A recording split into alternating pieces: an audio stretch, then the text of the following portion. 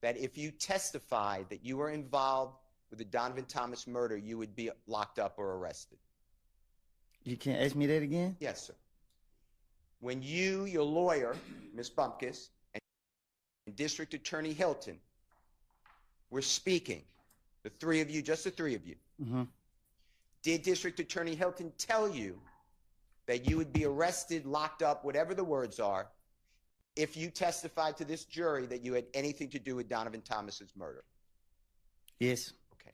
Did District Attorney Hilton tell you, with you, Ms. Bumpkus, and District Attorney Hilton, no one else, that if you invoked your Fifth Amendment right, meaning I'm not testifying, you would be locked up or jailed? Yes. Other than those two things, did District Attorney Hilton tell you you could testify to anything you want or something to that effect, and you would not be locked up? Just tell the jury. Just think about it. I don't know what you just said. That's my. I'm sorry. That was a bad question. That's me. Thank you for telling me that I was inartful, is my word. Okay. Other than those two issues you just told, I'm going to get locked up if I invoke the Fifth Amendment. I'm going to get locked up if I testify that I'm involved in Donovan Thomas's murder. Other than those two. So if you don't say those two things, then your use immunity kicks in and you would not be locked up for anything else you testified to. Is that how you understood it? Yes. Okay. Now, did you ever ask District Attorney Hilton, why can't I testify if I'm sworn to tell the truth about being involved in Donovan Thomas's murder? Did you ask her why did she exclude that? What you mean? Did you ever ask any question to District Attorney Hilton? Let me ask you a different way. Did you tell? It wasn't no question. We was talking. Okay. And we were going back and forth. And that's what she said. Objection. That's fine. That's fine. Sustained. All right. Let me ask you some questions. I'm going back to your interviews or interrogations or meetings, whatever the right word is, between you and law enforcement, whether federal, gang, homicide. Okay? I'm going back to those that we saw the recordings for January 11th, 2015 with Detective Thorpe. Do you remember that? Mm-hmm. Okay. And when you say, it's just for the yes. court. Okay, thank you. The jury saw the meeting or interrogation, whatever, the conversation on January 28th of 2015. Do you remember that? Yes. The jurors saw the meeting or conversation on February 20th, 2015. Do you remember that? I remember all the interrogation that they showed me. Okay. And then the last one would be February 21, the next day, 2015. Do you remember that? Yes. And I misspoke. When I said the last one's really June 10th, 2015. You remember that one? Yes. Okay.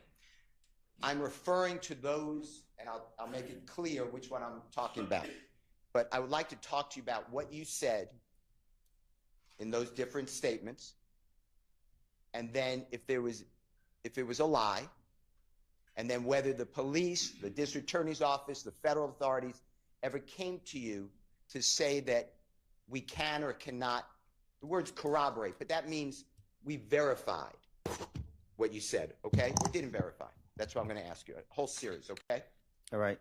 If I'm losing you at all, Mr. Copeland, it's me. Let's. All right. Let's start with, this is going to be, Your Honor, Jeffrey Williams, or JW240A. It's in Elisa, and it's State's Exhibit number 378YE, already in evidence. It's June 10, 2015. Interrogation, and Your Honor, the times are 10:36:34 a.m. through 10:36:42 a.m. And Mr. Copeland, do you have you might need those. What I'm going to ask you is these are a series of conversations with the with the police, different police officers, detectives. Mm-hmm. And I'm going to go over what you said, and then I want to talk to you about that, okay?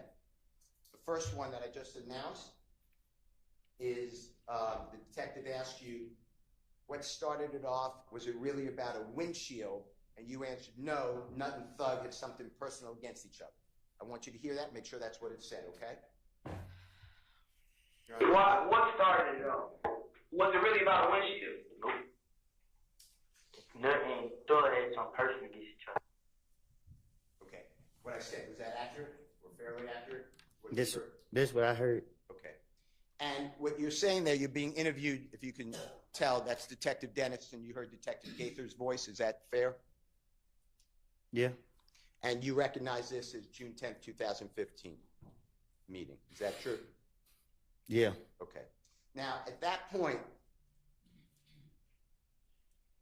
you also said, and this is at JW 240B, Your Honor, it's in Barry, State's Exhibit number 378. What started? YE, and it's a time 3:13:02 p.m. to 3:13:22 p.m. And Mr. Copeland, tell us if you hear this. You said, you know what I mean? Honest to God truth. I asked why they didn't kill Kel. Like, you feel what I'm saying? Why and I'm not saying it, but HELL, they kill like he wasn't a problem. Did nothing. And Detective Thorpe, remember who he is, the homicide detective? Yeah, the bald head dude with the script right here. Yes, sir.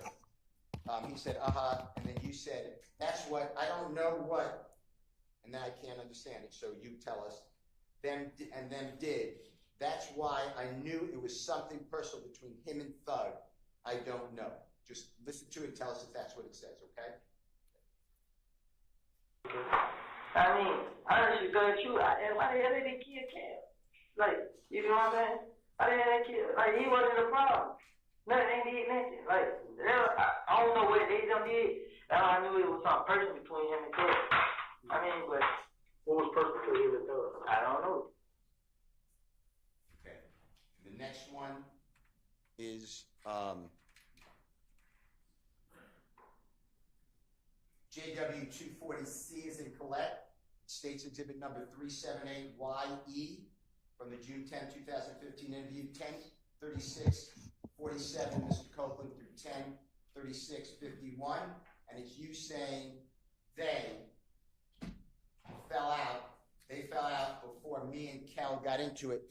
And the they, if you need any type of listening to it more, I believe, and you tell us you're referring to Jeffrey and Mr. Donovan Thomas, okay? And tell us if you need to hear more of it. They fell out before me and Kid got into it. Is that what it says? I didn't hear it. Can we redo it, Your Honor? Is that okay? They fell out before me and Kid got into it. Does it say that they fell out, meaning Jeffrey and Mr. Thomas, they fell out before me and Cal got into it? Is that what you heard? I just heard something about me and Kill. I didn't hear what I said before that. All right. Well, the jurors can make a determination, but that's great. This is whatever you hear, okay? And the next one is JW 241A. That's State's Exhibit number 378YA is in Elisa. That's at 3:01:37 a.m. to 3:02:52 a.m. And Mr. Copeland, this is January 11th. This is about 6, 7 hours, 8 hours after Mr. Thomas has got the big shot. Okay? So this is the morning of January 11th, the next day, Sunday morning. Okay? 2015. And Detective Thorpe, remember being with him that day? January 11th, 2015? I don't remember the day, but that's who questioned me. Okay. And on here, just tell us if you hear the Detective Thorpe saying, what made you want to pull you into this situation? And you said, me and him had a problem in the club. Kel, they say, is the little brother. Me and him got into it at the club, probably about no longer than 4 months. So 4 months before January 2015. Just listen to it, make sure that that's what it says, okay? Tell me exactly what you know dealing with this situation. Like now, no, everything. Tell me everything. What made people want to pull you into this situation to happen? Okay. Me and the Kim. You know what I'm saying? Me and him, we had a problem in the club. I don't think it's playing through the speakers. Oh. Okay, well, IT's here, and there's not anything I can do about that. Yeah, they say this the little brother, but I thought they were just saying that, but they say they real brother. Okay, let's K-E-L. let's stop for now. They're here, and maybe they can fix it, even though they had all week last week, and it didn't get fixed. We thought it was, but it's not. So I'm going to excuse y'all.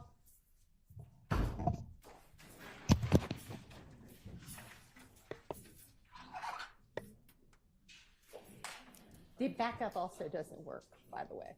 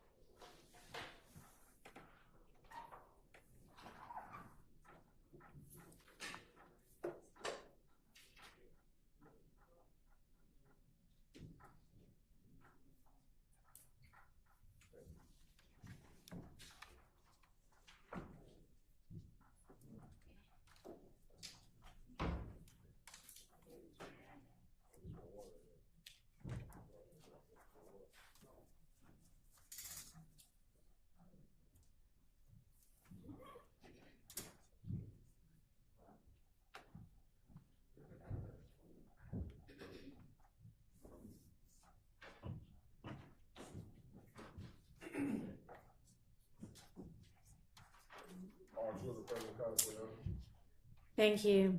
All right, as y'all can tell, we have sound again. We don't know why. We don't know if or when it will stay with us, but we're gonna, as long as we have it, move forward. Go ahead, Mr. Stewart.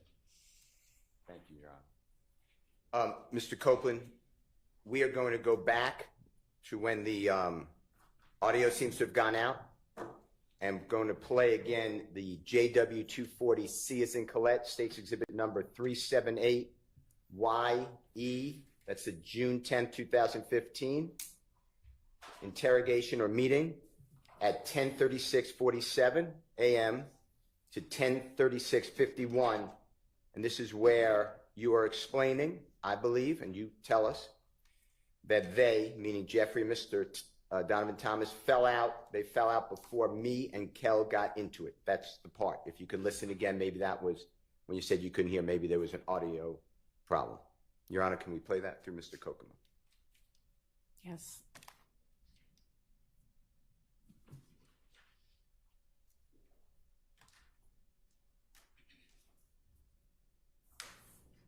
They fell out. They both, me and Kid got to it. Was that better? Did you hear that? It was the same. Okay.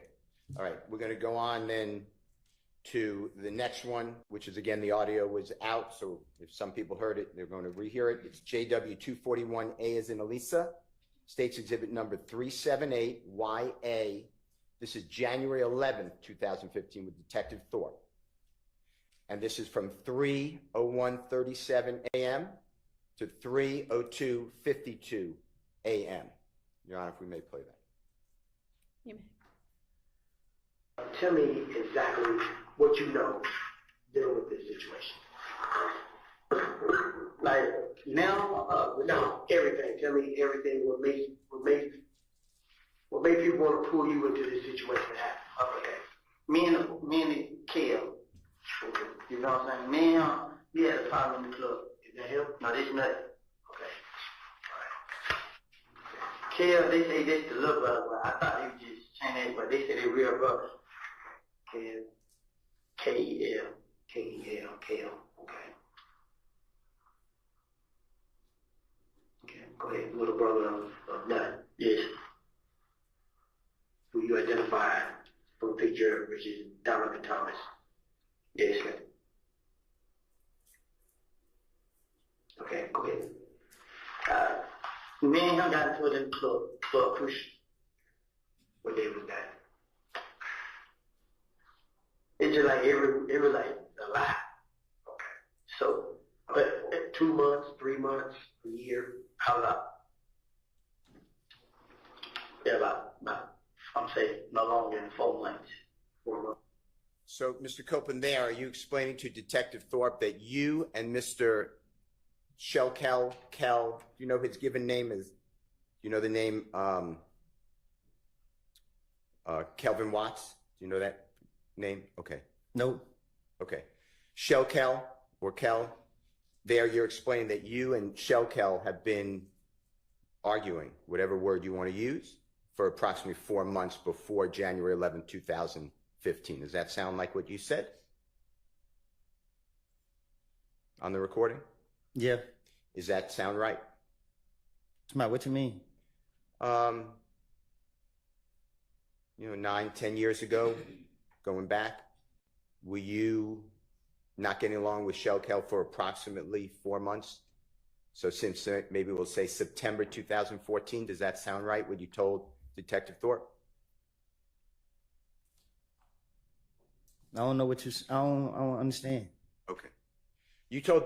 Let's just do it this way. You told Detective Thorpe on January 11, 2015, that you and Kel have been arguing since approximately September 2014. The way I got that is 4 months before January 2015.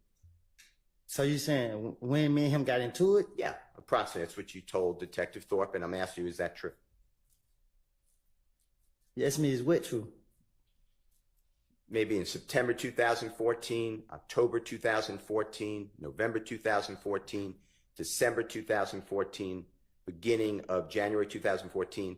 By that time, by January 11, 2015, you and Shell were arguing.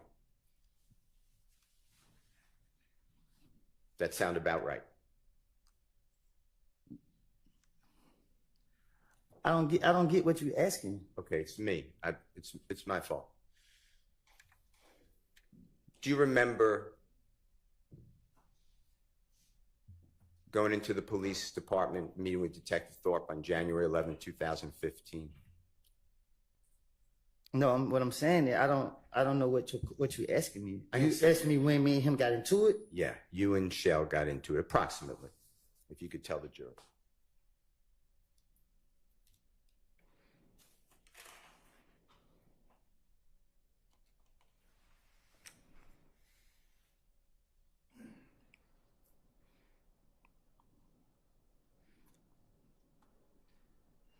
Like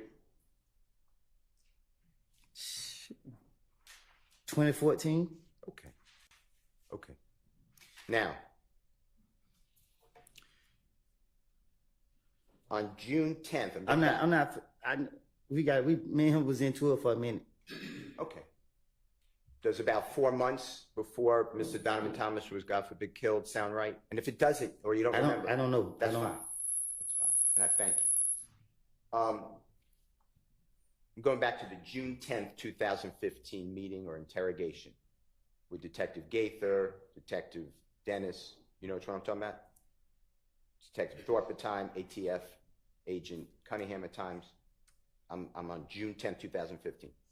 When you told law enforcement, or do you remember telling law enforcement that Jeffrey and Donovan Thomas were arguing or had a falling out before you and Shell had a falling out? Do you remember saying that? I don't remember what I told no investigators. Okay. Did you hear that on the recording we just listened to? Did you hear you say that? What I just say?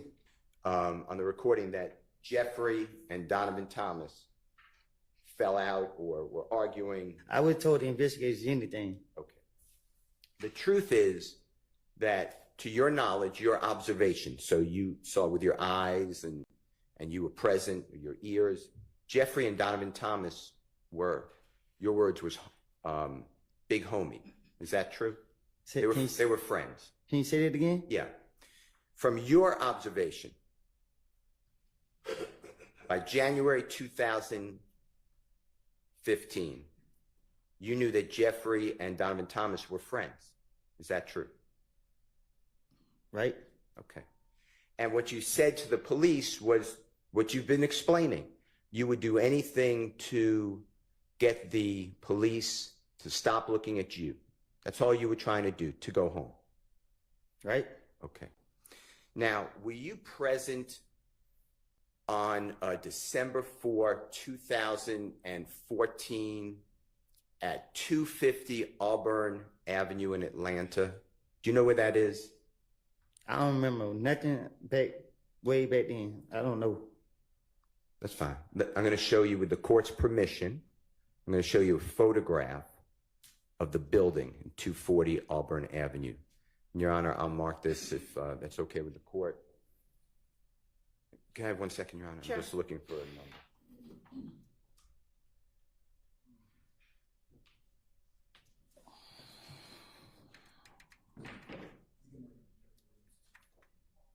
Your Honor, I'm going to mark it with the court's permission. It's Jeffrey Williams 251.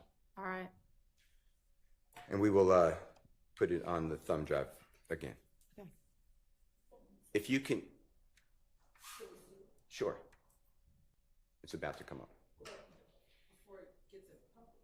A building? So, do you not have hard copies of these things?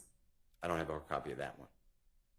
Okay, well, show it to the witness before we publish it for everybody. Mr. Kokomo, can he approach, Your Honor? Yes. Thank you.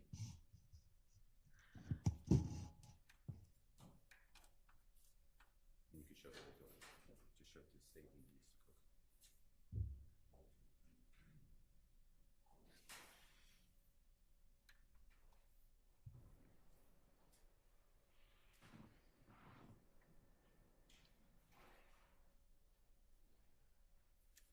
Did you show him the whole building? Yeah, this is it.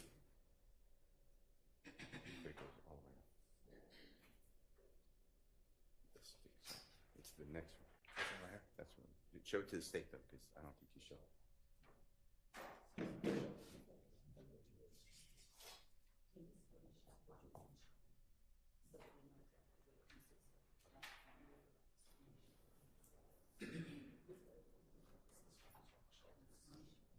Yes, you are correct. May Mr. Kokomo approach Mr. Copeland again, Your Honor? He may, once he's got whatever this is screenshot. Mr. Copeland, if you just look at this picture, again, it's a more full view of that building that I'm referring to. What's the business? This is the building. What about it? I'm going to ask you some questions. Thank you, sir. Do you remember, and the date doesn't matter that much, but do you remember being present, or were you present, for the shooting of a music video on December 4th of 2014 at that location you were just shown by Mr. Kokomo? I ain't never seen that building, Okay. even today. Okay, that's fine. Do you personally know whether Mr. Thomas and Jeffrey Williams were doing a music video on December 4th, 2014 in Atlanta at 250 Auburn Avenue? No, I don't know. Okay. Have you seen the music video, or do you know of the song In My Blood by Jeffrey Williams? Bloody J. Yeah, All right. Do you have any knowledge of where that was videoed, meaning the music video? And if you don't, that's fine. I don't. All right. You weren't present for that. No, I wasn't. All right.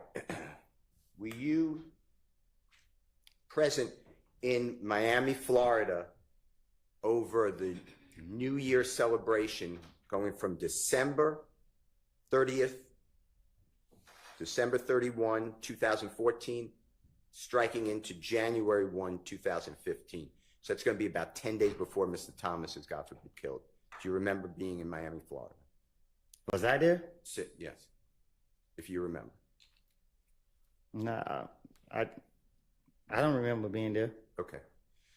Do you remember seeing in January of 2015, after Donovan Thomas was, God forbid, killed, do you remember being present at shows with Jeffrey Williams and, you know who Rich Homie Quan is? Yeah, The performer? You know? yeah. Do you know him as Mr. Lamar too, or do you know the name Mr. Lamar? I just only know Rich Homie. Okay. Do you remember seeing, after the killing of Donovan Thomas, seeing Rich Homie Quan and Jeffrey together What you mean? in Florida performing at shows? Were you present? You said when? At what time? Shortly after Donovan Thomas, God forbid, was murdered. So January 2015. Yeah. Okay. Now,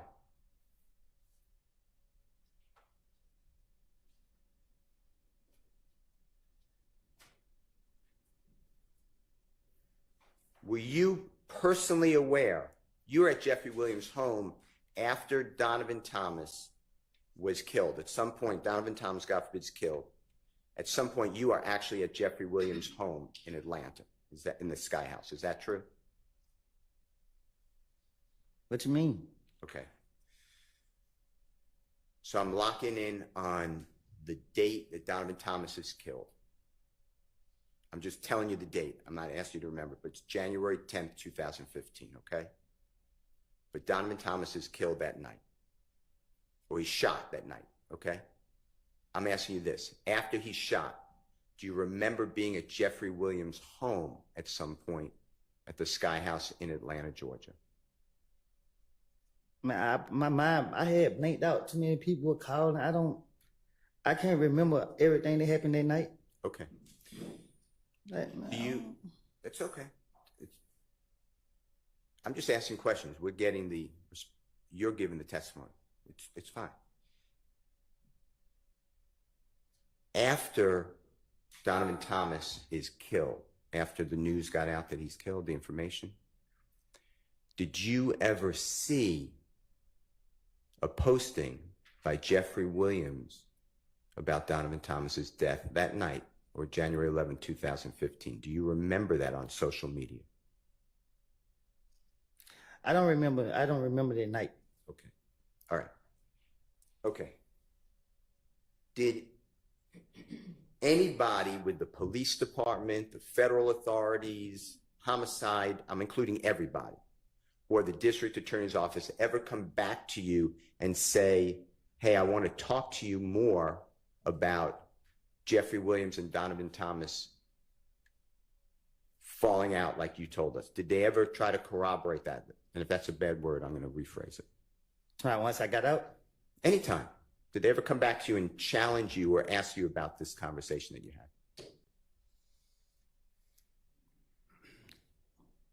had? I can't remember if they have. Okay. I don't think.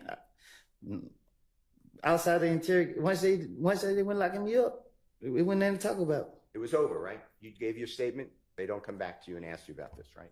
Right. All right. I'd like to go to another part of your statements. And this is where you told the detectives, again, it's June 10th, 2015, that you tried to get Mr. Williams or Jeffrey, and do you know who Bloody J is? I heard of him. Do you know the given name Justin Ussery, excuse me? Who was it? That's fine. I'm going to use Bloody J, okay? Do you remember telling the police, and this is, Your Honor, JW240D, as in David States Exhibit number 378YE, it's June 10th, 2015, meeting, interrogation, whatever, word conference, with law enforcement and Mr. Copeland. It's at 10:40:37 a.m.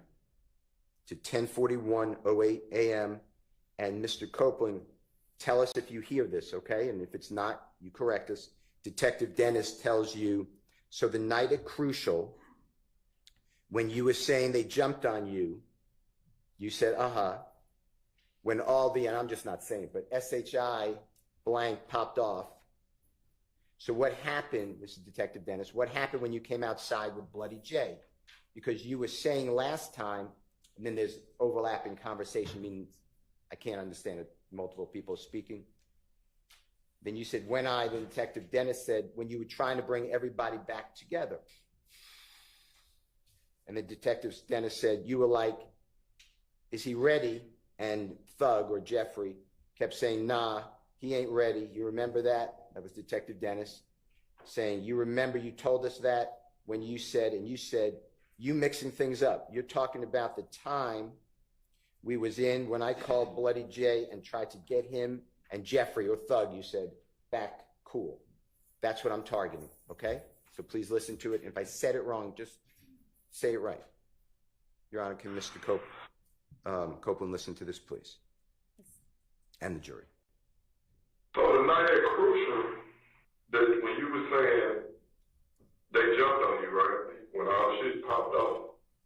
So what happened when you came outside with Bloody J? Because you were saying the last time you were trying to bring everybody back together. You was like, is he ready? And Thug kept saying, nah, he ain't ready. You remember that? You remember you told us that? When you said you mixing it up. You talking about the time we just made the shit when I called Bloody J and tried to get him to throw that cool.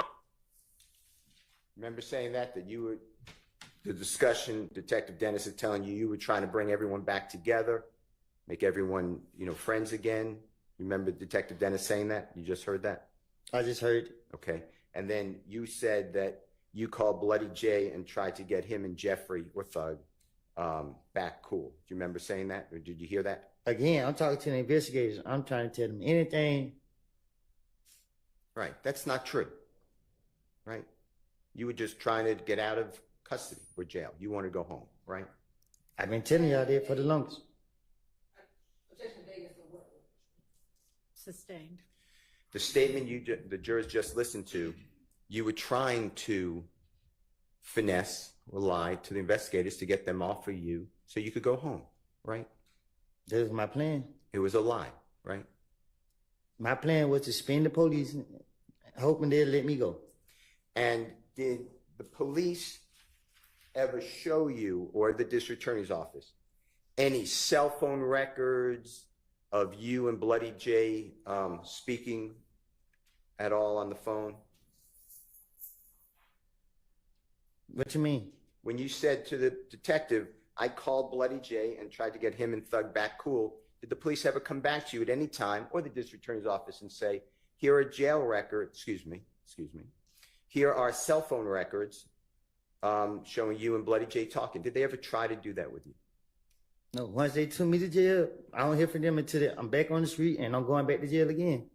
Any time while in jail that you called Bloody Jay and said, wow, I tried to get everyone together? And that never happened, right? Huh? Had a phone call with Bloody Jay while that would be recorded? I never had Bloody J number a day in my life. Did the police ever come to you, or the district attorney's office, to say to you, to challenge you, or to tell you, hey, we know this to be true or not true? Did they ever do that with you? Huh? Did the police or the district attorney's office come to you and challenge you on that statement and say, hey, we have information, this is true or not true? Did that ever happen? Objection, compound question. It's the same question. The single question. Did the police ever do it at the district attorney's office? No. Okay. I'm going to go to another one. This is your statement again. This is June 10th, 2015. Your Honor, it's J.W. Jeffrey Williams, 240E, as in Aaron. It states exhibit number 378YE. And Mr. Copeland, this is at 10:45:09 in the morning to 10:46:01 in the morning. And on this one, what I'd like you to listen for is you saying, if you did say it, you tell us, yeah, so I'm like, and I'm not saying, but darn, but it says another word, but this SHI blank happened, but before that happened, me and Kel was face to face. You know what I mean? Detective says yes, or uh-huh. Then you say, truth be told, I walked up on him, meaning Kel, with Shannon, me and him, it was me, D, my baby mama, and her friend. You said, the detective said, uh-huh. You said, it was Kel and about 5 more other, I'm not saying, but ends. All right, look, bruh, you know what I mean? I got a problem with you, bruh. You know what I mean? This SHI blank here, we've been knowing each other. Detective says, right. And you say, I'm telling Kel that, bruh, this SHI blank ain't about them, bruh. You know what I mean? What the HELL? Woo-woo. We talked like, while me and Kel talking, Kel, you know what I mean? All this SHI blank really about Thug. The truth, this is the truth. So detective says, so Kel's beef is not with you, it's with Thug. And you say, yeah, it was with Thug. Detective says, well, then why he? And you said, it was a cover-up. You're not listening. It was I was the cover-up. I want you to listen to this and tell me if you hear what I said. If not, just correct it. Yeah, I said something like that. But that shit happened. But for this happened, me and Kill face to face. Now, I mean, truth be told, I'm a punk. With Shannon. Man, it was me, D, my baby mama, and her friend. Mm-hmm. It was Kill, and about 5 more than me. I'm like, look, bro, I mean, I got a problem with you, bro. You know what I mean? This shit here, we been on each other. Well, I'm telling Kill that, bro. This shit ain't about that, bro. You know what I mean? What the hell, we talk? Why me and Kill talking? Kill really like saying, you know what I mean? All this shit really about Thug.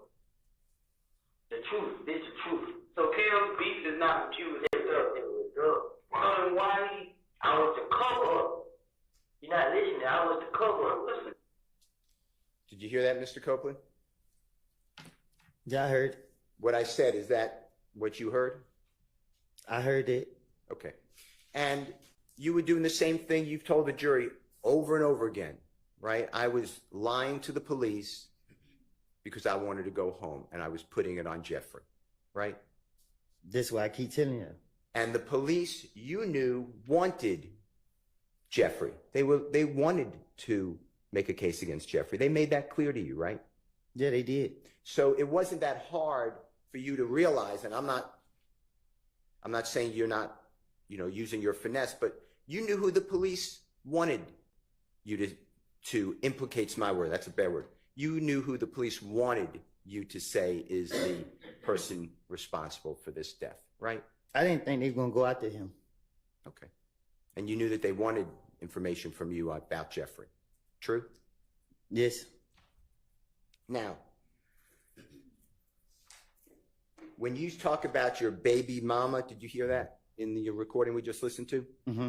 You're talking about the Honorable Miss Deshawn Quarterman, right? That's her name? Yeah. Okay. And you're aware that Miss Deshawn Quarterman, your child's mother, had spoken with multiple, but Detective Gaither at times. True? What you mean? During this time. Yeah. And we know that because remember hearing some jail calls yesterday that the district attorney's office played for you, and you even asked Miss Quarterman or Deshawn to call Detective Gaither on one of those recordings, or two of those recordings. You remember that? Yes.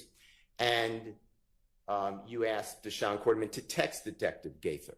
Do you remember that, hearing that yesterday on the jail calls? Yes.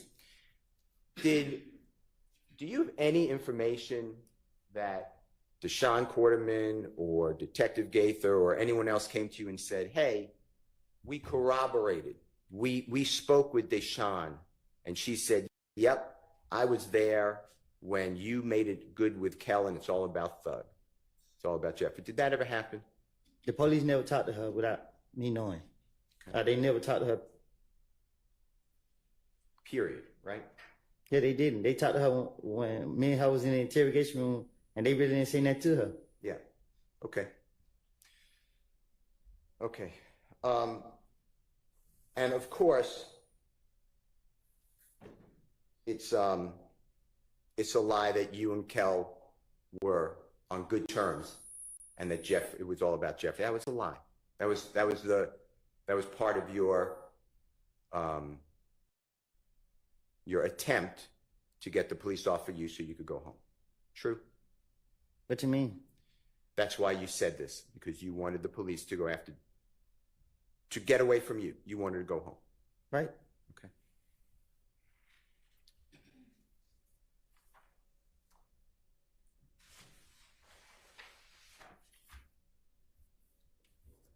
Jeffrey Williams, number 240F is in Fox, State's Exhibit number 378YE. Your Honor, this is June 10th, 2015. It's already an evidence meeting, interrogation conference, interview, whatever it is called, at 10:49:25 a.m. to 10:50:09. And Mr. Copeland, I want you to listen to this, that you are saying to law enforcement. So when they ended up leaving, we pull up at the studio. This end was there recording a song, meaning Jeffrey. That song that we pull up tonight, he did that song. I mean, like, he did it so fast, like, damn N just shot at you, come make a song. So this is what I'm thinking, this damn, so we're up there chilling. So everybody was up there at the studio. So Thug dialed 911. He had a bullet hole in his car. So he wanted to know who shot his car. You know what I mean? I want you to listen for this. If I said it wrong, you got to correct me, please. So when they leave, we pull up at the studio. This nigga was number one song. That song that Lil we put up probably tonight, he did that song. I mean, like, he did it so fast, like, damn, nigga, this shot to come make a song.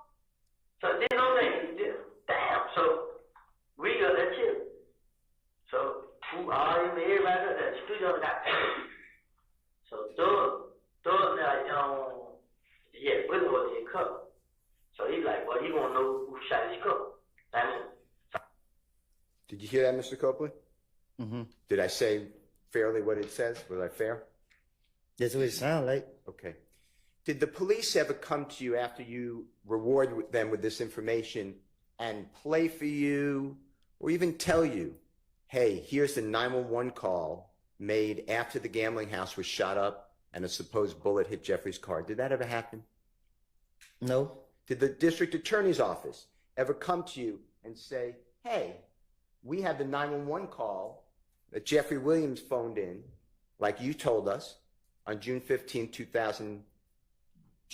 2015. Did the district attorney's office ever play for you that 911 call?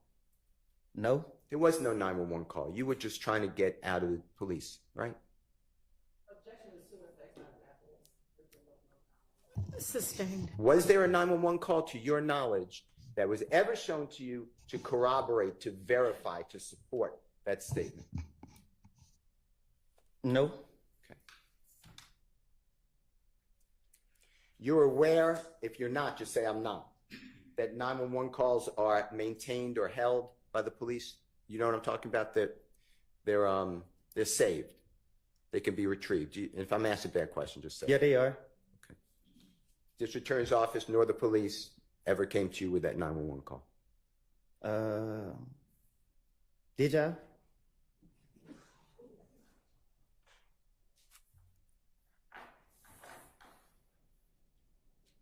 I don't know. Okay.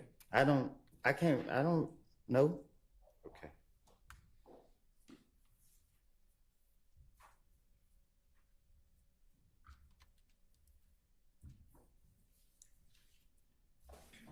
I'd like to go to Jeffrey Williams 240G, as in Goldfeder, States Exhibit number 378YE, as in Aaron. It's again, Your Honor, the June 10, 2015 meeting with Mr. Copeland and the detectives. Now it's at 3:47:32 p.m. to 3:48 p.m. 00. And Mr. Copeland, if you can just listen for and tell us if this is accurate. You said, and we're still talking about the car windshield. Remember all this conversation about Jeffrey wouldn't let it go until his car windshield was paid for? Remember all that? Mm-hmm. I'm listening. Okay. And it should say, and correct us if I'm wrong, that you said, yeah, so when me and Kel was like, well, we wanted to see what Thug got to say. So I called Kel on FaceTime with Kel, and Kel like, I ain't let SHI blank go until you pay for my window. You know what I mean? And Detective Dennis says, Kel said that or Thug said that? You said Thug. Thug, yeah. Detective Dennis said, okay. You said Thug like, Kel like, what? Pay for your window. So he looked at me. I'm about to go. I ain't got nothing to do with it. That's on y'all. So I'm out of here. I'm out of there, bruh. You know what I mean? Like, man, get nut on the phone. You feel me? That's what Kel was saying. I want you to listen to it and see if I've said that accurately.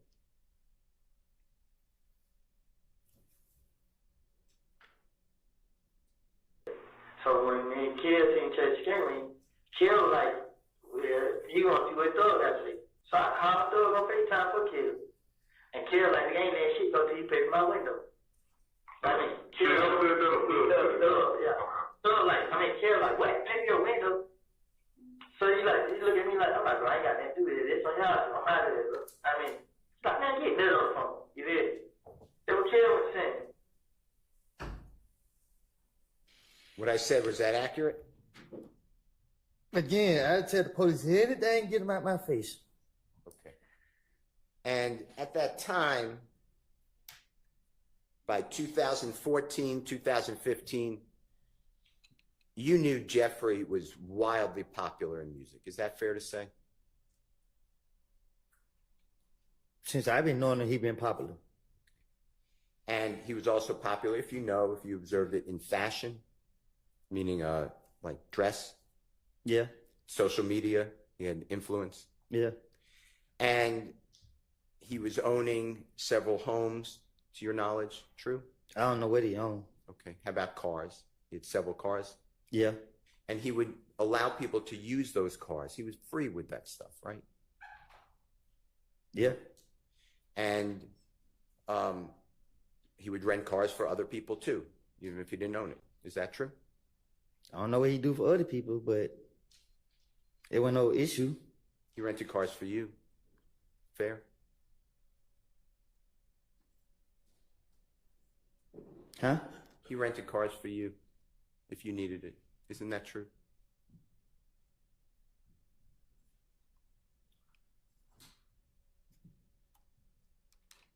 What you mean?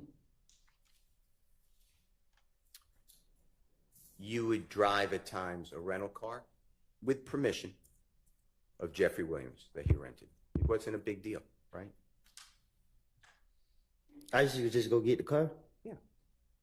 Yeah. Okay. And it wasn't only you, it was anybody.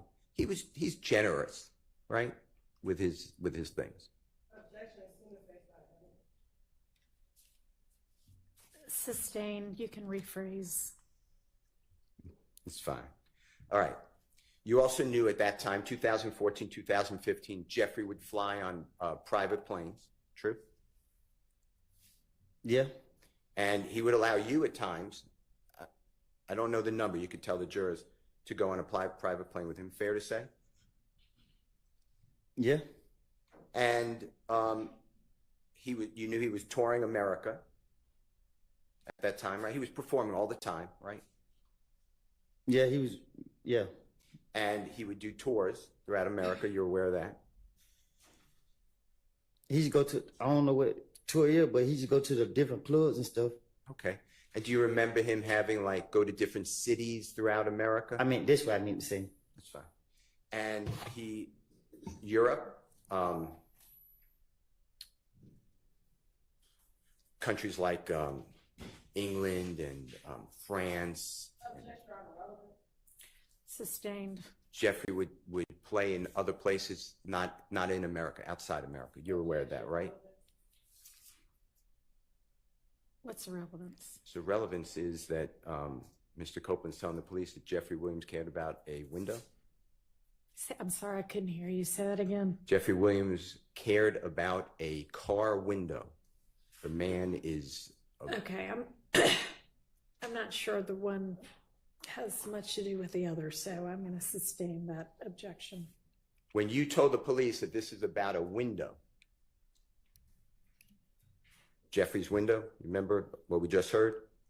That was part of your finesse, right? To get you out of there. When the police would question me, my only motive was to get me out of the interrogation room free. I was trying to say whatever I can to get them to let me go, to convince them that I would help them. And this just was my motive.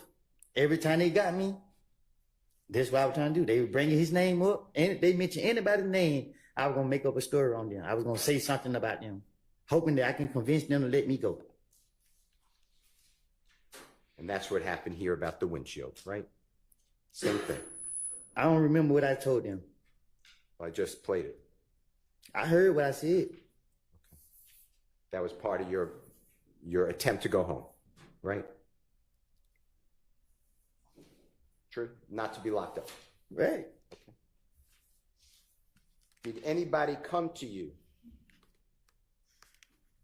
from the police, the district attorney's office, and say, we corroborated, means support or verified, this car window story? Did they ever tell you that? After 2000, I gave an interview and went to the feds. I haven't heard anything from the state, the police, and nothing until they catch me in the streets. Okay. They haven't told me about nothing. They haven't reached out to me or nothing. Okay. I'd like to go to the next issue that I'd like to discuss with you, Mr. Copeland, it's JW240H as in happy. States exhibit number 378YE as in Aaron. It's again the June 10, 2015 interrogation. It's at 10:42:23 a.m. through 10:42:32 a.m. And I'd like you to listen for and tell us if I am wrong where.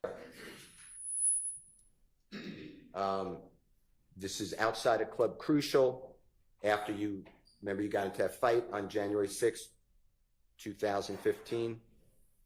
Remember with the lip and the eye and the knot on the head, remember that? And when nothing went wrong, my lip, it was just my eye.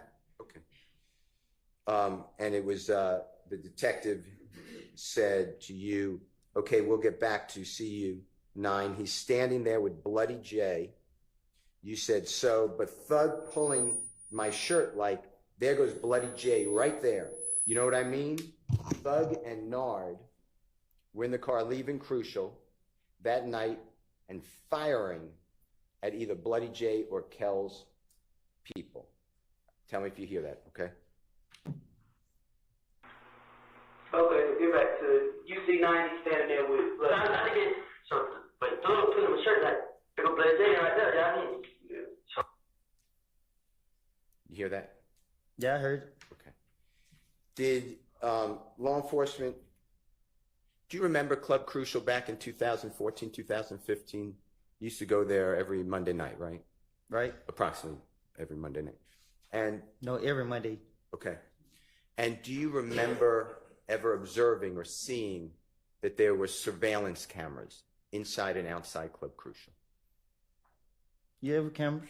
Okay. Did the police ever come to you and say, hey, we have the surveillance camera we want you to look at, or the district attorney's office, from January 6, 2015? Did everyone ever show you anything like that? I never heard nothing about no cameras. Okay. I'm going to play on the same issue, same time, dealing with outside of Club Crucial. This is going to be JW Jeffrey Williams 240I as an ice cream, states exhibit number 378YE. It's June 10, 2015 interrogation, 10:43:20 a.m. to 10:44:18 a.m. And this is you, just make sure it's right. So when we pulled out, Thug and Nard got in the car together. I mean, so when they pulled out, we leave, but when we're leaving, Thug and them pull on a side street. I see them pull on a side street. My pulled on the side. He like, what the Hell y'all doing? He like, boy, we want to wait. He come out the club. I'm like, who? He's talking about Bloody J. What the Hell? You know what I mean? I said, I hear the gun cocked back. Detective asked, what had a gun? You said, that N Nard. Detective said, You said, so I hear the gun cocked back. I'm like, what the F? So I tell them, all right. I mean, my brother was gonna have to turn around. Detective says, So you said, so when we go down and turn around and come back, I'm telling brother, SHI blank, just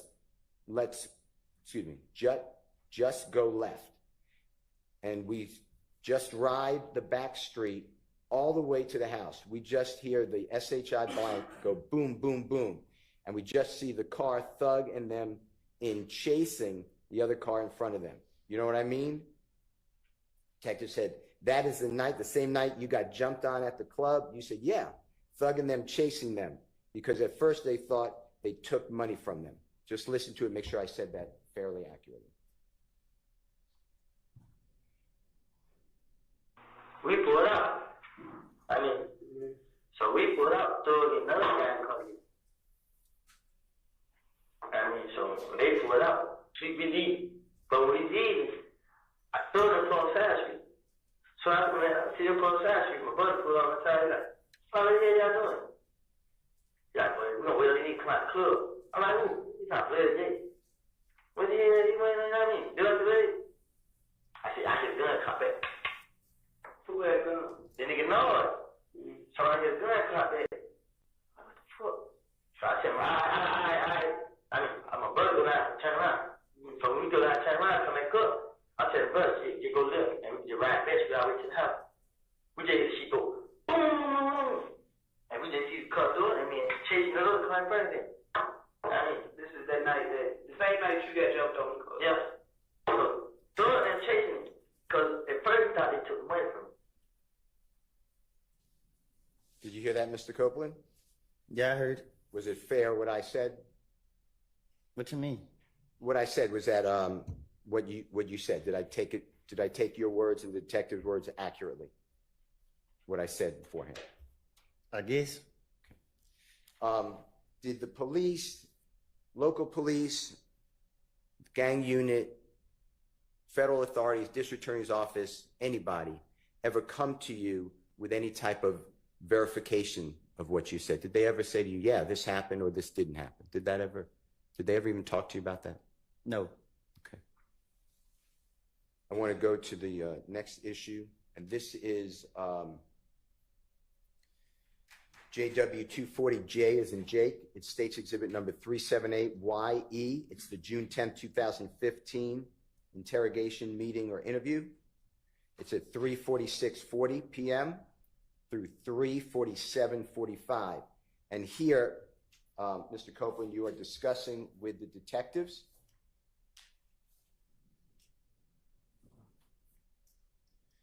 that Mr. Donovan Thomas or Nutt came to the gambling house and met with you, and you discussed your issues with Mr. Shelkel. I want you to listen to this. Specifically, you said, I was just like, darn, but it says another word, bruh, what happened? You know what I mean? What the H-E-L-L. I'm just like, the only thing I did was, you know what I mean? That N-Kel is, that was, because I was just like, and then I just remembered like the stuff Nutt used to be saying. You know what I mean? Like Nutt pulled up at the gambling house and he tried to talk to me. You feel me? I let the window down. I cracked the window. He said, darn, it says another word, blood. I ain't blood, bruh. You know what I mean? But darn, says another word. You know what I mean? So I pull over. And when I pulled over in the car, him and Big Boo was talking.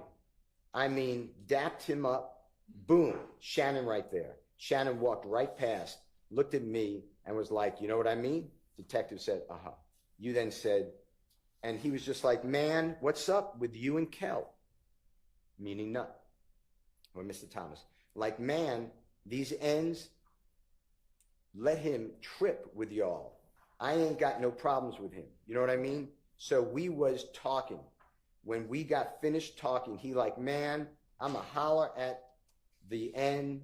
I'm a let y'all ends know what's up. You know what I mean? This and that. Detective said, that's what Nutt said. You said, yeah. So when me and Kel seen, Kel was like, well, he wanted to see what Thug got to say. So I called Kel on FaceTime with Kel, and Kel like, I ain't let SHI go until you pay for my window. You know what I mean? Just listen to it and tell me if you agree with what was said. I was like, damn, bro, what did you have? Then I said, I don't think I did. It was, I didn't have that shit. That nigga ain't the problem. Know what I mean? The nigga Cal is. That was the car. I feel like, and then I just remember like the stuff Nutt used to be saying. I mean, like Nutt pulled up at the gambling house and he tried to talk to me. You feel me? I lit one night. I cracked one. He like, damn, blood. I ain't blood, bro. Know what I mean? Like, damn. I mean, so I pulled over. When I pulled over, I got the car and they did boo talking. I mean, I just went, boom. Shannon right there. Shannon walked right past, looked at him like, you know what I mean? Mm-hmm. And he was just like, man, what's up with you and Kel? I mean, they him trip, but y'all ain't got no problem with it. I mean, so we were talking, we got there and talking. Like, I'm hollering, I'm gonna let y'all even know what's up. I mean, this and that. That's what Nutt said. Yeah. So when me and Kel seen Church Game, Kel was like, well, he gonna see what Thug got to say. So I called Thug on FaceTime for Kel. And Kel like, nigga ain't that shit, go till you pay for my window. I mean, kill. What I said, was that fairly accurate, what you were saying with the detectives? I never had no conversation with Ned outside the gambling house. Exactly. Police never came to you in any way to say, hey, we corroborated that or support or verified that, right? That never happened. I never had a conversation with him. I want to talk with you about Jeffrey Williams number 240K, as in Kitten, States Exhibit number 378YE.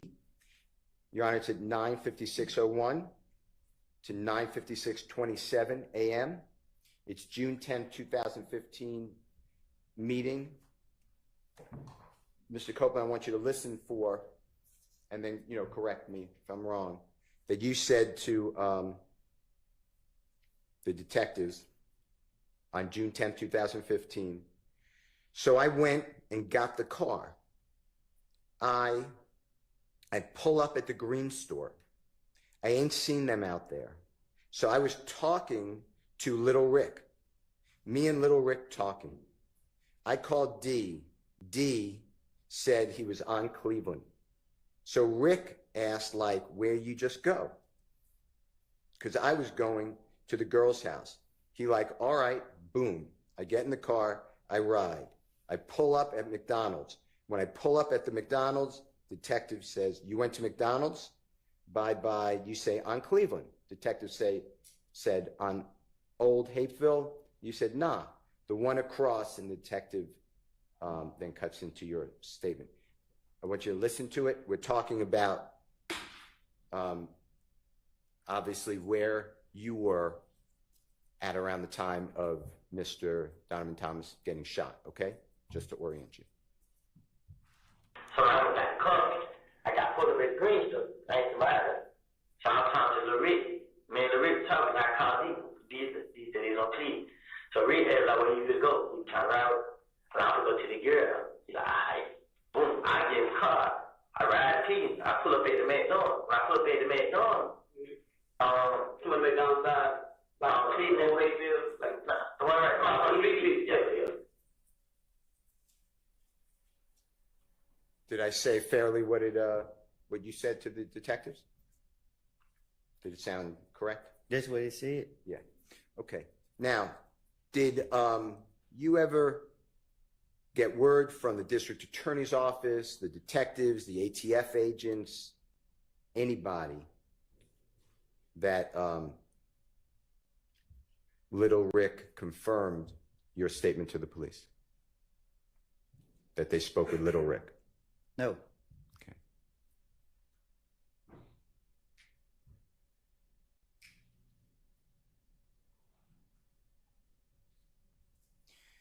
Do you remember the McDonald's we're talking about on Cleveland Avenue? It's the one across the street from a coin-operated laundromat, and then across the street from a gas station, and next to an auto parts store. You know which one we're locking in on? I could show you a picture. Yeah, you gotta show me a picture. Okay.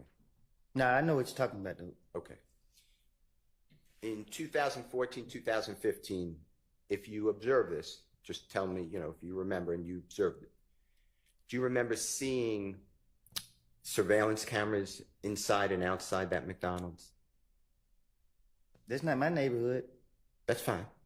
That's good. Okay. All right.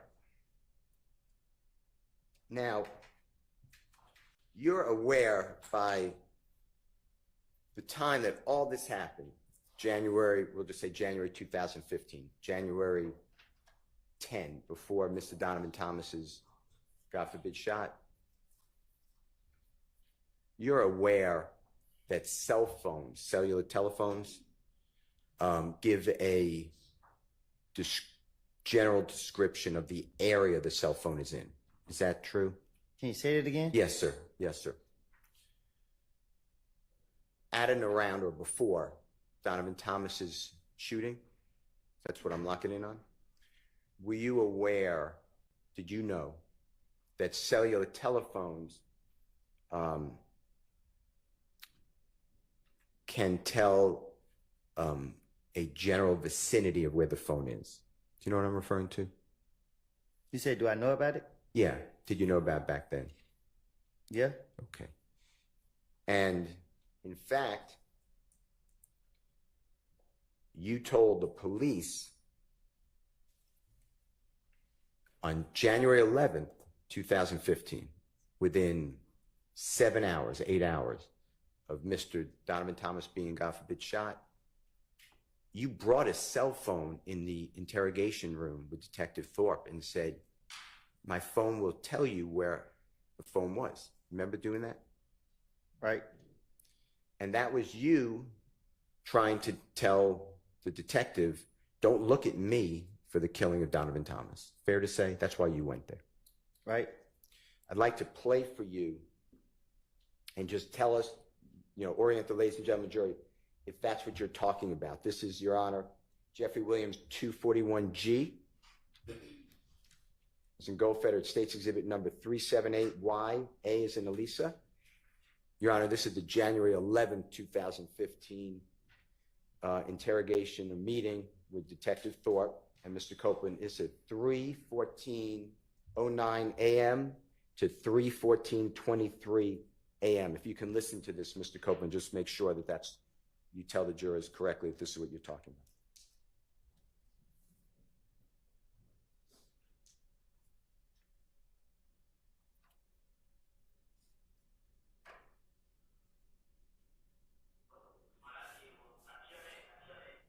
I can't hear it.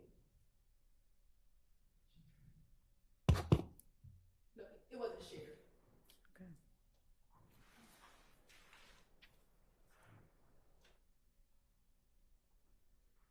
So what I did was I kept asking.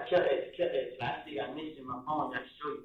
I was asking everybody like, should I go down there, bro? Cause I didn't do it. They come scan me. They do everything. I didn't do it. They check my phone record. My folks call me. They show you where I was. They show you every call that I talked first. They show you where I was now. Is that you, Mr. Copeland? If you heard it, saying, you could check phone records, you can see where the phone was, where I was. Is that fair to say? Huh? Sorry. Were you talking about in the Jeffrey Williams Exhibit 241G, States Exhibit 378YA, from the times that I announced? Was that you showing the detective with your phone on the desk? Trying to show him I'm innocent? Yeah. Yeah. And that phone, you see the phone that's in the Honorable Judge Whitaker's courtroom on display? That's the phone you brought in. On the camera? Yes, sir. Yeah. And did Detective Thorpe ever take your phone?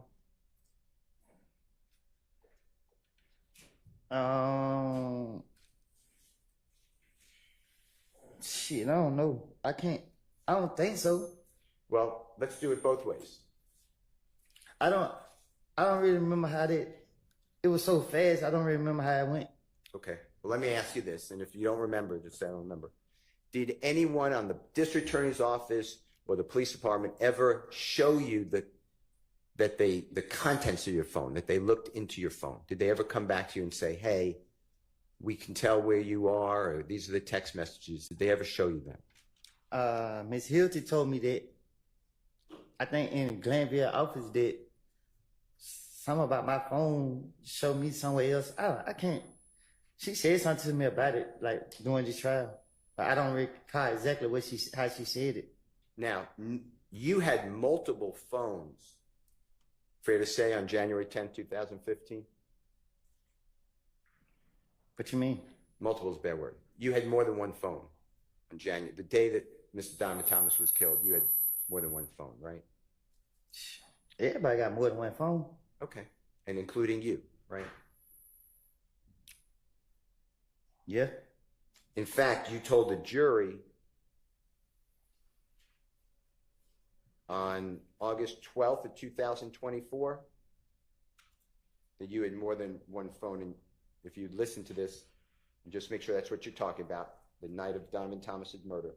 JW 249, Your Honor, at 5:44:48 to 5:45:16 from the Fox 5 stream of this trial.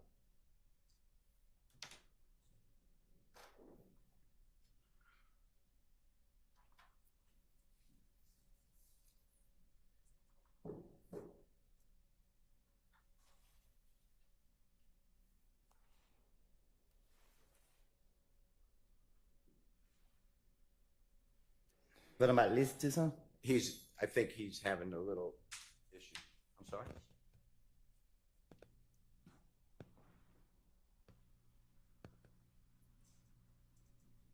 Go ahead, ma'am. Just 1 second. You may. Did any need to have a restroom break anyway? Let's have a short recess while they get that queued up. It's about time for a restroom break. Pass it out.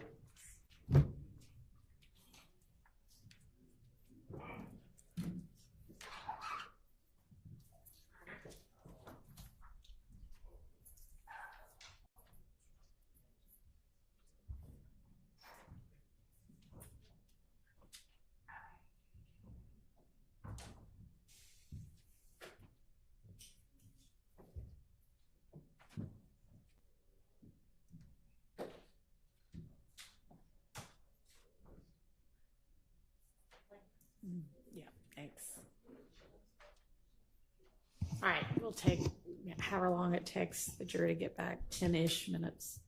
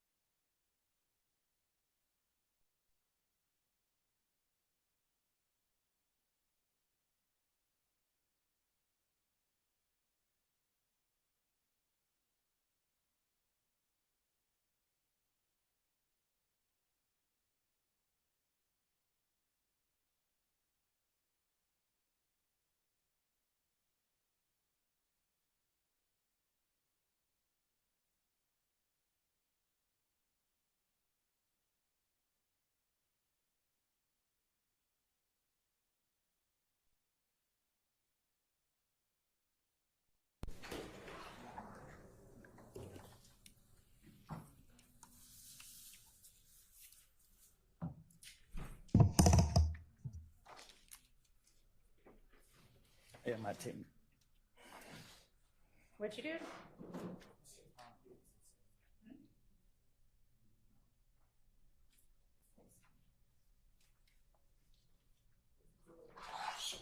All right, for the jury.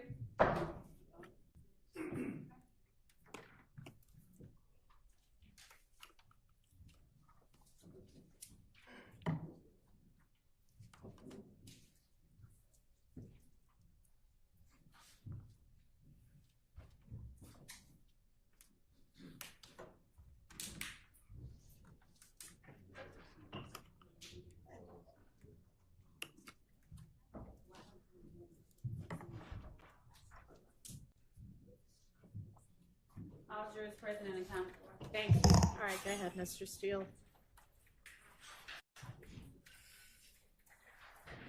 Your Honor, I'd like to play Jeffrey Williams, or JW 249. It's at 54448 to 54516 from Fox 5 stream of this trial.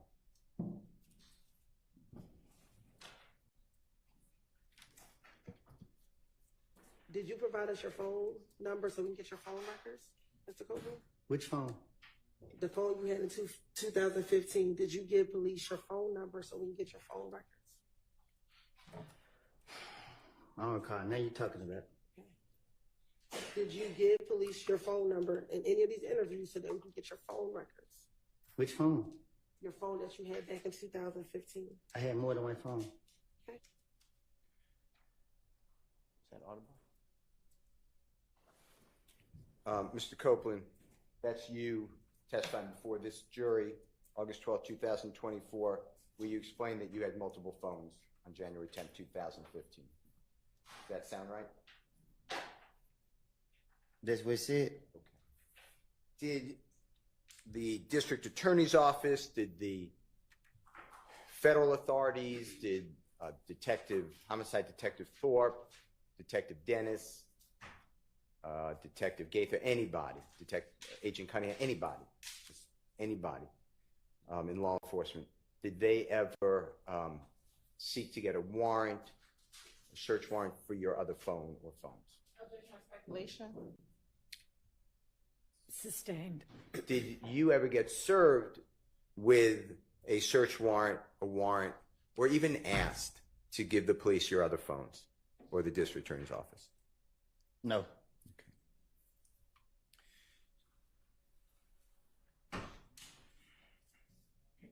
I'm going to show you and play for you, with the court's permission, Jeffrey Williams, or JW 244D, as in David, State's Exhibit number 378, YB as in Barry. Your Honor, that's the January 28, 2015 meeting or interrogation. It's at 7:12:03 p.m. to 7:12:43 p.m. And this discusses, Mr. Copeland, just make sure I'm right, that you and your brother made a false report of who's driving a vehicle because you had a suspended license. If you can listen to that, make sure that's what that's about.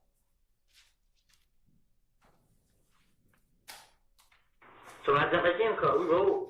Got off on Lakewood. Got back on the freeway. Went to the house. Told my brother. And he didn't get tried to kill me. Why you had your brother file a police report? Cause I ain't got a license. You still a victim though, like They still lock me up. bruh, if you ain't in the car, listen, if you ain't driving the car when we get there, we're not gonna waste our time on lock you up to drive with because now you didn't kind of, now you didn't kind of sway the investigation because y'all made a false police report. Now I ain't trying to lock y'all up for that shit, but if we get some evidence or get a gun or something to match shell casings or whatever like that, it's kind of like you threw the investigation off by having your brother take the report. You know what I'm saying? Like at that. Is that pretty much what it discusses, Mr. Copeland? Huh? Is that what it discusses? What you're discussing with the detectives, you had your brother file a report, a false police report. Is that what it's discussing? Right. Okay. And you understood on January 10, 2015, that the cell phone that you told the police about would show an approximate location, right? Huh? The cell phone that you had on that desk in front of Detective Thorpe that you told the police about, that would show an approximate location of where the cell phone was, right? I don't know. I don't get what you're saying. Okay, it's me. I apologize. When you were with Detective Thorpe on January 11th, 2015, about 7-8 hours after Mr. Thomas was shot, okay? And you brought with that phone, you brought that phone with you?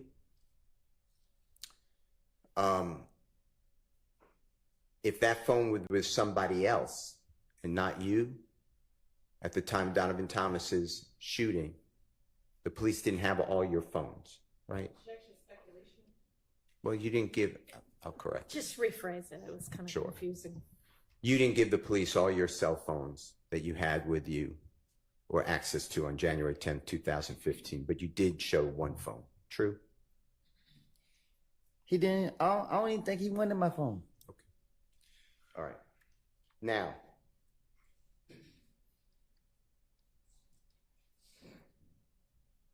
did the police ever come to you? When I say police, I'm including everybody, or the district attorney's office, come to you and inquire of you, ask you, your phone shows no calls between 7:01 at night and 7:23 or 24 at night on the night Donovan Thomas is shot. Did they ever ask you to explain or why there are no calls during that time? Did they ever discuss that with you? They don't tell me nothing. Okay. All right. I'd like to go to the next recording. And this is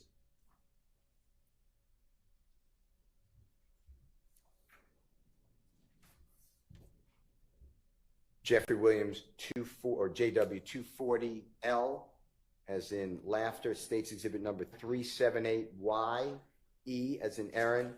Your Honor, this is June 10th, 2015. And Mr. Copeland, June 10th, 2015, interrogation meeting. It's at 9:55:46 a.m. to 9:56:01 a.m. And it is you, I believe, and you make sure, saying that you called Jeffrey Williams from the green store. And it's something like this. You said, all right, so I walk up on my brother's house. Hey, bruh, let me see your car real quick. He gives me the car. Boom. I get in the car. I pull up at the green store. When I got to the green store, this is what I did. I called Thug. I ain't called D right then and there. Detective says, and you say, I called Thug. He ain't answer. I'd like you to listen, make sure that that's correct, okay? All right. So I'm on my brother's house. I run to the car. Give me the car. I get the car, pull up at the green store. When I got to the green store, I called Thug. I ain't called you right there. I called Thug. He ain't answer. Mr. Copeland, did the police or the district attorney's office ever come to you and ask you on your phone records whether it supported or did not support that you called Jeffrey Williams from around the green store on or around the time Donovan Thomas was shot? I don't know what you. I don't. Ask me again. Yes, sir. Did the police or the district attorney's office ever come to you and ask you to explain your cell records, your cell phone records, and ask you about this comment that you called Jeffrey from around the green store at around the time of Donovan Thomas's killing? Did they ever do that with you? Can you ask me short so I can catch it? It's too long for me. No, it's my bad. It's my fault. I apologize. Did the police ever share with you, or the district attorney's office go over with you your cell phone records that they may have? Did they ever do that? No. Okay.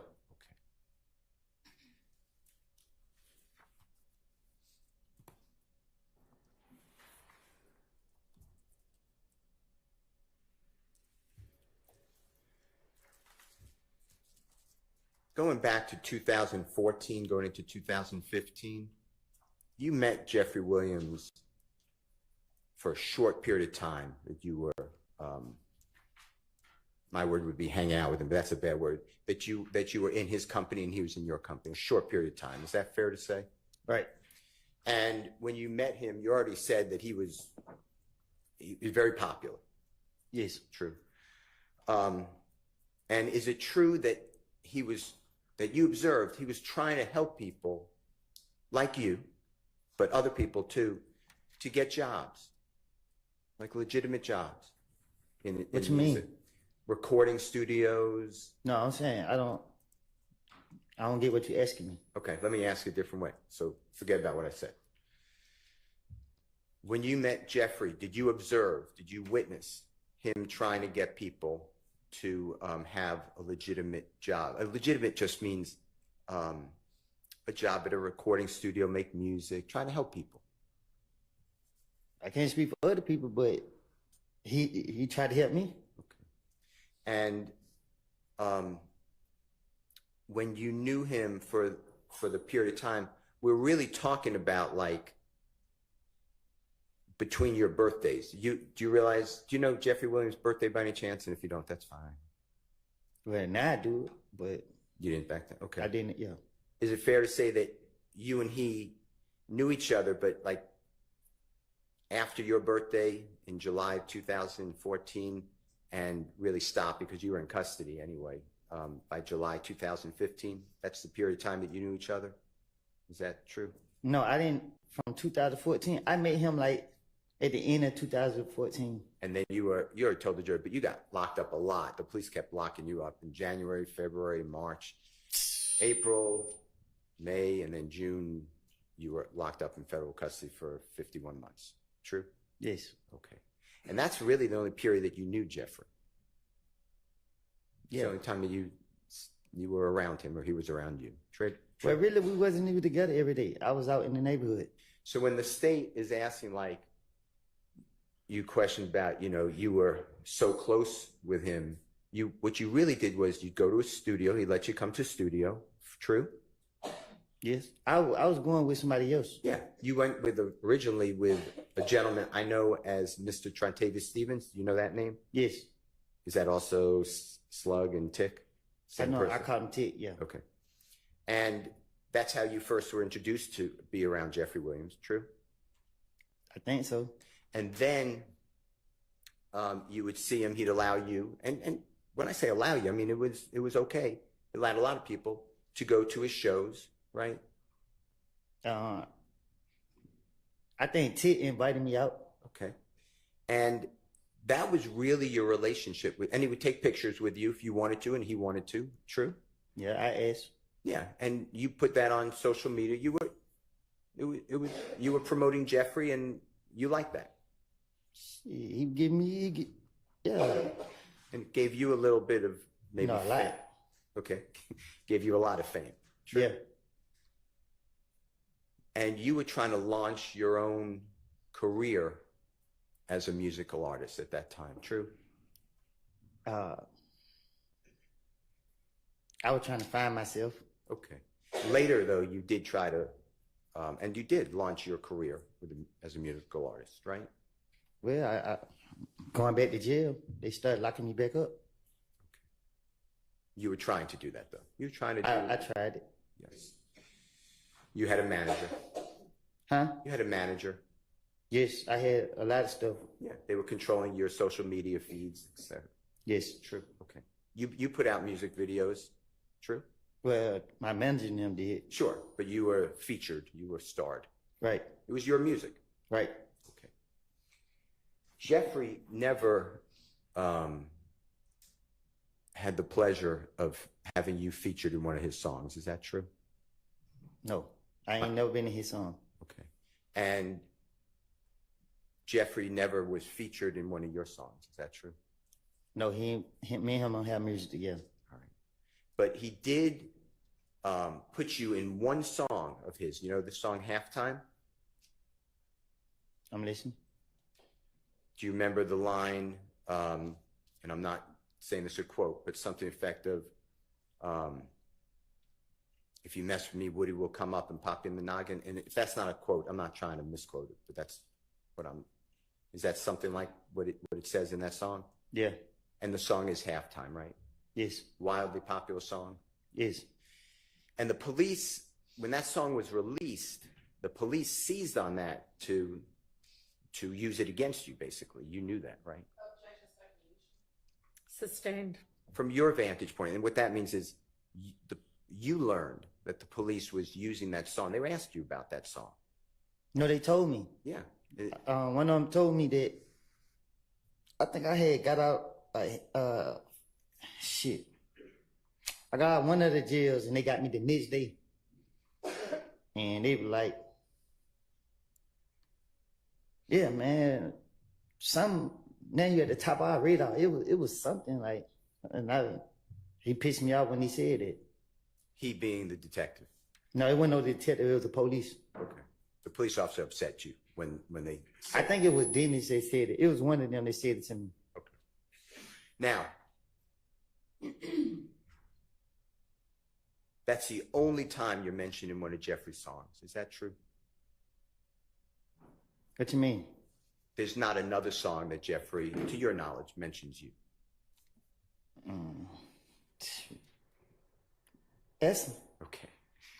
And Halftime, you know this, was made in 2000. It wasn't released till 2015, but it was made in 2014. Is that true? Yes. Okay.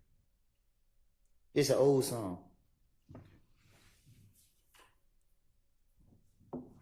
And there's no truth to that lyric that you would pop somebody in the noggin for Jeffrey. Am I right? I would never. Okay. I want to go back to what we talked about earlier, that Jeffrey was in fact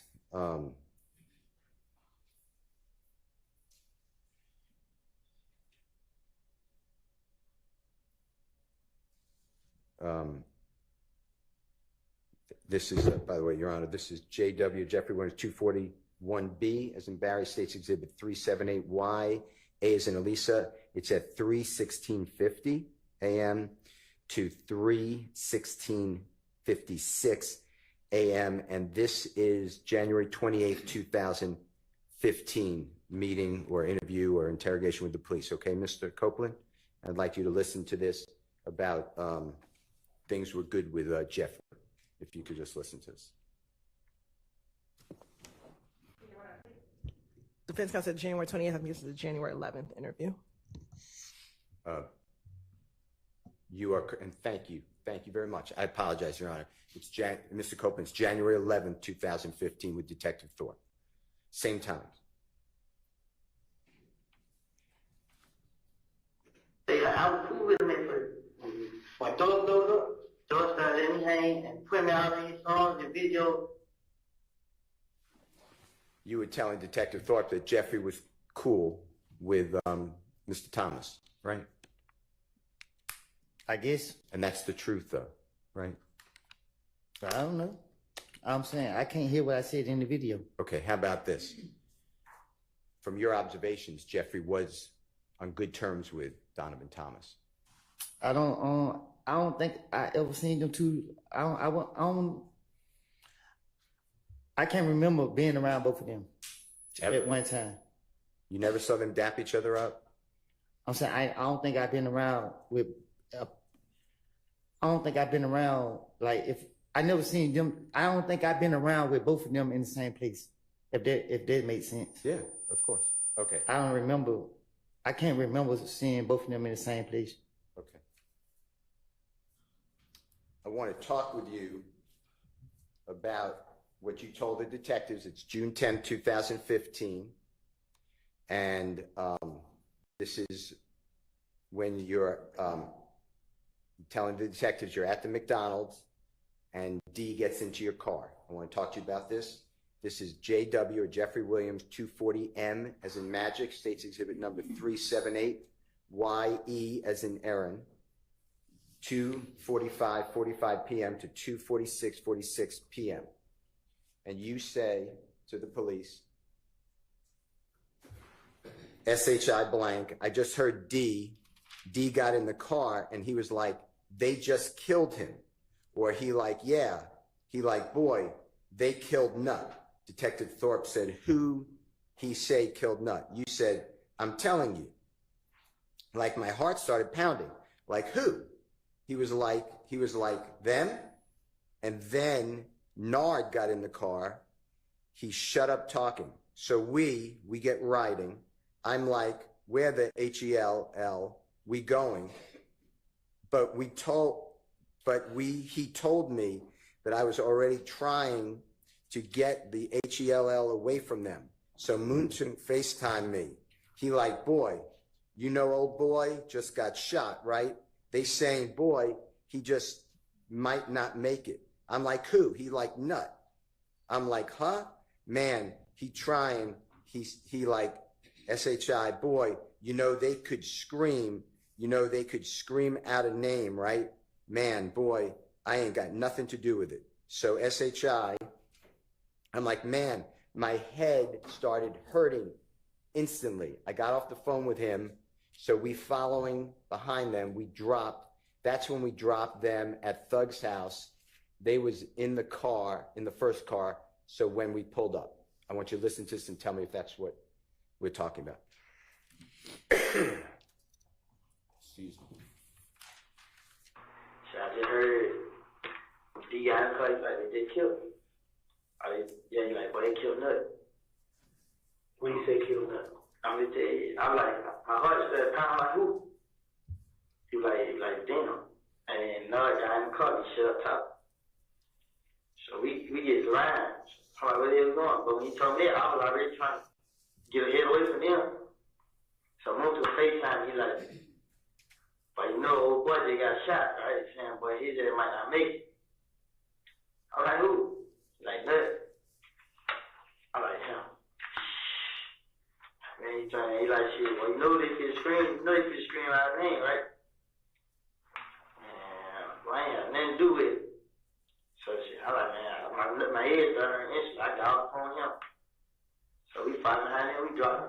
Then we pull up his thug.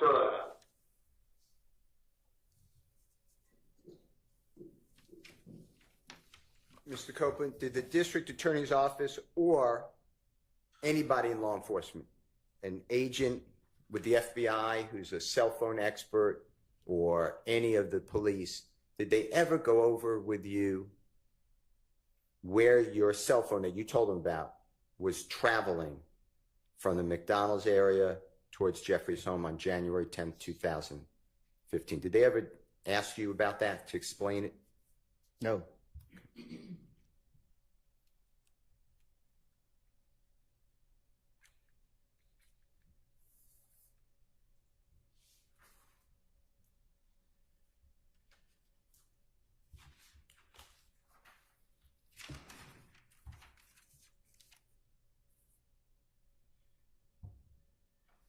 Now, when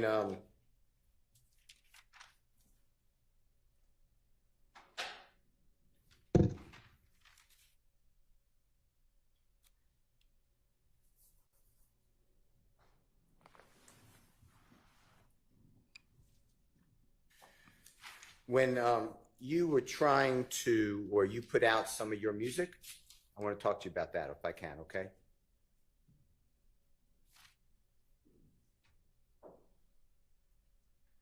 Now, do you remember putting out a song and a music video entitled Homicide? Yeah. And Jeffrey had nothing to do with that song or music video. Is that true? I started doing music with somebody else. Okay. And one of the people that you started to do music with, and he's shown in your video to Homicide, is a gentleman named Mr. Turner, or you referred to him as Threat. Is that true? Yeah. And in the music video Homicide that you put out, would you recognize that music video if it was shown to you? It's my video? Yeah, of course. It's mine. Okay. I'd like to show you, and Your Honor, move into evidence, Jeffrey Williams, number 243B, as in Barry, and it's a music video by Mr. Copeland. And I want to ask you a couple of questions about that, okay, Mr. Copeland? I'd like to show it first and then ask you some questions, okay? All right. First, I think he needs to show it to the witness. And to, I think there's a proper foundation. tiny Okay. little clip and see if he recognizes it. Mr. Kokomo, with the court's permissions approaching. He may. Thank you. Mr. Copeland, just do me a favor. When Mr. Kokomo comes to you, just watch this for as long as you need. Just to see whether you recognize it as the music video that is homicide. And wait, you have to show it to the state first. They have it, but just show it. Is this all on the 4 minutes. drive or whatever that you provided already? Yes. So then they. And Your Honor, I misspoke. It's JW243C, as in Colette, is not B. Okay.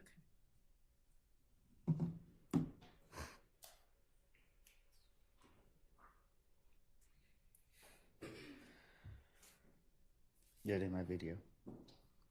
And Mr. Copeland, I heard what you said. I'm going to repeat it. If it's not what you said, just correct me. That is, you recognize it as your video. Yeah, I shot that video. Okay. Your Honor, I move into evidence. I'd like to play Jeffrey Williams 243C, as in Colette. Relevant, Your Honor. What's the relevance? I believe that there is an indication of an image of that appears to be like Mr. Donovan Thomas, and threat is in the video as well as Mr. Copeland. All right, can we just maybe zoom to those parts Sure. and do those little parts instead of the entirety of it? Yeah. Unless the entirety of it's relevant. No. Okay, We can thank you. absolutely do it. I move for the admission of everything, but for purposes of Sure. expedition. All right, Okay. it's admitted. And I would just need Mr. Kokomo, Your Honor, to announce what time he is Okay. playing, if that's okay. Or he could tell.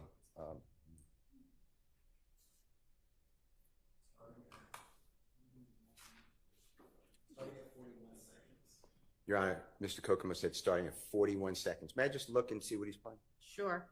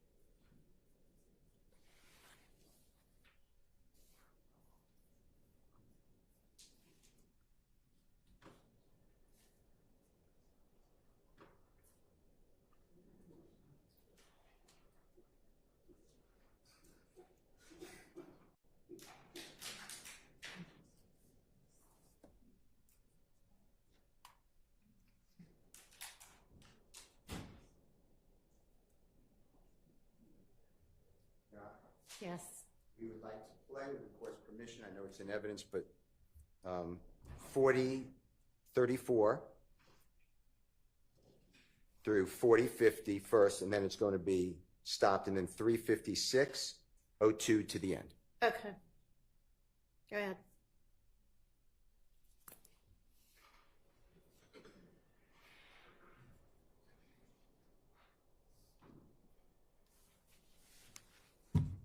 Well, matter of fact, he calling right now. Say, twin, we got that fuck nigga y'all been looking for. Where y'all at? Where you at? We at the spot. Man, she that nigga right now. We on the way right now. We on the way right now. We on the way right now. All right. They on the way now, little bro. And if you can go back, Mr. Kokomo, just for the jurors, Mr. Copeland, I'd just like to explain some things. the person right there in the black, oh, okay, in the black shirt with the red-looking bow tie and the red vest on the cell phone, you see that person? Can you tell the jurors who that is? Threat. And I heard you, but your hands are over your mouth. Do you mind just I telling said that threat. Okay. And then if you go back a little bit, Mr. Kokomo, and Mr. Kokomo, what time is that we just announced? 53:58, Your Honor, is what we were just talking about. And if you just go back a little bit more, keep going back just a little bit more, right up, go just ahead, right there. And Mr. Copeland at 4094, is it fair to say that's you? Yeah. Okay. I'd like to go to 56:02. That's wrong. 3 minutes, 56 seconds, 02 to the end.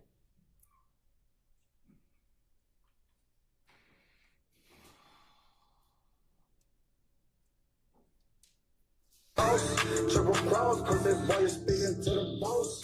Me and what it pay, I do what it costs. We ain't take no loss.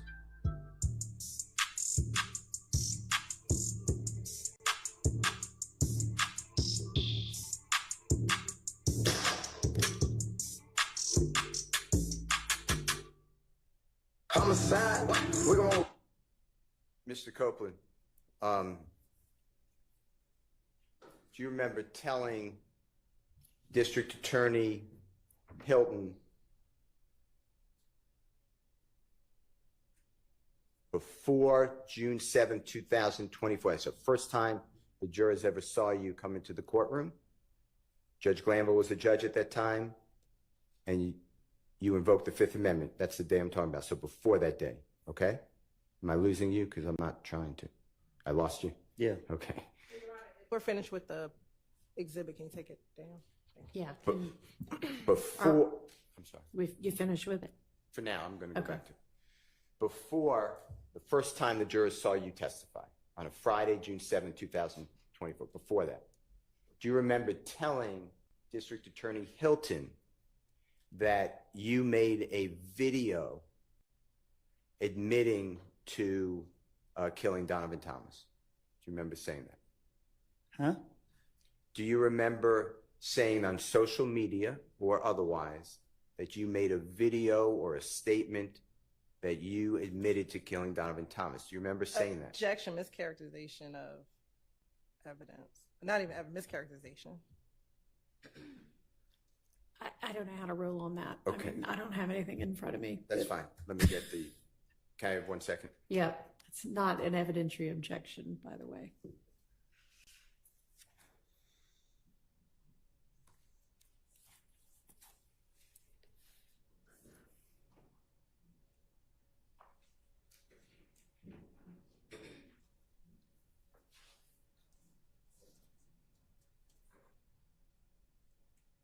Well, they're pulling up. I'm going to ask you another question. On what we just saw on Jeffrey Williams 243C, that man who had money on his head and then was shot in the video, remember that on the homicide video? Did that have anything in your mind to do with Donovan Thomas? I don't get what you're asking me. When you did that video, did that have anything in your mind to do with the killing of Donovan Thomas? No. Okay. It's just a video, a music video? Yeah, just a video. Now, when part of your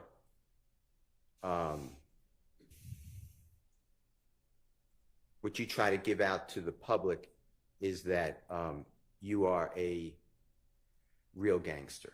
Is that true? Huh? Do you remember giving an interview on the porch interview? Do you remember that? Off the porch? Off the porch, yes, sir.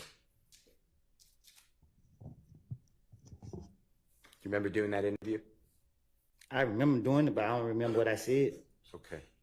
Do you remember saying that you are a real gangster, but other people are just musicians? They're just played gangsters. Do you remember saying something like that? You got to show me. All right. Mr. Kokomo, this is Your Honor, Jeffrey Williams, 246. It's April 29, 2020, off the porch interview with Mr. Copeland. And the relevant times are going to be 5 minutes, 4 seconds, 5 minutes, 12 seconds, 8 minutes, 59 seconds to 9 minutes, 7 seconds.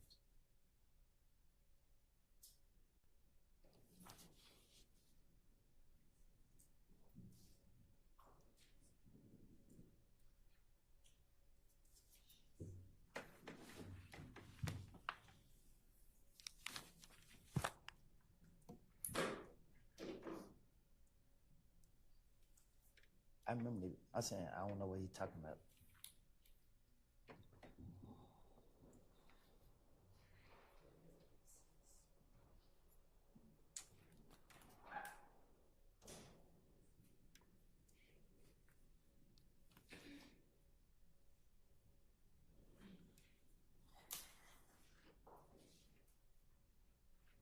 Sorry, Mr. Copeland. Do you remember that video, excuse me, the off the porch interview? I remember, but I don't remember what was said. Okay. Was that you in that video that was shown to you? In that picture he showed me? Yeah. Yeah. And do you need to hear what was said? Did Mr. Kokomo play that for you? No, he just showed me a picture and walked off. Mr. Kokomo, would you just show Mr. Copeland the relevant portions, 504, and you can listen to any of it, 504 through 512 and 859 to 907. Mr. Copeland, just listen to this yourself, please. They have it, the statements.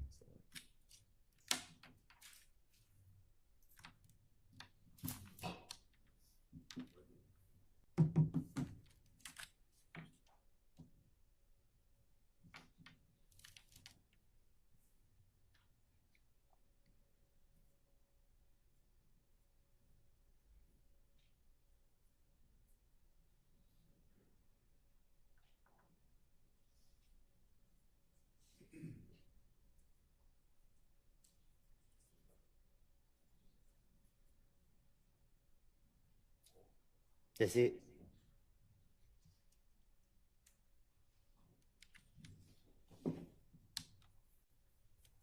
That's you during your interview or part of it? Yeah. Okay.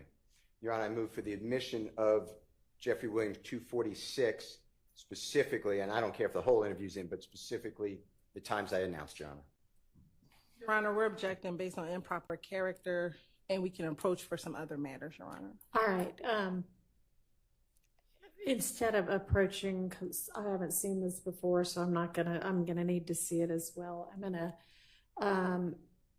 excuse y'all to the jury room. I can step out too.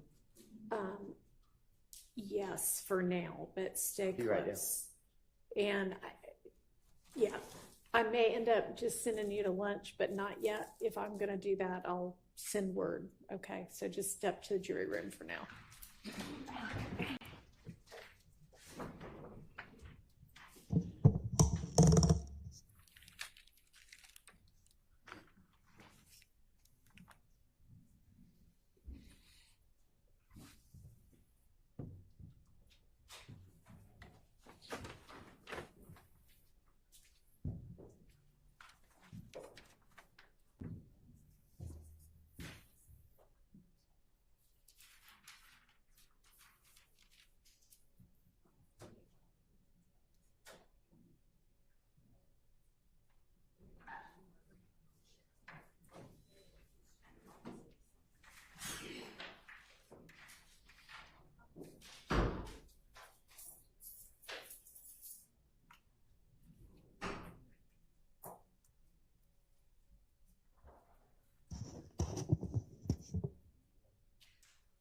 All right, I know there was an improper character objection. Whose character?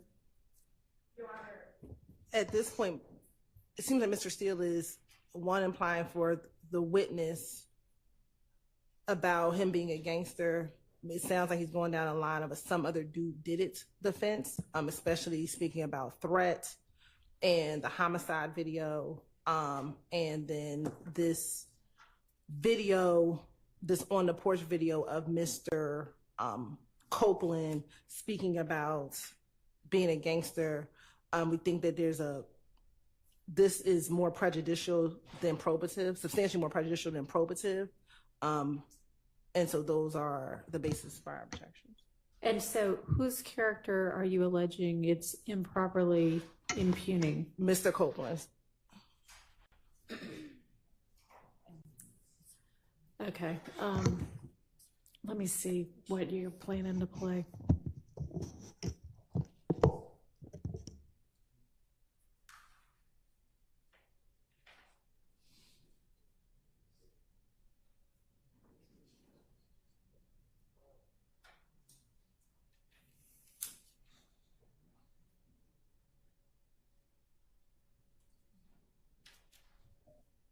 So at the end of the day, I got a story to tell. Yeah. You want to listen to it? Or you gonna keep listening to these niggas that ain't did nothing gangster, nothing tougher than they life. So.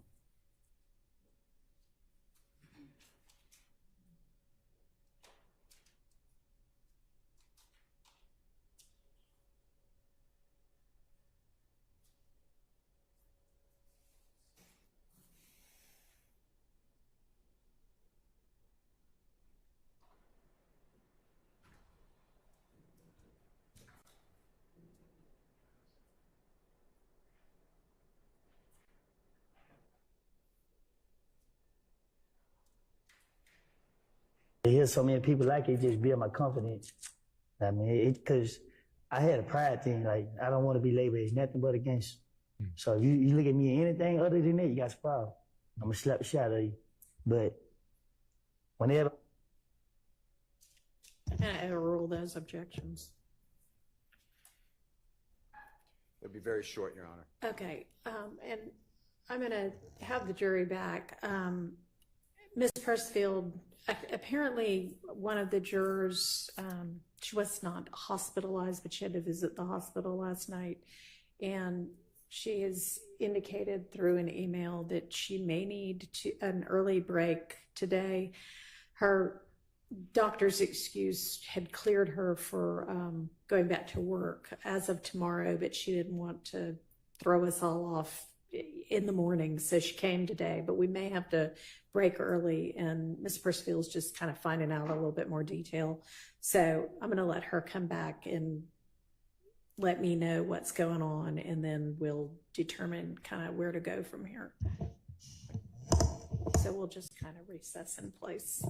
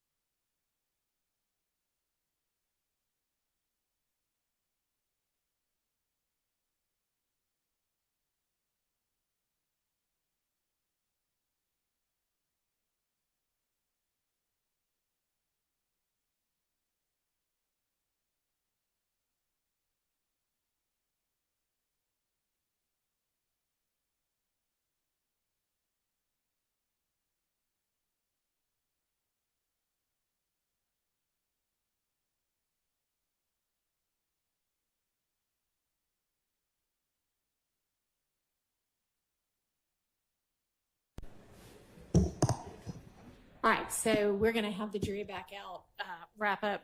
I guess you're saying, Mr. Steele, that we can wrap up this topic fairly quickly, and then we'll break for lunch. And it sounds like she's just feeling okay now, but will sort of keep us posted. So, okay, and Mr. Copeland as well.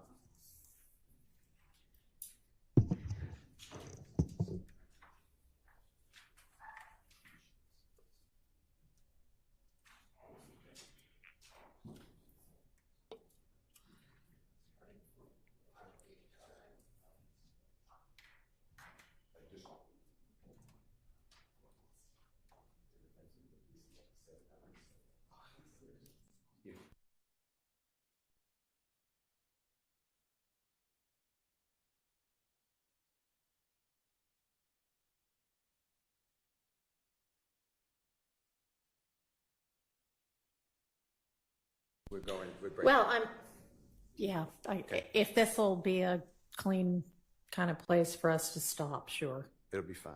Okay. Any way you say it will be fine.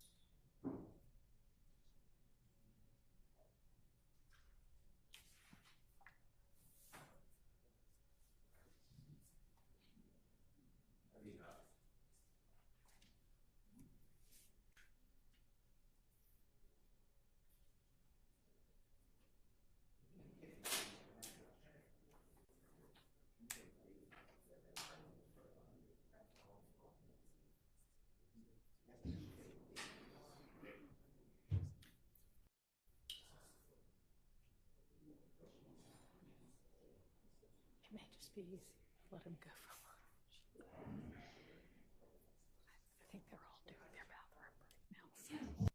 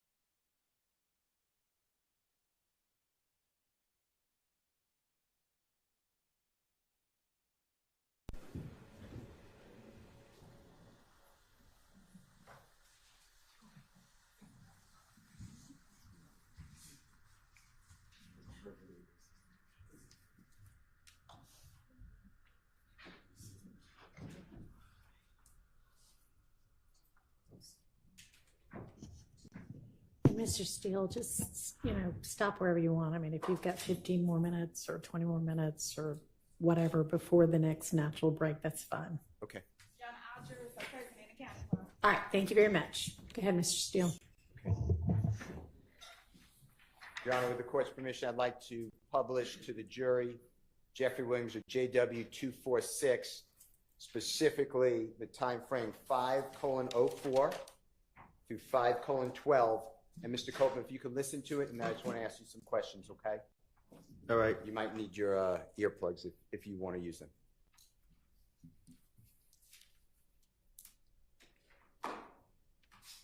At the end of the day, I got a story to tell.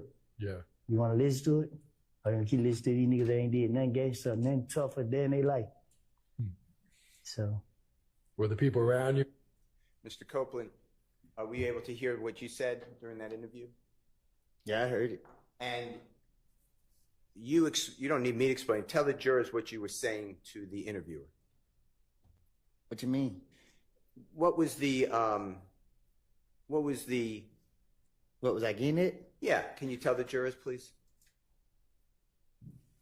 Well, I did an interview, and I got to hear the question that he asked me. Okay, let me ask you this.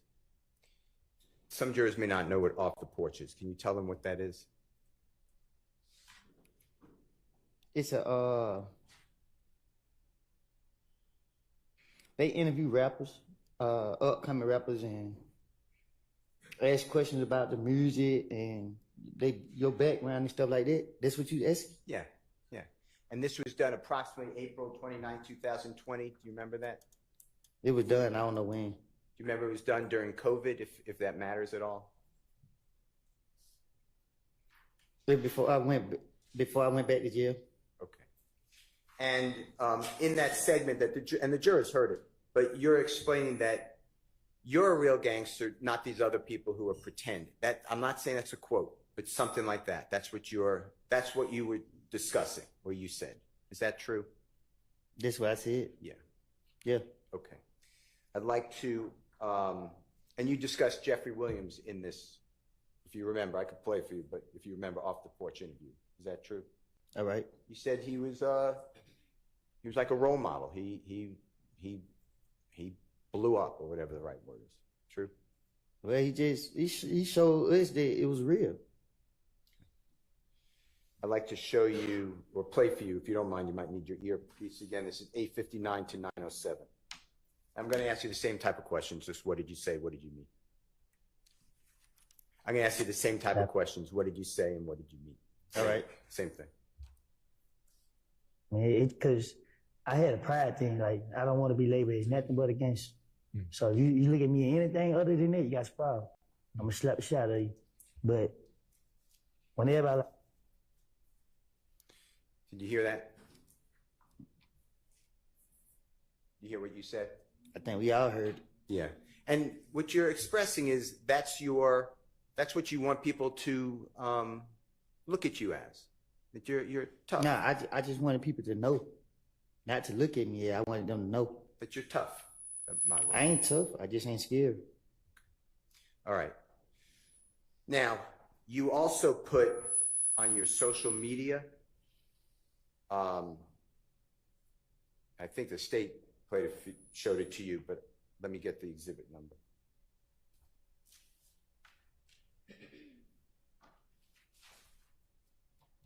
You better play some? Well, let me show you something before. Is that okay? Just give me one second. second. I was just trying to see. I didn't hear you. Let's go back to that interview for just 1 second.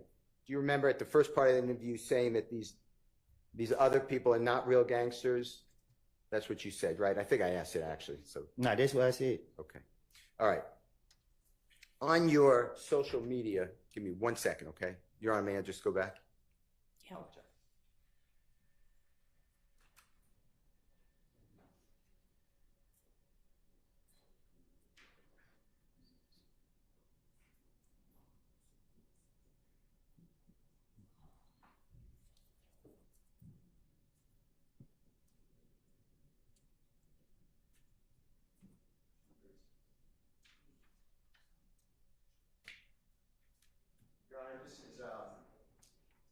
exhibit number Jeffrey Williams, 236B, as in Barry. And with the court's permission, can Mr. Kokomo just show it to Mr. Copeland? I'm sorry, is this the same one? The off the porch? This is a different one. Did you say 236B this time? Okay, sorry, I didn't know if you said 246, so. 46 was the last one. That's what I thought, so wasn't sure whether we were talking about the same one or a different one. All right. Yeah, he may. 236B, is that what you said? Mr. Steele B. 236B is correct. Okay. Did you see that, Mr. Copeland? Do you recognize that as your social media account at one time? Yeah. Okay. Your Honor, I move for the admission of Mr. Williams, and it's 236B, as in Barry. It's admitted. Can Mr. Kokomo please display, Your Honor? Yes.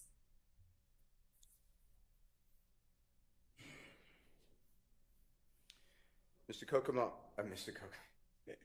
Mr. Copeland, I apologize. I want to go through this with you just for a minute, okay? Mm-hmm. And when I say this, I'm talking about JW, Jeffrey Williams, Exhibit 236B, as in Barry. That's a picture of you on the left-hand side. Do you remember where you were in that picture? In the back of a Rolls Royce. And do you remember whose Rolls Royce that would be? It was a rental. One more time. A renter. Okay. Do you know who rented it? No. Okay. And then it says 725 _ WODY, and then it has Georgia Most Wanted with 2 emoji green snakes. You see that? Mm-hmm. And it says that you're an artist, or it says artist, the word artist, right? True? Is that right? Yeah. And then underneath it says, I came from nothing with a period. You see that? Yeah, I see it. And I came from nothing. Do you know that to be a series of Jeffrey's music? What you mean? Do you know whether Jeffrey Williams ever put out music? I came from nothing. Yeah. 1, 2. Okay. And is that where that comes from? And if not, that's fine. I'm just asking you, were you inspired by That's where it came from. Okay. And when it says Georgia's Most Wanted, you're aware that you were deemed by the federal authorities as 12 most dangerous people in Atlanta. Is that true? I was? Yeah. Objection. Speculation. I'm asking you. Well, I mean, it's not speculation, but he's answered that he didn't seem to know. Let me show you. Tell me whether this refreshes your memory. Objection, Your Honor. This is What's the number? Exhibit number? What's the objection? this is nothing that he can authenticate. Okay, there's an authentication objection. Well, Is that the only objection? Irrelevance. And if we can approach him, we can show you the exhibit. You may. Let's go ahead and send the jury to lunch then. And we'll deal with this while y'all go to lunch. Let's be back at 1:15, please. You said 1:15? 1:15.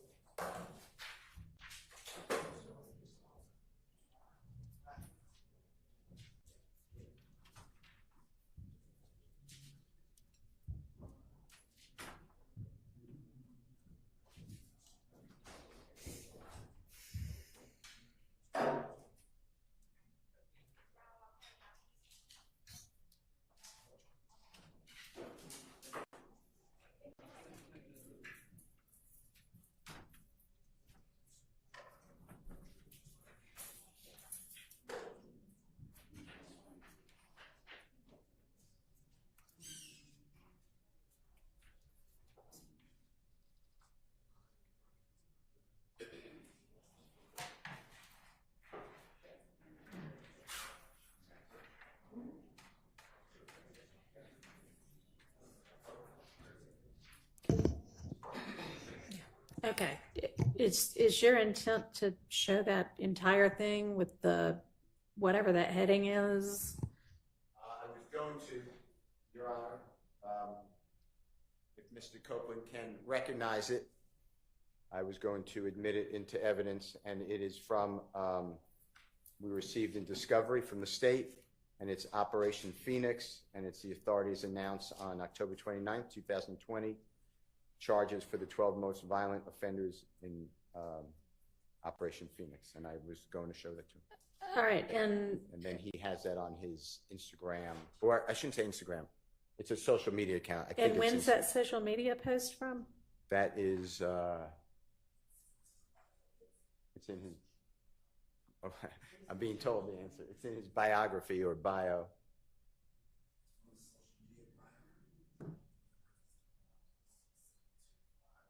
I can't hear what he's saying, but He's saying it's in the social media biography of Mr. or bio of Mr. Copeland. I don't know the date personally, Your Honor.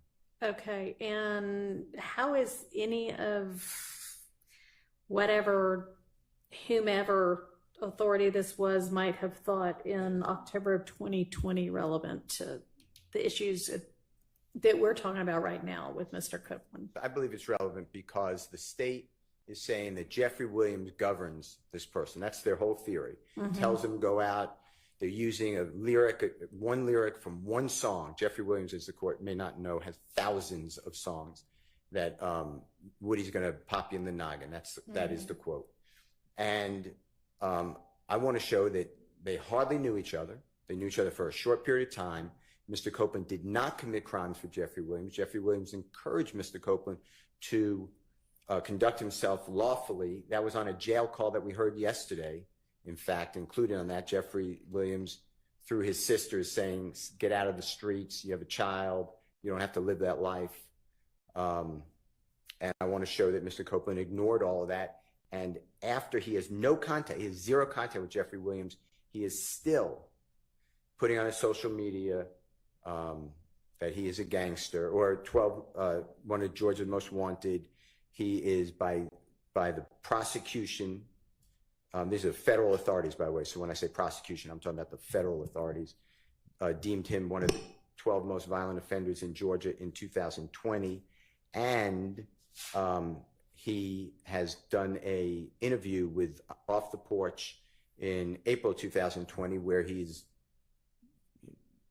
stating that he's a real gangster, the other people are not, and that if you disagree with that, he's going to, straighten you out, basically. So I think that's all important to the jurors because it will hopefully undress this wrong impression, in my opinion, strongly wrong impression, that the state is putting up that somehow this man is all around Jeffrey Williams, knows what he says, knows what he's thinking, he overhears him on conversations, and Jeffrey Williams is there when the police keep calling Kenneth Copeland. It just, in my opinion, and hopefully the cross-examination, that just wasn't their relationship. So. Okay, well, but most of what you mentioned already has already been put before the jury, and this particular exhibit does not in any way shed any light on whether Mr. Copeland is or is not close with Mr. Williams.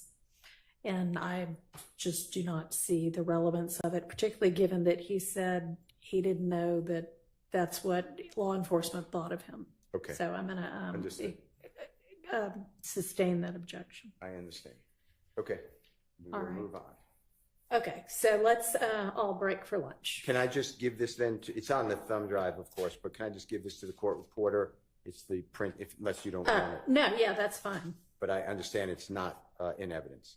Correct. In fact, you might not, because it's going to be a lot of, has Wright not admitted into evidence on it? Or? That's fine. Okay. Excluded.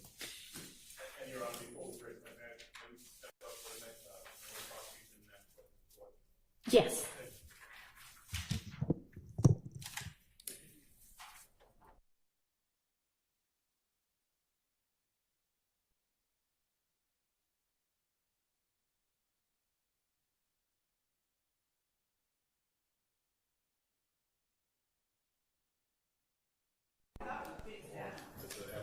What?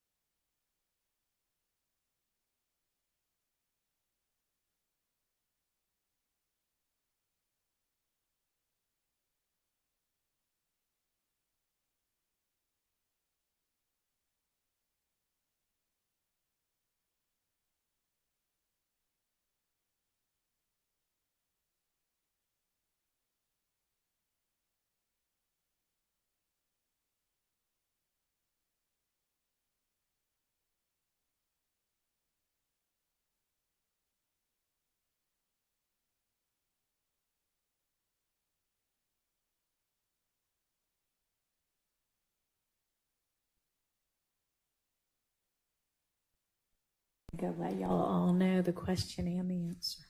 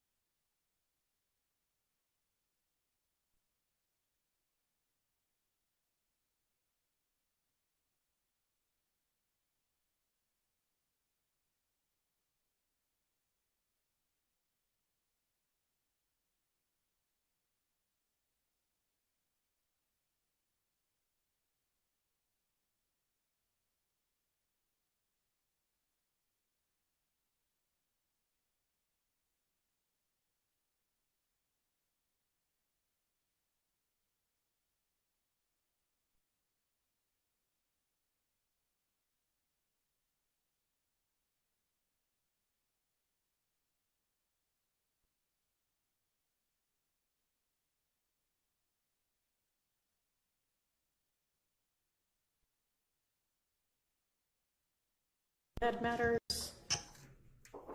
Yes, Your Honor. Your Honor, Mr. Steele has provided to us in that Dropbox link an exhibit that I assume he may intend to use with Mr. Copeland, and it's going to be Exhibit 236A. It's a Instagram posting. I believe the posting may have been on June 27th of this year, in which Mr. Copeland appears post, he is an innocent man in real life. The demons that has been on me at certain times in my life had full control. And he goes on, I think I know who he is the innocent man that he might be referencing, Your Honor. I'm not sure how this is going to come out during Mr. Copeland's cross-examination. However, the state's concern would be the initial part of he is an innocent man, and that's invading on the province of the jury, depending on what he is innocent of, or determining from this post what he may or may not be innocent of. I'll cite the courts of Fordham v. State, which is 352 Georgia Appeals 520. From what year? 2019, Your Honor. Okay. And essentially that Georgia law generally precludes a witness from testifying. Slow down. Sorry. Georgia law what? Generally precludes a witness from testifying as to his or her opinion regarding an ultimate issue in the case, because to do so would invade the province of the jury. And so if you're trying to say he's an innocent man, that could be perceived that you're trying to invade what the jury ultimately has to decide about Mr. William or any of the defendants' guilt or innocence. And so I'm just bringing to the court's attention, I don't know how it's going to come in, but that is the state's concern regarding this posting. Mr. Steele.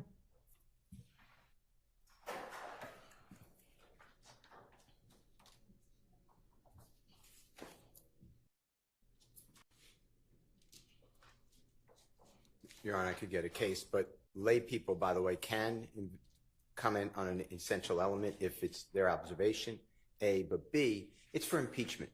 I believe that Mr. Copeland, and I don't know what he's going to say. I have not spoken with him, but I believe that he has targeted Mr. Williams in that posting on June 27, 2024, saying that my conscience caught up with me, and he's an innocent person. I believe that that can go to the jury the way it was said.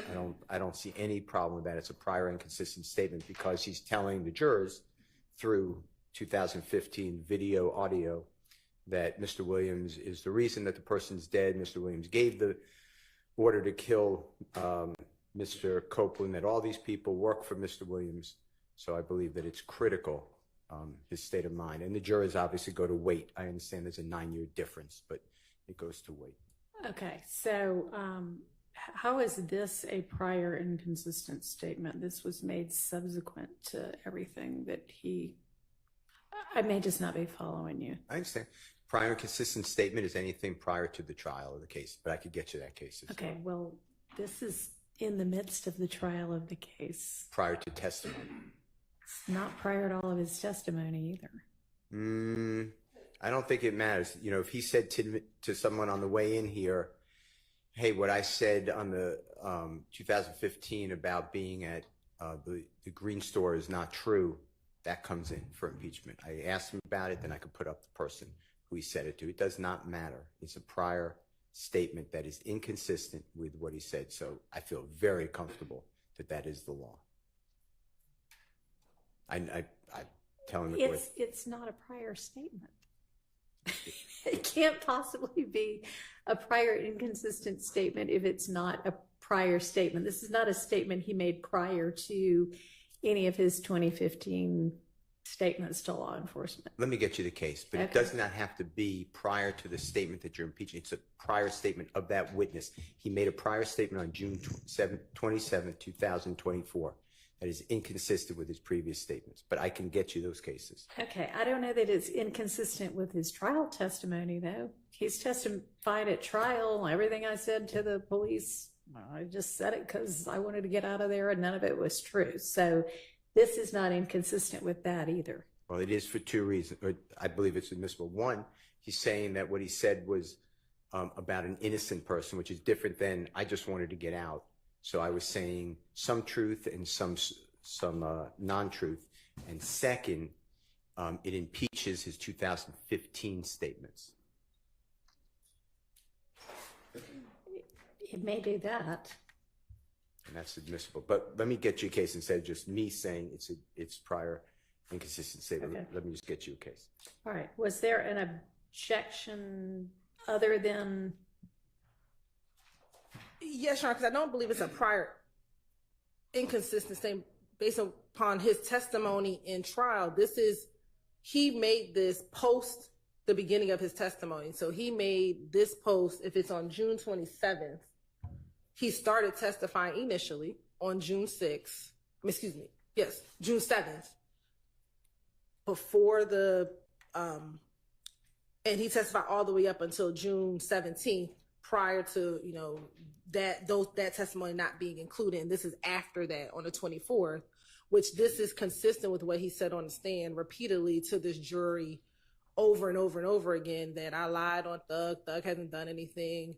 I was just asking you, did you have an objection beyond or in addition to that? I didn't know if that was everything you were saying or. That's it. Yes, Your Honor. All right.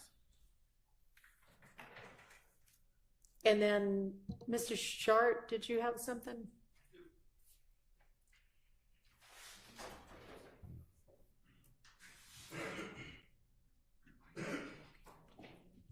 Your Honor, it is my belief that Mr. Steele plans to play a phone call that Mr. Copeland is on with his sister.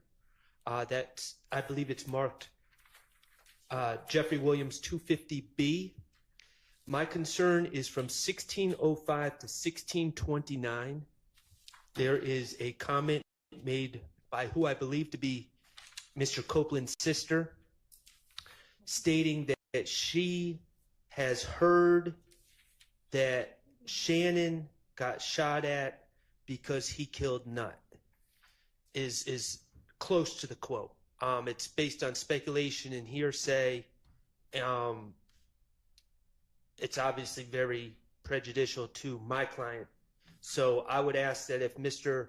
Williams or if Mr. Steele, on behalf of Mr. Williams, is to publish JW 250B, that the times between 1605 and 1629 be redacted to take that segment out.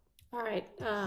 Any response, Mr. Steele? Any objection to that part coming out? Okay. Thank you. All right. Anything else?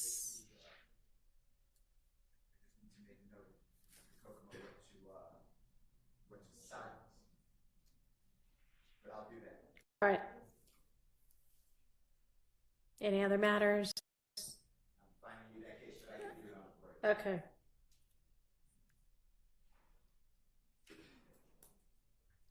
All right, then let's get Mr. Copeland and the jury in.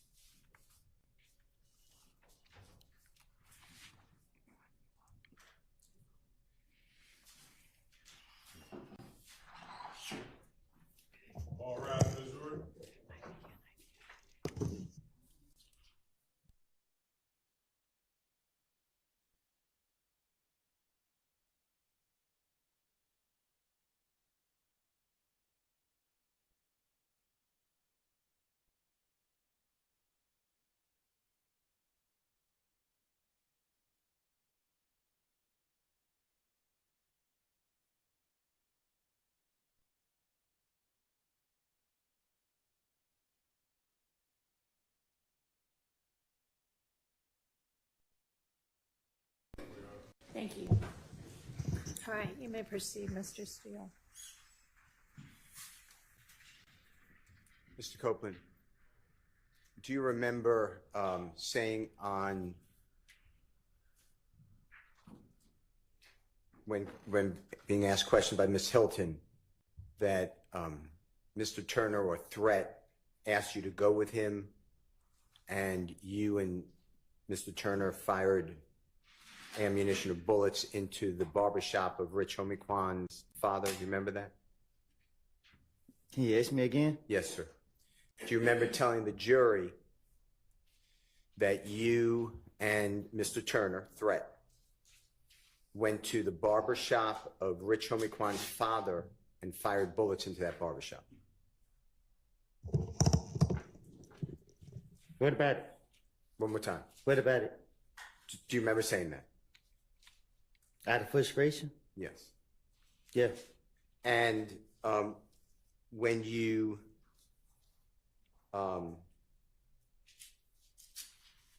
did that, do you know whether there were people inside that barbershop at that time?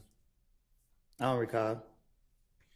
Do you remember telling District Attorney Hilton before you started to testify on Friday, June 7, 2024? I asked you this before, but I'm going to ask you again, okay?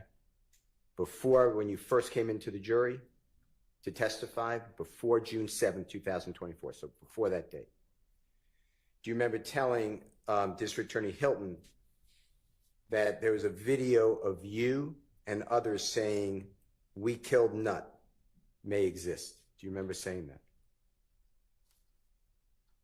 I don't recall.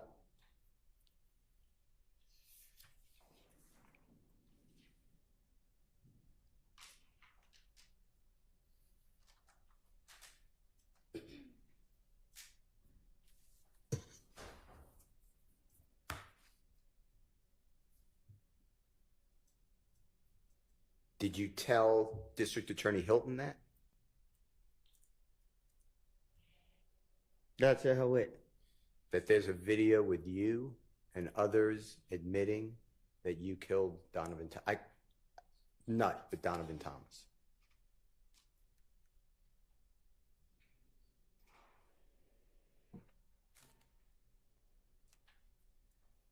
I can't remember if I told her. All right, let me go into this.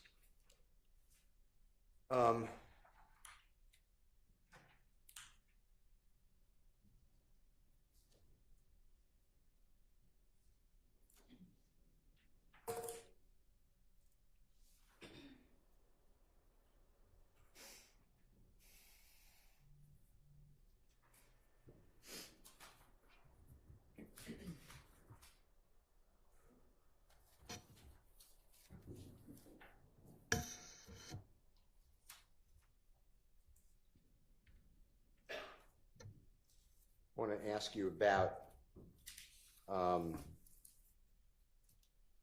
Jeffrey Williams or JW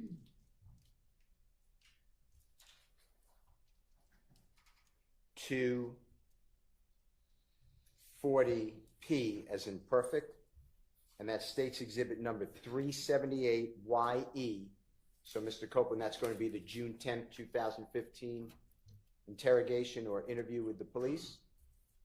And it's at 248:22 through 248:57. And this goes into you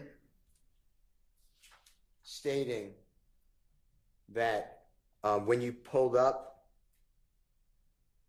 you told Deshawn is your child's mother, right?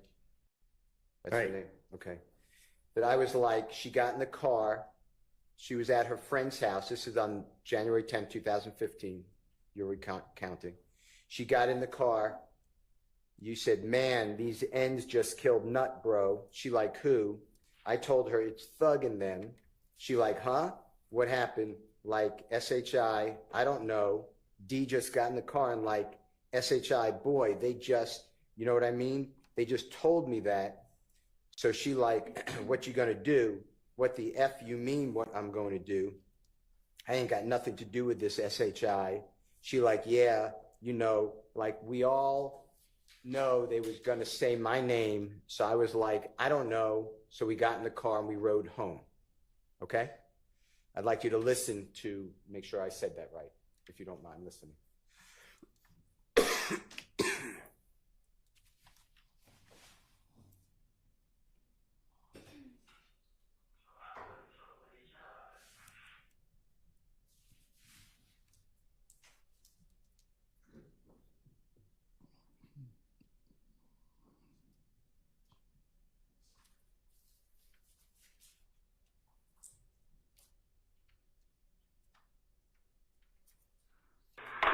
I went and got his son. So my cousin told where his son was like, she got in the car. She was at her friend's house. She got in the car. And he needed to chill play from. She like, who? I told her, she throw it in. She like, huh, what happened?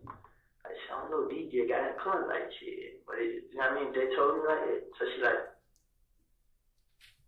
like, what you gonna do? What the fuck you mean what I'm gonna do? I ain't had nothing to do with this shit. She's like, yeah, you know, like, we all knew they gonna say my name. So I was like, I don't know. So we got in the car. We drove home. Did you hear that? Did I say it accurately? Sound like it. Okay. And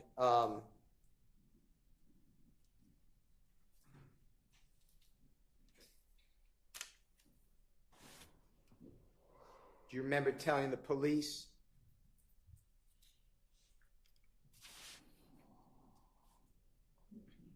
that, and then they spoke with Miss Quarterman or Deshawn? You're aware of that? You said earlier, right? They did? Yeah, you're aware that she would call them for you, text message them. Oh, yeah. Collect calls. Never corroborated or never asked about that, right? As far as you know. Yeah, I don't know. Okay. All right.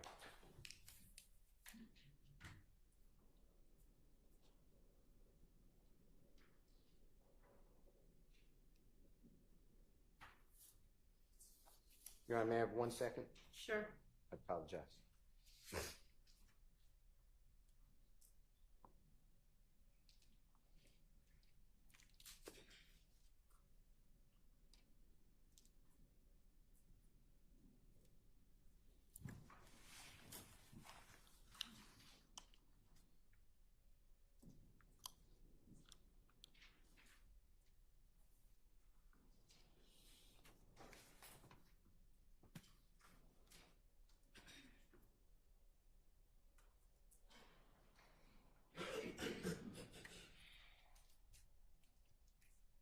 Sorry about that. Thank you, Your Honor. Okay. The next one,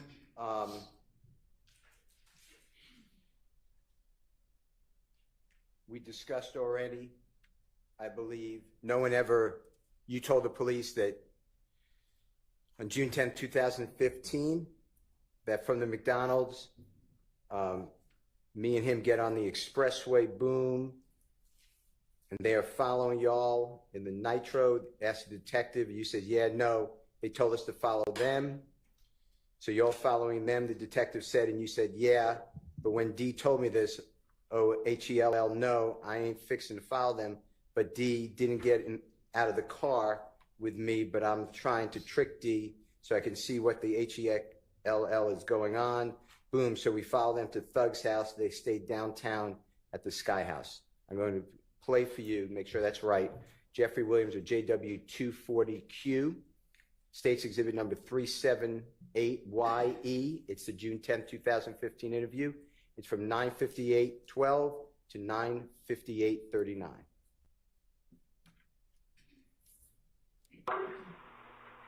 So we gonna get on Spiller. Wait, are they following y'all? Nah, they told us to follow them. Okay, so y'all follow them. Yeah, but when you told me, hell no, I ain't gonna follow them. But I had to get in and get out the cover. I'm trying to keep these, I see what the hell going on. So we followed them to the door. They stayed downtown on the Sky House. What I said, was that fairly accurate? He said, I told you. I heard it, but man, I have to tell the police anything.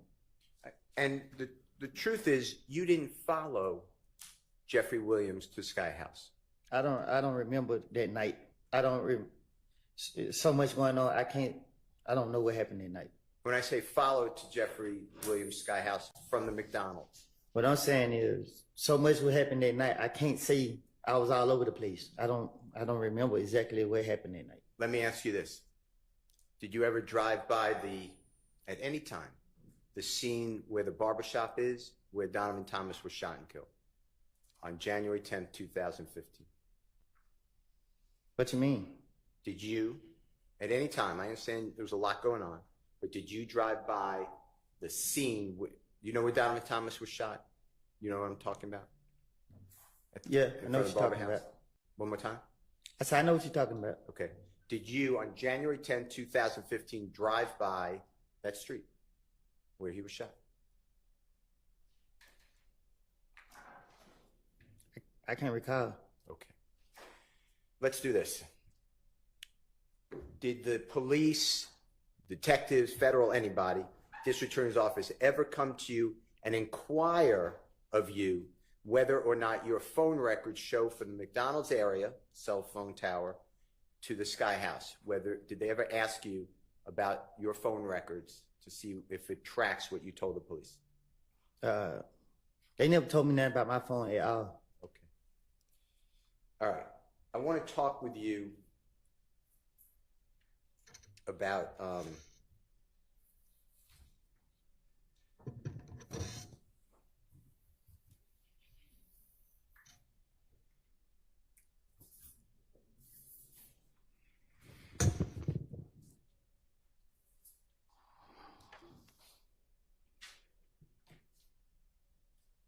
the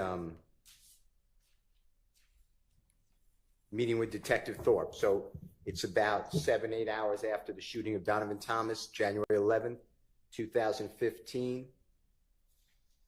Your Honor, this is Jeffrey Williams, or JW 241D, as in David. And this is State's Exhibit number 378YA, as in Elisa. It's 3:18:50 a.m. to 3:20:42 a.m. And Mr. Copeland, if you could just listen for this, and if I said it wrong, just tell the jurors I got it wrong. You're in with Detective Thorpe, January 11, 2015, and Detective Thorpe is asking you, who is Walter Lee Maddox? And you said, who? Walter Lee Maddox, the detective said. You said, I don't know. Nickname? Detective said, did you all ever rent or own an Infiniti? You said an Infiniti. Detective Thorpe said, did you all ever rent or own one of those cars before? You say no. You deny it. Detective Thorpe said, have you been stopped in an Infiniti before? You said, have I? No. Detective Thorpe said, have you been stopped in an accident in an Infiniti? You said no. Detective Thorpe said something, I don't know, you could tell us if you can recognize it. You said, have I ever had a car break-in? No, let me think. You talking about this year? Detective Thorpe said, anytime. You said, I had a car break in a Pontiac. That was a couple of years ago. Detective Thorpe asked you, what kind of car does your brother drive? You said, a white Dodge Charger. That's the truck he gave me. You said, Detective Thorpe rather said, does your brother got two cars? You says, nah, his girl got a car, and that the car he got, the Dodge Charger, and she got the ugly little Malibu, like 19-something. Detective Thorpe said, a 2014 Dodge Charger. You said yes. Detective Thorpe said, white. You said yes. Who drives a Nissan? Detective Thorpe asked. You said, a Nissan, what color? Detective Thorpe said, it is gray. You said, I don't drive no Nissan. Detective Thorpe said, okay, y'all ever have an Infiniti Gray Q45 before? You said a truck. Detective Thorpe said no. You said a car, not that I know of. I want you to listen to this. If you don't mind, tell me if I did that wrong. Who's Walter Lee Maddox? Who? Who's Walter Maddox? Huh? No nickname? Did y'all ever rent or own an Infiniti? Infiniti. Y'all ever rent one of those cars before? Have you ever been stopped in an Infiniti before? Have I? Yeah. An accident in an Infiniti? No. September. Have I ever had a car wreck in? Mm-hmm. No. Let me think. This year? Anytime. I had a car wreck in that Pontiac. That was a couple years ago. I ain't had no car wreck. I ain't had no wreck, so I ain't have none of it. Gotta call your brother, drive. Oh, was that in there? A white Dodge Charge. This truck car he gave me. Your brother got 2 cars? Nah, his girl got a car, and the car he got the Dodge Charge. Oh. And she got the little ugly little Malibu, like a 19 something. 2014 Dodge Charge? Yeah.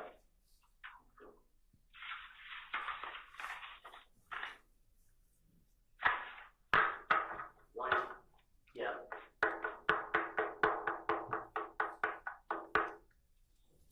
We drive a Nissan. A Nissan?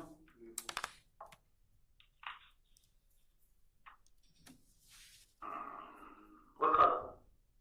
What color is it? Gray. How about that on Nissan? Okay.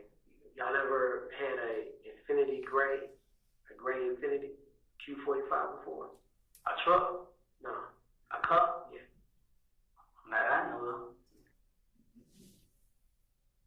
Were you able to hear that, sir? I think we all heard. Okay, similar to what I said? Huh? Similar to what I said? I guess. Okay. Mr. Copeland, you referred to Detective Thorpe as a squirrel brain. Do you remember that earlier in the testimony? Do you remember saying something like that? Yeah.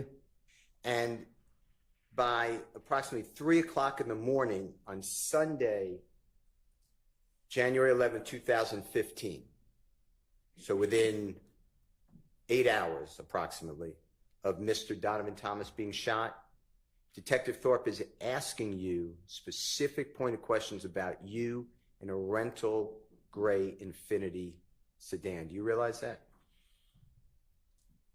You said, do I realize it? Yeah. What you mean? That's what he was doing. You understand that he was asking you about a rental Infinity within 8 hours of the shooting of Donovan Thomas. Right. And you denied any dealing with an Infinity vehicle rental, right? Right. And that's not true, right? What you mean? You were dealing with a rental Infinity vehicle. I was? Yeah, weren't you? I don't recall. The car that you were driving that Jeffrey Williams rented for you was, do you know that type of car that was? Or he testified to? What about him renting the car for him? Sustained. Okay. The car you were driving that you announced that you gave to Threat or Mr. Turner, do you know what type of car, rental car that was? No. Okay. Okay. Did the police ever come back to you and ask you about Walter Lee Harvey again? To your knowledge? I still don't know who that is. Okay. Did the police ever come back to you and talk with you about wrecking that 2015 Infinity vehicle? Besides this? No. Now,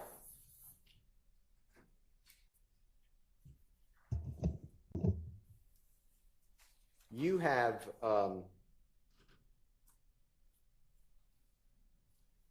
used other people's, like when other people rent cars, you know, Miss Quarterman's mother rented cars, allowed you and Miss Quarterman to use. You know what I'm talking about? Mm-hmm. Just do me a courtesy, I apologize, but for the court. Oh, yes. Okay. And that would be in Miss Quarterman's mother's name, the rental car. You're aware of that, right? Right. And I want you to listen to, if you don't mind, J.W. Jeffrey Williams 240R as in righteous, states exhibit number 378YE as in Aaron. It's also June 10th, 2015 meeting or interrogation by the police, 11:33:17 a.m. to 11:34:10 a.m. And I'm just going to tell you and just make sure this is what it says. You said that I didn't break in these cars I wasn't even with them. I just gave them the car. Detective said, but you said, but for what reason though? Because they was going to do some stupid SHI blank to get some money. Detective Dennis said something, I don't know what it is, so you could help us if you don't mind. You said, I knew they were fixing to go. Detective Gaither said, you knew they were going to do a job. You ain't what exact job it was. And then there's overlapping, meaning everyone's talking at one time. Detective Gaither said, but you know what an effing job is. You said, I just. Detective Gaither says, you know they ain't going to church. You said, I was just looking at like SHI. I ain't doing it. I ain't getting in trouble behind it. That's how I was really looking at it. Detective Gaither says, but you're still effing up Deshaun. Because if something else would have happened in that effing car, that truck is in her mama's name. Detective Dennis said, what if they did a robbery? You said, like I told them. Detective Gaither said, and it's the first report. Detective Dennis said, right. Detective Gaither said, we found. Detective Dennis said, we ain't even check. And you said, what I'm saying, no. What I'm saying, I already told them. I said, look, y'all, this car is Deshaun Mama name. You feel what I'm saying? I just said it like that. I said, it's in her mama name. She's gonna tell the police if y'all do anything. I did it. And I'm saying, y'all, I ain't going down for nobody else. I told her just like that. Just listen to it and make sure that what I said was fairly accurate. That ain't my fault that you did that. Hey, no, I didn't break any car. I wasn't even with them. I just stayed in the car. But for what reason though? Because you knew they was going to do some stupid shit to get some money. I knew they was going to go. You knew they was going to do a jug. You didn't know how they back jug was, but you know what the fucking jug is. You know they ain't going to church. I know how to get this. I just looking at it like shit. I ain't doing it. I ain't gonna get in trouble behind. That's how I'm just looking at it. But you is still fucking up their shot because something else would happen in that fucking car. That truck is in her mama's name. What if they did a robbery? Like I told you. And this is just the first report we found. We can check on what I'm saying. I told him. I said, look, the car is your mama's name. You know what I'm saying? I said, yeah, that's her mama's name. She gonna tell the police if y'all do anything, I did. And I'm letting y'all know I ain't going out for nobody else. I told him just like that. Is it fair what I said? That's what you all are talking about? That's what it sounds like. So, even though it was, and Deshaun and you have a special relationship. I mean, you share a child or children, right? Yes, a child. Okay. And you're aware that her mother is renting a car in her mother's name, letting you use it, and Deshaun, or excuse me, Miss Carterman, and it's used for criminal conduct by stealing people's cell phones, laptops, breaking into cars. You're aware of that, right? I don't know. You're aware on June 10, 2015, when the police came to arrest you, they searched that rental car in Deshaun Quarterman's mother's name and found other people's cellular telephones, laptops, identifications. You're aware of that, right? Yeah, after they locked me up. Okay. And you were involved in breaking into those cars and stealing, using her mother, Deshaun Quarterman's mother's rental car, right? Objection, Your Honor. Assume effect's not in evidence. Asking him a question. I think he just answered it. Right? They charged me. Okay. Why, I just ask you, why would you be entrusted by somebody? They were doing you a favor with a rental car in their name. Why would you go out and commit a crime while using someone else's rental car? I don't get what you're asking me. Did you ever think? Did you ever think about the lives that you were affecting by committing crime in a rental car in someone else's name. Objection, Your Honor. Assuming facts on evidence. Rule 611, Rule 24-6-611. How about relevance? And relevance. Did it ever occur to you that you can get other people in trouble? Objection, relevance. Sustained. All right. I'd like to talk with you about Jeffrey Williams exhibit number 240S, as in Samantha.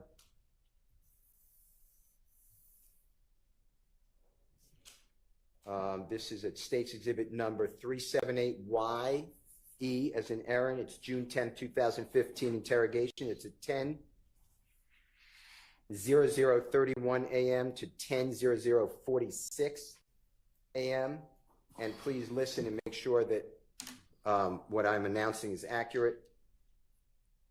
You're talking about, if you remember, and you'll listen to it, O.G. Bentley. Do you know the name Kelvin Treadwell? Do you know O.G. Bentley by a government name? Do you know who that person is? I don't even know who O.G. Bentley is. Okay. All right. Where you said, you feel what I'm saying? This is what D's saying. Bentley's supposed to went and hid the car and the guns. Detective said, where? You said, I ain't never heard it. Like, they just cut me off. They seen all the police just kept coming at me, talking to me. I want you to listen to this if that's what you said, okay? You know what I'm saying? Did what he said. Bentley just supposed to went to hit the car and the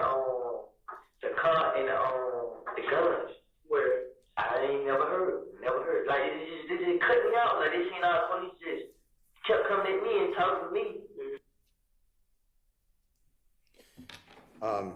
Did the police or the prosecution ever come to you and say, hey, we would like to talk to you about corroborating or supporting or verifying what you told us here? Did that ever happen?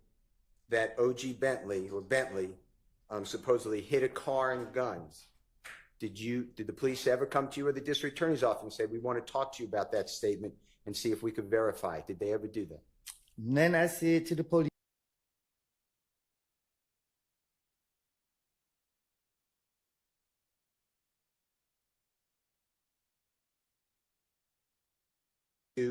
CC. Could you help me out if you don't mind? Thank you.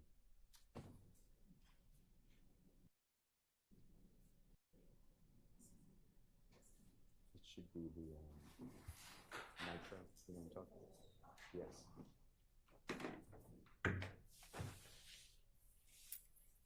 This is already in evidence, Your Honor. Right.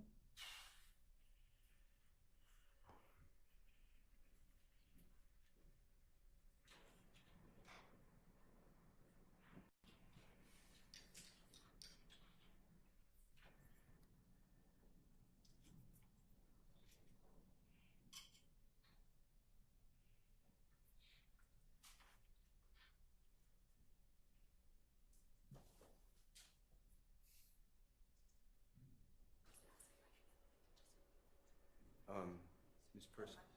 Perfect. Thank you.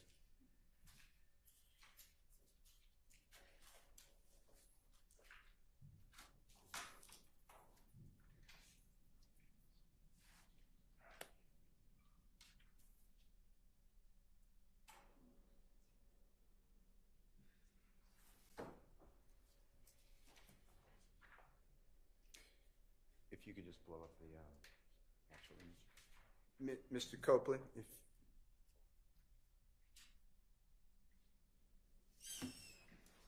you were shown this yesterday, this should be State's Exhibit number 22CC, as in Colette, and the state asked you about the vehicle, which should be on the left of your screen, and they identified it as a white Nitro, I believe.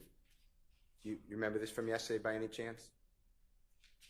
yeah, I seen it, yeah. Now, I just want to make sure the jurors know, and if you could make it smaller. This is not the Texaco gas station that you were showing pictures of with the Infinity and the Pontiac and the gentleman walking into the convenience store. This is a totally different gas station. Do you recognize that? I don't know what he said. I just want to make sure that there was clarity. Do you know where this gas station is by any chance, just from looking around? Just from looking at 22cc? You said, do I know the area? Yeah, do you recognize that at all? Yeah, I know the area. Okay. Is that in the same area, vicinity as the Texaco gas station that's next to the barbershop where Mr. Donovan Thomas was killed? No. Okay. I just wanted to make sure the jurors weren't confused, or that we didn't confuse the jurors. Okay. Thank you, Mr. Knight. Now, the state also showed you yesterday a photograph. It's 10cc, as in Colette. I'd like to show that again, and it is in evidence already, Your Honor.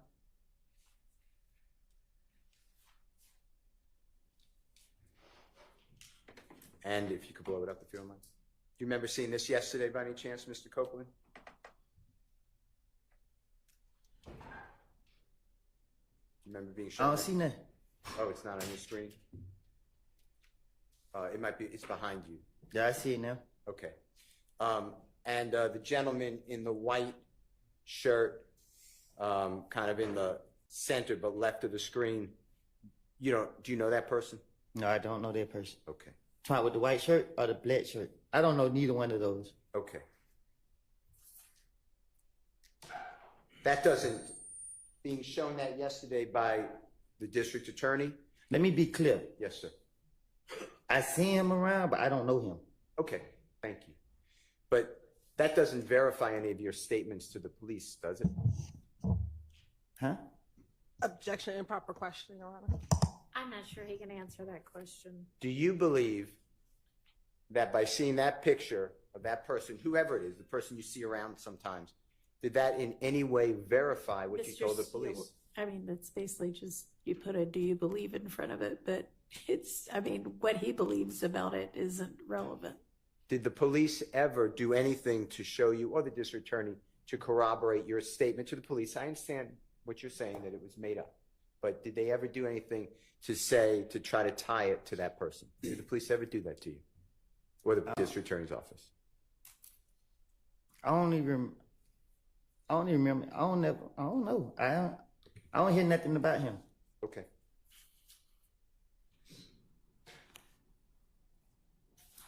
All right. I want to talk with you about your statements to the police.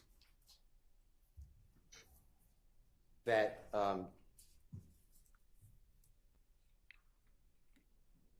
Jeffrey, that you were with Jeffrey when you were getting calls from the police, okay? There was some discussion like that. And it's, Your Honor, is JW, Jeffrey Williams, 240T, as in terrific. State's Exhibit number 378YE, as in Aaron. It's again June 10, 2015. This is at 9:50:35 a.m. to 9:51:48 a.m. I'm sorry. Of course. 9:50:35 a.m. 9:51:48 a.m. And if you hear this, Mr. Copeland, if I'm, just make sure that after you listen to it, I'm correct. You said, I'm like, don't worry about it, N. But anyway, long story short, the detective was calling my phone. You know what I mean? And he was right there. The detective said, Thug was right there? You said, yeah. You said, so I answered the phone, and he looking at me like this, but I don't know what's going on. Detective says, why is he looking at you like that? You said, because he see me answering the phone for them. Detective said, but at what point does Thug have anything to say, nuts murder, to be looking at you in any kind of way, like, don't worry about that, like this and that? And you said, I'm fixing to give it to you. Detective said, please, we've been waiting for months. You said, no, I ain't. Guess what? I heard he was trying to kill me, but I ain't. This is what happened. I answered the phone. Hello? Yeah, this. I knew it was the detective calling. Detective said, the one that's handling the murder case? You said, no, different detective. Detective said, okay. You said, I thought one of them was you. My sister said that she described, you know what I mean? But she was just like a man. Detective said, right. So you said, so I just thought she was talking about you. Detective said, okay. You said, so she was like, detective's called. All right. So I answered the phone and he's right there. So I was like, yeah, indiscernible. So I don't know what that means. I couldn't understand it. This and that, man, they just talking to me.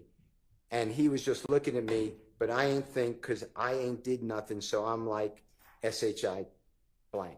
I'd like you to just listen to this if you don't mind and tell me if this is what you're saying, and I'd like to ask you some questions. I'm like, don't worry about it, nigga. But anyway, long story short, the detective was calling my phone. You know what I mean? And he was right there. Yeah. So I answered the phone, and he looked at me like this. So, well, I don't know what's going on. Like, why are he looking at you like that? Because he see me answer the phone for him. But at what point does Thug have anything to say about Nuts murder and to be looking at it any kind of way, like, don't worry about that? Like, I'll get to you. Please, we've been waiting months.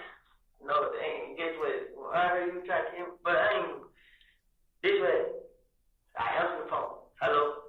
Yeah, this I knew it was the detective call. The one that's handling the murder case? Nah, it was different detectives. I went on too. My sister said that she described it. You know what I mean? But she was just like a man. Right? I thought she was my too. So she was like, detective called Ice. So I answered the phone, and he right there. So I'm like, yeah, this chemical company, what's this and that. And they just talking to me. And he just looking at me, but I didn't think he could. I didn't need that. So I'm like, shit, nigga, yeah. Mr. Copeland, what I said, was that substantially right, according to what you just heard? That what it sound like? Did the police ever come to you, or the district attorney's office ever come to you and discuss with you whether or not anything about you were around Jeffrey when police are calling and his impression of it or reaction to it? They ever do anything to verify that, to your knowledge? No. It's made up, right? But they said that their own mouth. You heard them in the investigation. You ain't giving us nothing. You bushing us. I mean, like they knew what I was doing. My stomach hurt bad, Judge. I feel like I had cramps.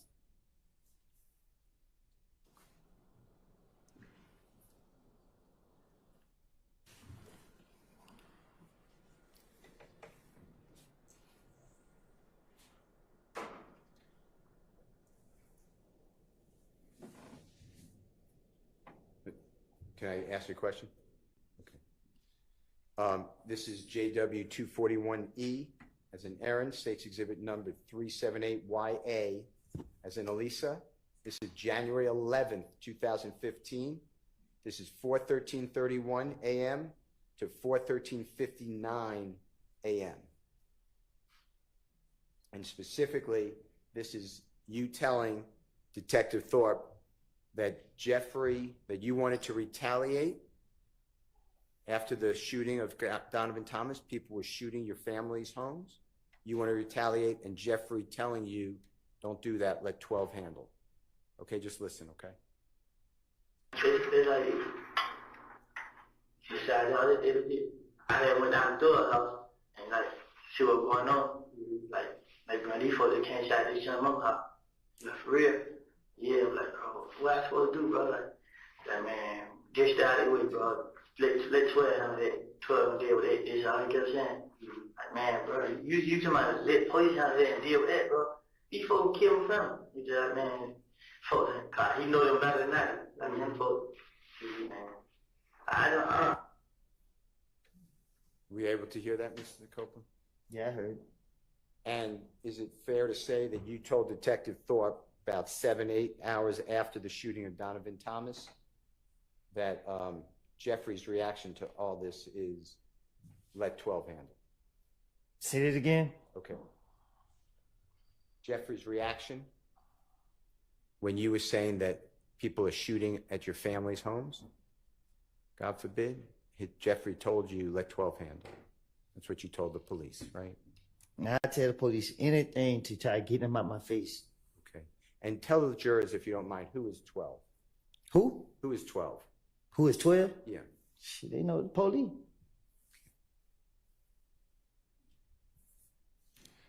I want to talk with you about your statements to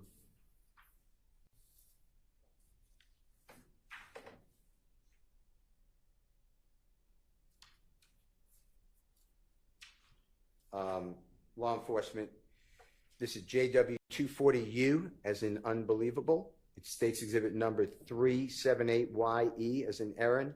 This is 10:58:11 a.m. to 10:58:46 a.m. This is again June 10th, 2015. And Mr. Copeland, just to orient you, this is where you're talking to the police about Jeffrey supposedly wanted to have you killed, okay? Have who killed? Remember that? Have who killed? You. Me? Yeah, that's what you told the police. I'm going to read it, and then you tell me. Well, I'm going to say what I think it said, but you correct us. You said, it ain't none of that. It ain't. This is what only thing, when the police called, bruh, he seen me talking to them, and he just feel as I ain't supposed to say nothing. You know what I mean? He just want me to just let y'all put one on me for murder. You know what I mean? That's what he want. The detective said, and Sam called and not saying nothing. And you said, that's what he wanted. That's what I feel like deep in my heart, deep inside my heart. Like I ain't even told my brother. I ain't tell nobody that this N is trying to have me killed. I ain't tell my baby mama, you know what I mean? Detective said, right. You said, it was a feeling like when Nut first died and everybody was coming, screaming my name, seeing how nervous and scared I was. If you could listen to it, if you don't mind. It ain't none of it. It ain't just what all thing he did, when the police called, bro, he seen me talking to him. And he just feel, and then I ain't supposed to say nothing. You know what I mean? He just want me to they try to put one of me for murder. I mean, that's what he wanted. And stand tall and not say nothing. That's what he wanted. That's what I feel like deep inside my heart. Like, I just told my brother, I ain't tell nobody about something that they try to have me killed. I ain't tell baby mama. I mean, and then I'd like to play for you Jeffrey Williams 240W. As in wonderful, it states exhibit number 378YE as in Aaron. It's at 10:58:50 a.m. to 10:59:09 a.m. So it's right after where we stopped. So it's really a continuation. And I'd like you to listen to this and focus on your statement that, you know what I mean? It was, I got scared to be around him, be told, the truth be told, I got scared. I told my baby mama, like you can call her now, man, we gotta go, man. I think that N thug, like that night they shot at us, when I was telling y'all that story, in my heart, I was like, darned, it says another word, that N thug trying to get me killed, you know what I mean?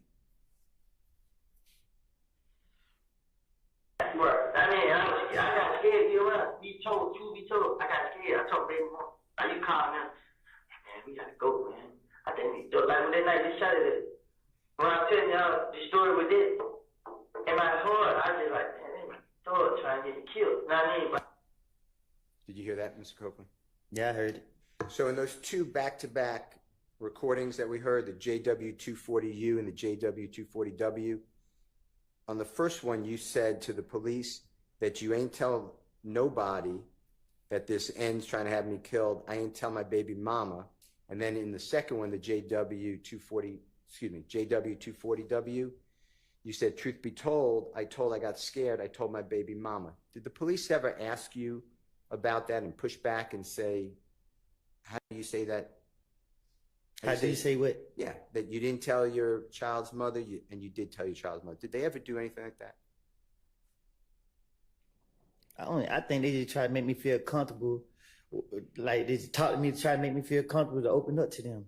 So that's what I was thinking. I don't know. I'm not telling people anything. I ain't care about getting caught up in a lie. But I was trying to be as convincing as possible. Okay. I'd like to go into JW 240V, as in Victory. It states exhibit number 378YE, as in Aaron. It's June 10th, 2015. Mr. Copeland's 10:20:39 a.m. to 10:21 even, or 10:21:00 a.m.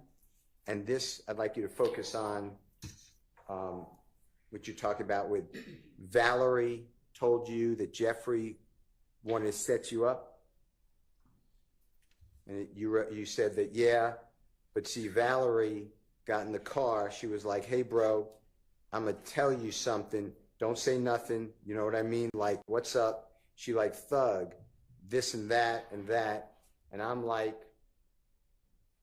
detective said, no. And then you said, now I'm like, what you mean? And she like, don't trust this N, bruh.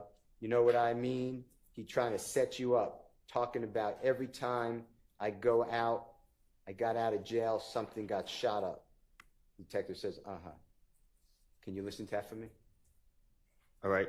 Thank you.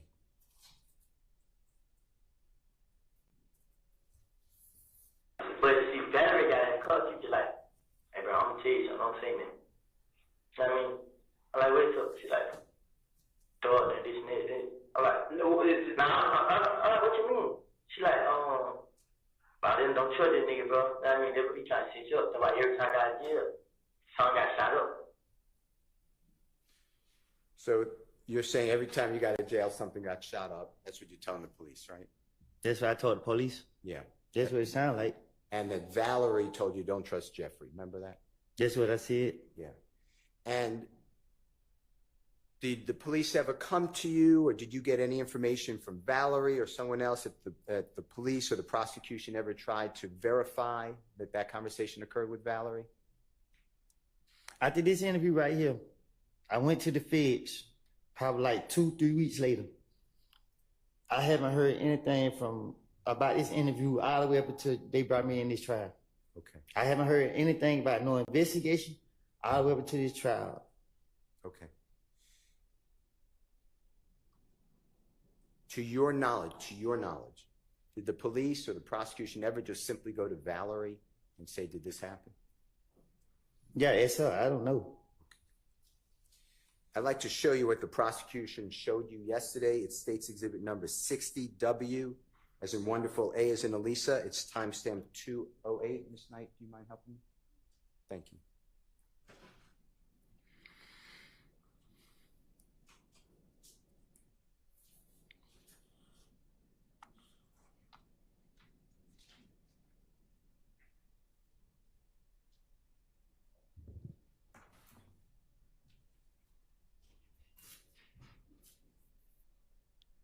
Do you remember seeing this yesterday, Mr. Copeland, this photograph that Ms. Hilton showed you? Yeah. And she said, and you verified that that's Valerie, remember that? I think it's her. How does, from your understanding, how does showing you states exhibit number 60WA verify that Valerie had a conversation with you in a car that don't trust Jeffrey? Objection, Your Honor. Improper question, speculation. I'm not asking you to speculate. Vague. Okay. Can you tell the jury, how showing you states exhibit 60WA verified anything that you said to the police on June 10th, 2015? Objection, vague, and it's the same question. Just reframed. Sustained. Besides that being a photograph or an image of a video, what does that picture mean to you that you were shown yesterday?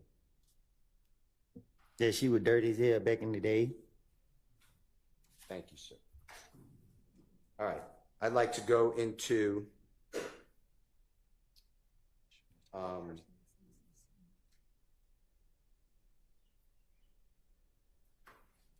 JW24X as an X-ray that states exhibit number 378YE, as in Aaron, June 10, 2015, from 4:13:34 p.m. to 4:14:46 p.m. Specifically, Detective Dennis asked you, what does Birdman have to do with all of this? And you answered, Birdman's quiet. Detective Dennis said, he don't tell them to calm down. You said, Birdman, he don't talk in front of us. Detective Dennis said, he don't. Y'all like that? And you said, but he like, yeah, he right there. He talked to me a lot, but it don't be about nothing. Detective Dennis said, small talk. You said, yeah. What the H, this N talking about? Detective Dennis then I can't understand what he's saying. And then you say, it sound like it. Detective Dennis said, you think so? You said, I don't think he did it. I don't know. Detective Dennis said, so with all this stuff with Nut, what was his reaction to it? Meaning Birdman. You said, from me to you, he was trying to pay them to keep quiet. Detective Dennis asked you, pay who to keep quiet? You said them. Detective Dennis said, who is them? You said, Nuts folks. Detective Dennis said, oh, just go about their business? You said, yup. Detective Dennis, here, take this, shut the HELL up, leave it alone. You said, I think it was $200,000. Detective Dennis said, a payoff. You said, I heard that right my own ears. Detective Dennis said, who he supposedly paid to? And you said, Fly. Detective Dennis said, who is Fly? You said, the man who owned the TIG. It's kind of a way y'all can just man, if you don't mind listening to this. What does Birdman have to do with all this? Birdman quiet. He don't tell him to calm down? Birdman, nah, he don't talk for him. He don't know y'all like that. He won't be right now. He talk to me a lot, but it don't be about that. It's just small talk. Yeah, what the hell this nigga talking about? Does he get it? It sounds like. You think so? I don't think he is. I don't know. So with all the stuff with that, what was his reaction to it? From me, I'm trying to pay them to keep quiet. Pay who to keep quiet? Them. Who is that? Hey, folks. Oh, let's go about that business. Yeah. Here, take this, shut the hell up, leave it alone. I think it was 200,000. Pay off. I heard it right my own ears. Who he supposed to pay it to? Fly. Who's Fly? The man who owned the elected TIG.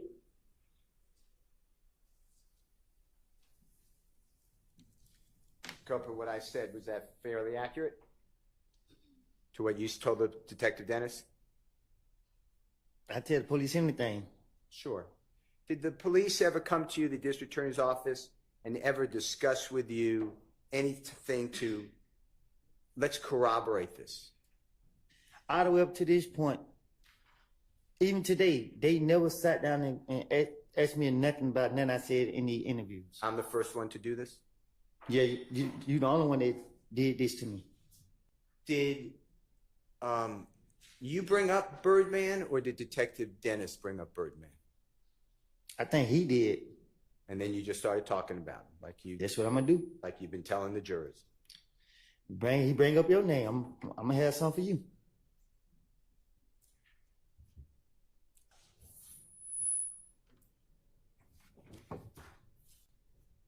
I want to talk with you about Jeffrey Williams 240Y, as in yesterday. State's exhibit number 378YE, as in Aaron. It's June 10, 2015 again.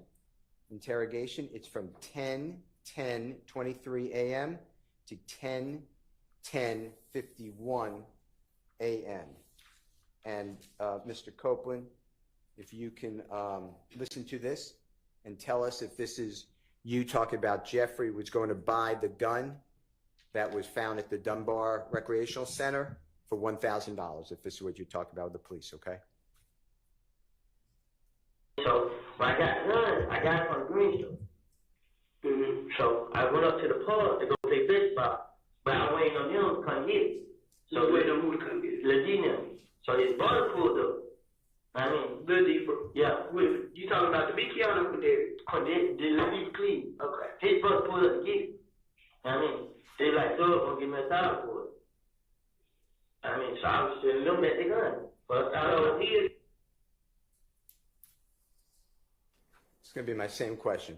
Anything besides what you told the police to verify that Jeffrey was going to buy a gun for $1,000 at the Dunbar Recreational Center gun? They didn't even believe me. Miss Hilton asked you yesterday towards the end of your testimony with her.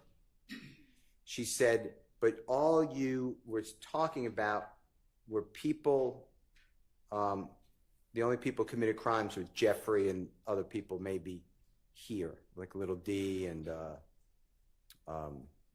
Nard, etc. Do you remember that type of question that she asked you? I don't even understand what you're saying. Okay. Do you remember telling the police that Rich Homie Quan took out, put $25,000 to kill Tay? Remember telling him that? You said I told the police that? Told you. I wanted them to believe I knew information and that they can rely on me. That's my whole motive when they were questioning me. If they go for it and they let me walk away, they got to catch me on the back end. Okay. Do you remember telling the police that Rich Homie Quan would buy guns for YFN Lucy and his people and store them? I can't tell the police nothing that's going on in some with people that I'm not around. So it's self-explanatory that I made it up. Did the police ever come to you or the prosecution, meaning the district attorney's office, and say, hey, we want to go over what you said to see if we could verify it? No. I haven't heard anything until this trial. Only person come talk to me is Miss Hill. But I can't, like, she asked me, have I heard some calls? She let me hear the calls. Like, I don't recall her asking me specific questions. Okay. I'd like to play for you Jeffrey Williams 244A as an Elisa. It's a January 28th, 2015. Interview at 7:23:53 through 7:24:16, and it's on those. It's on the issue about Rich Homie Quan putting $25,000 to kill Tay. Okay. All right.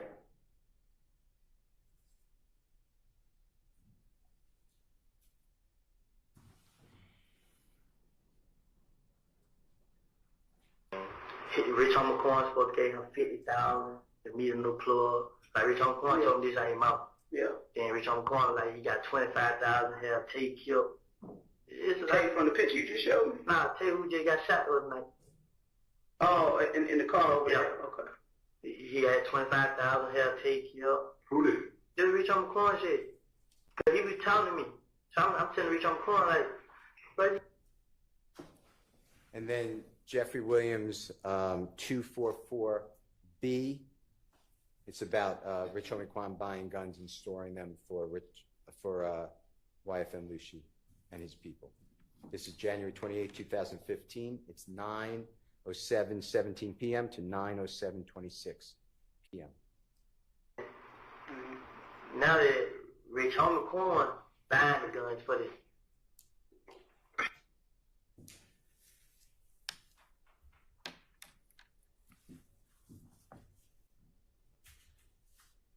Is that it?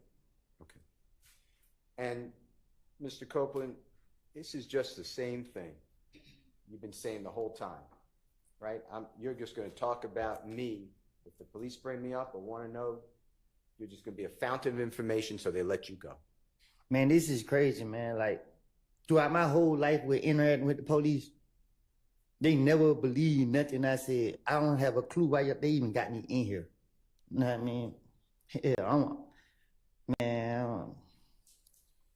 I'd like to talk with you about Jeffrey Williams, number 240Z, as in zebra. It states exhibit number 378YE, as in Aaron, June 10, 2015. It's 1:16:56 p.m. to 1:17:36 p.m. You said, you know what I mean? This N, you know what he did to me? He gave me $300,000 to hold, and he left and came back. Detective Dennis said, and you ain't get none of that? And you said, I don't care about money. I don't. Detective Gaither said, you care about some money. And Detective Dennis said, you kind of dissing yourself, man. And you said, listen, the N would give me money. What is N? N-I-G-G. Oh, nigga. You feel what I'm saying? I didn't need nothing. I didn't. Detective Gaither said, how much? You said, but when I went to jail, he didn't help me. Detective Gaither said, you just said the most amount of money Thug Dunn gave you. Detective Dennis said $300,000. And you said, but he left with you 300. This is Detective Dennis, and I guess came back and gave you 1,000 and you were good. I just want you to hear that and make sure that's what it said.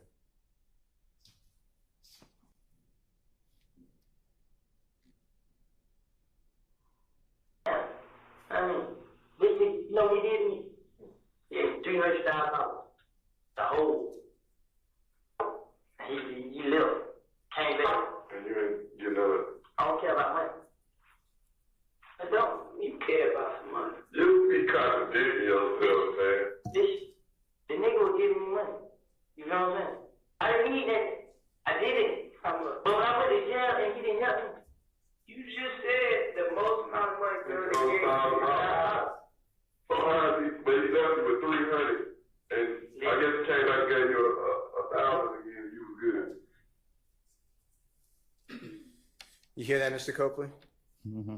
And the police are telling you you're not making any sense, right? It's saying that to you, right?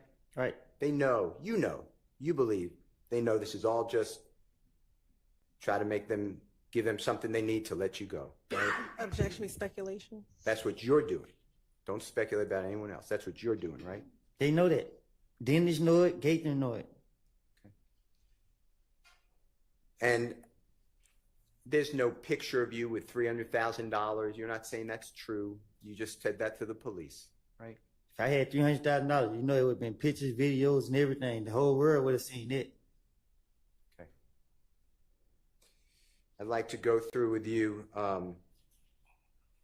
Jeffrey Williams, or JW 241F as in Fox, States Exhibit number 378YA as in Elisa. This is January 11th, 2015. So this is, 7-8 hours after Mr. Thomas was, God forbid, shot. It's 3:14:24 a.m. to 3:14:29 a.m. And I want you to hear and listen for whether you said this. I never had a problem with Nut. Me and Nut ain't never had two words with each other. Me and Nut was always okay. You know what I'm saying? The only person I ever had a problem with was Cal. Just tell me if that's what is being said.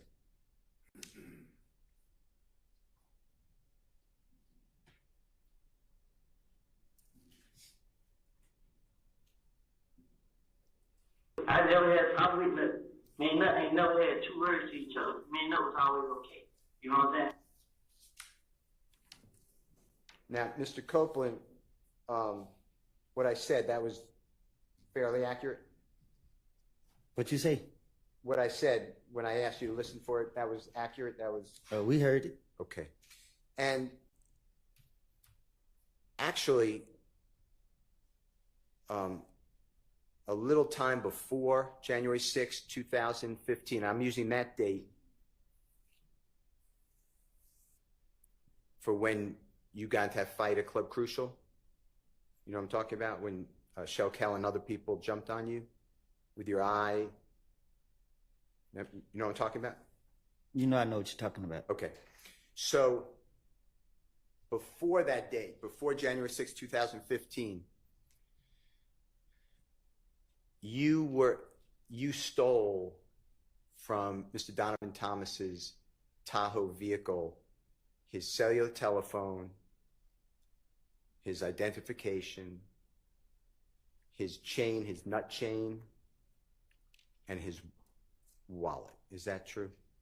I gave it back to him. Okay. I'm going to get there, I promise you. And what happened was Mr. Donovan Thomas called his own cell phone and you answered it and made arrangements to give him back his property. Fair to say? Sound like that. And when he came to get his property, he came with other people in other cars, right? Sound like that. And they had guns. Objection, assuming facts not in evidence. Well, he's asking the question of whether Mr. Copeland knows, so I'll overrule that. What's going on? Did they have guns that you saw? Yeah. And shortly after that, you learned that Donovan Thomas and others were going to hurt you. True? Objection, improper character of the victim. Sustained. You knew that Donovan Thomas and others made statements that you heard that they were going to hurt you. Objection, Your Honor, assuming facts not in evidence and improper character evidence. Sustained. Did you ever listen to Donovan Thomas have a meeting with others where they discussed you?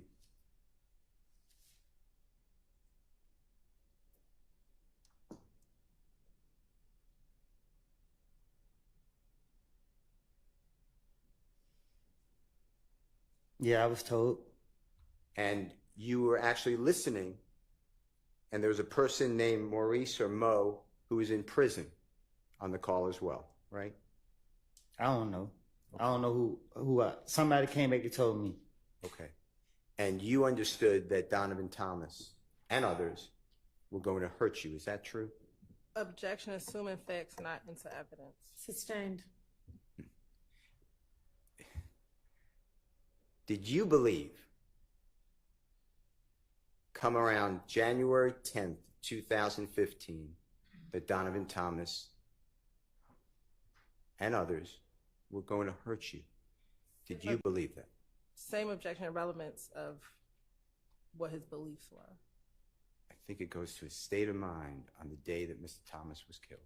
Overruled. What you asked? Did you believe that on the date that Donovan Thomas was killed, that he and others, his friends, were going to, had a plan to hurt you? Physically? I was told it. Okay. So when you told the police on January 11, 2015, that you and Nutt never had any words, never had a problem, your only problem was with Kel, you just didn't want to tell the police about that, right? Say that again? You did not share with the police what you believed to be a problem that Donovan Thomas was and his friends were trying to hurt you. You didn't share that with Detective Thorpe, did you? I don't know. You told Detective Thorpe that you never had a problem with Mr. Thomas, right? We just heard that. That's what I told him. Okay. I want to go into what you have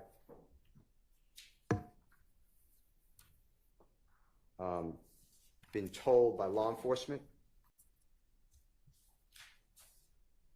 I'm going to do it all from January 10th of 2015.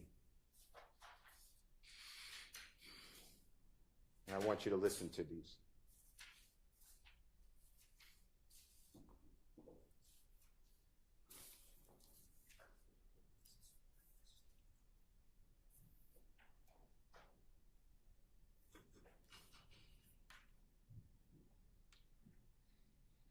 I want you to listen. This is JW240AA, Elisa.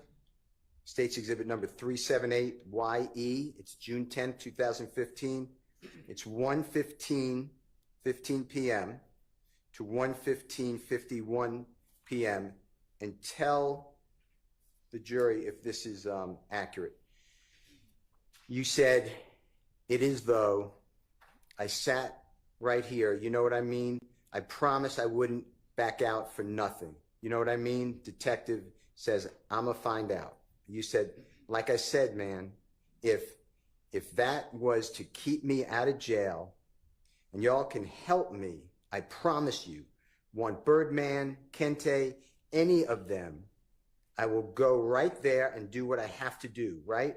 I am good with anybody. You know, even though all this SHI blank going on, you know, and detective says, you mean, right? And you said, I put it on my mama's soul. I mean it. I want you to listen to this, okay? I promise I'm gonna back out next. I mean, I'm find out. Like I said, man, if they was to keep me out of jail and if y'all can help me, man, I promise you, you gonna throw up Birdman, can't say any one of them. I'm gonna go right there and do what I have to do. Right? I'm good with anybody. Like, even though all this shit going on, I mean, it was 2015, 1:16 p.m. You mean that, right? Put on my own soul, I mean. Now, did you hear Detective Gaither say June 10, 2015, 1:16 p.m.? You mean that right? And you said, I put on my mama's soul. She's saying that what you said, that you're going to help them. You'll do anything to get out of jail, right? Right. Okay. I want to go back in time, same day, but this is going to be 9:45 a.m., so about 4 hours before, 3 hours before. This is JW 240B as in Barry, B as in Barry, States Exhibit number 378YE as in Aaron. And this is 9:45, 19 a.m. to 9:48, 39 a.m. And it's Detective Cunningham, not detective, Special Agent with the ATF, Alcohol, Tobacco, Firearms, Explosive, Cunningham. She's a female, and she says, and I want you to make sure that it's accurate, she says, okay, I need you to listen. You know you're a felon. You know that you got a gun today, so you can't even dispute that. I don't even want you to try because you're just going to be wasting my time and yours too. And let me finish. You said no, and there's overlapping conversation, meaning multiple people speaking. The ATF agent Cunningham says, me and investigator Gaither, but the gun today, the one we found today in the apartment, meaning when you were arrested from your apartment on June 10, 2015.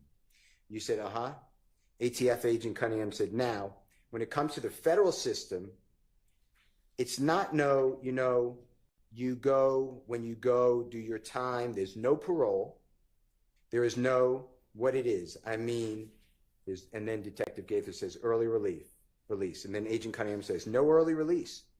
You may get good behavior, but that's only like you get nothing. And they typically don't let you stay in Atlanta. They might ship you off somewhere clear across the country. So whatever you do, and then you say, darn, but you said a different word, my head hurt.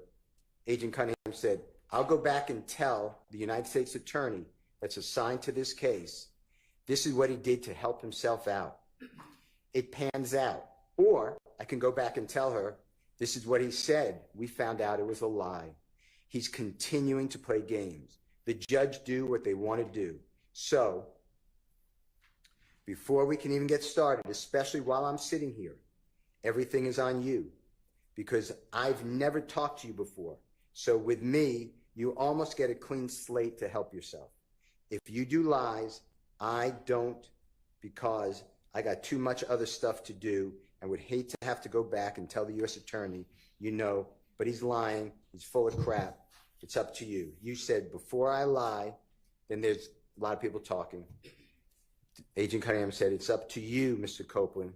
You said, before I lie, Agent Cunningham said, let me finish. I think it's a 3 or 4 time convicted felon you are.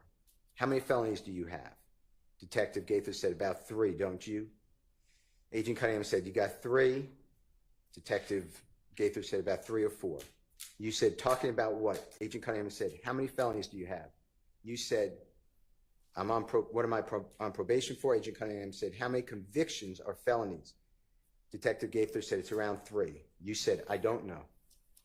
Agent Cunningham said, let's just assume it's 3, okay? I'm fixing to tell you right now, you have heard of the armed career criminal. You said, you're not going to worry about me lying. Agent Cunningham said, you have heard of armed career criminal with 3 while you're sitting here now, and how old are you? You said 23. Agent Cunningham said 23. You got 15 years off the top. Off the top. And that's before you even get into the time for whatever your charge is. And possession by a convicted felon is 5 years twice. That's 10. So we're talking about 15 plus 10 on top of that. You're looking at what, 48 years old? That's what you're looking at. This is serious. You said, I told you it's getting Detective Gaither said, I told you it's getting real. Detective Gaither said, nobody has time for the bull crap. You said, I told you it's getting real. I knew it. I tried. Agent Cunningham said, that's not including whatever conspiracies you're involved in. Mr. Copeland, if I really wanted to be a bad ASS and treat you bad, I'd probably throw the book at you and wouldn't think twice about it. You got a baby girl, a beautiful baby girl. I want you to listen to it. And this is all at the early in the morning, 9:45 a.m., okay?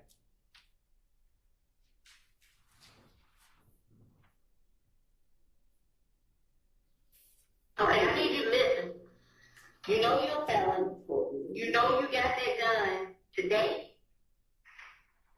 Today, so you can't even dispute that. So I don't even want you to try because you're just going to be wasting my time and yours too. And let me finish. With the gun today, the one we found today in the apartment. Now, when it comes to the federal system, it's not no, you go do your time and there's no parole. There is no, what is it? I mean, no early release. You may get good behavior, but that's only like, you get nothing. And they typically don't let you stay in Atlanta. They might ship you off somewhere clear across the country.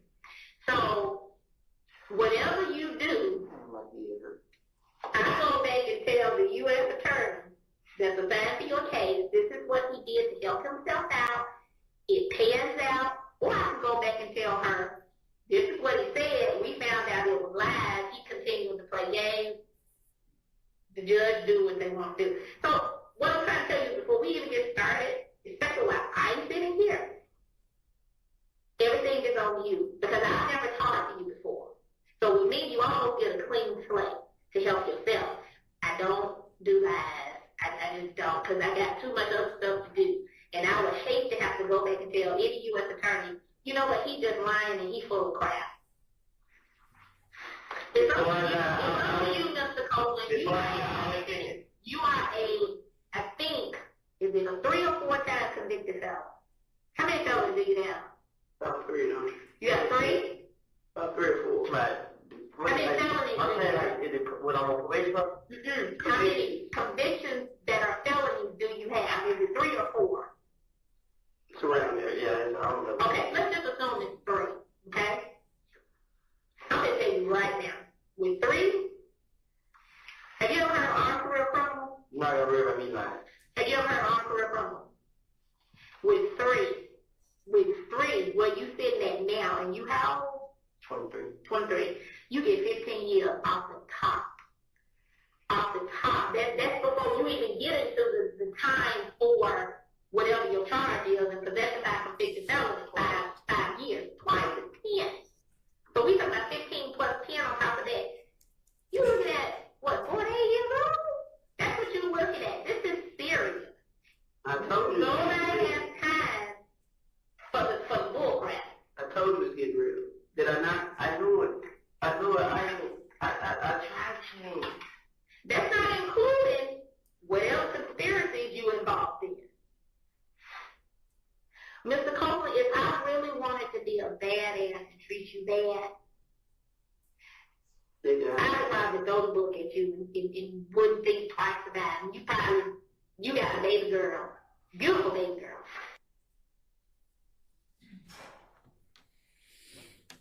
Mr. Copeland, what I said, was that fair, what they were telling you? They being Federal Agent Cunningham and Detective Gaither, Gang Detective Gaither? What happened? Is that pretty much what they're telling you? 48 years of age, you got federal charges, 25 years off the top? Yeah, she was lying too. But that's what you believed at the time, right? Yes. And that motivated you to tell the police anything they wanted to hear to get you home, right? I was always gonna do that, but it just like, it scared me more. I want to go into Jeffrey Williams 240, JW 240CC as Colette. It states exhibit number 378. YE is in Aaron. It's again June 10th. Same interview, 2015. This is a little later. This is 12:08:22 to 12:10:50.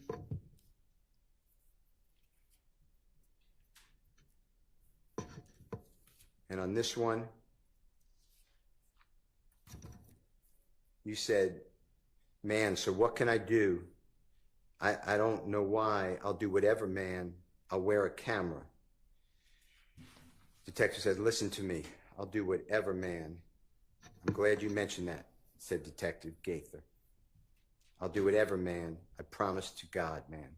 Detective said, I'm glad you mentioned that because last Thursday, Miss Kim Dammers is a United States attorney, like the head person for the federal prison system. And I basically broke down to her everything we had so far in your case. All of them, shootings, all of this, all right? She said, you guys have great cases, but we need somebody with direct knowledge that can take down the main culprits. To us, I don't think you're a main target because you are the target for them. What we want, the top guys that's calling the shots. I know you heard the term, we want the big fish. And sometimes to get the big fish, you got to dangle small fish in front of them for them to come, for the fish to come. So is that something you want to do? Because our case is sealed with you. Like it's not, of course, we would like to, solve some of these retaliatory shootings and all that stuff. But as far as your fate at this point, Detective Dennis said, you're done. Detective Gaither said, you're cooked. The only thing that may possibly help you is helping yourself by speaking what you know. You said, I just. Then Detective Gaither said, right. And then, but that's Shannon. And Detective Dennis said, he's on the same level as you. Detective Gaither said, basically, I don't consider Shannon a big fish. Detective Dennis said, he's a small fish. You said, I know what y'all want to throw. Detective Gaither said, like, he's a gopher, you understand? And that's why he's less. In my opinion, he's less than you with your status, in my opinion. And you said, so what do I need to do? And Detective Gaither said, I want to know what the F-U-C blank thug doing. I want to know what I want to know what the F thug doing. Oh. I want to know what the F goddamn, excuse my language. Where is his money from? If they got to get Birdman, we want to talk about the darn, or it says, damn, Wayne Bus. I want to play that for you. Tell me if this is what you were told. So what can I do to make the strange up? I don't know why. I do whatever, man. I don't know. I do whatever, man. I'm glad you mentioned it. I do whatever, man. I promise God, man. I'm glad you mentioned it. Because last Thursday, Miss Kim Dammers, the U.S. attorney, like the head person for the federal system, and I basically broke down to her everything that we had as far as your case, all the retaliatory shootings, all this, all that, right? She said you guys have great cases, but we need somebody with direct knowledge that can take down the main culprits. To us, I don't want to say you're not a main target because you are the target for them, but we want top guys that's calling shots. I know you heard the term, we want the big fish. entertain the small fish in front of them, for them to come, for the fish to come. So, if that's something that you want to do, because our case is still with you, like it's not, you know. Of course, we would like to, you know, solve some of these retaliatory shootings and all that stuff. But as far as your faith, at this point, you could. And the only thing that may possibly help you is you helping yourself by speaking what you know. Right. But you know what? That's not Shannon. He on the same level as you. Basically, I don't consider Shannon a big fish. Like you said, he a gopher. You understand? And that's the way he's less. In my opinion, he's less than what your status is. In my opinion. What I need to do? I want to know what the fuck Thug doing. I want to know what the fuck goddamn where his money is from. If they got to get to Birdman, we will talk about damn Wayne Bus.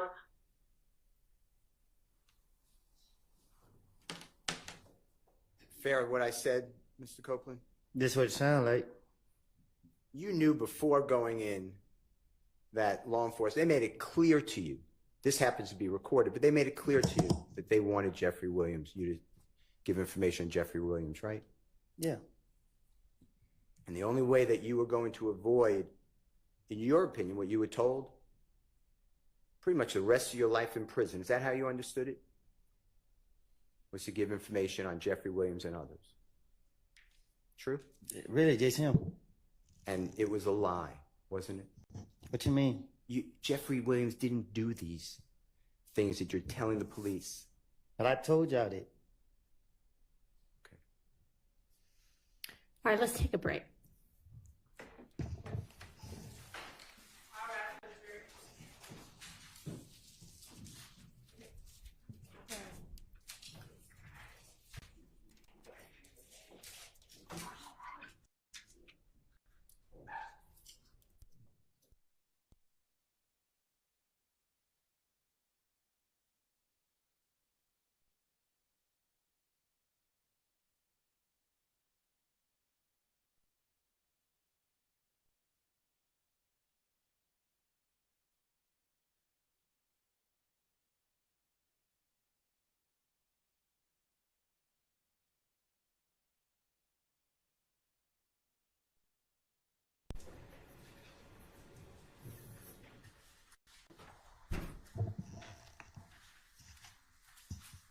All right, I asked Ms. Persfield to check on how the juror is doing as well, so I'll let y'all know what we hear back. Anything before we take our recess? I will get you those cases. Okay, all right. Thank you, Your Honor.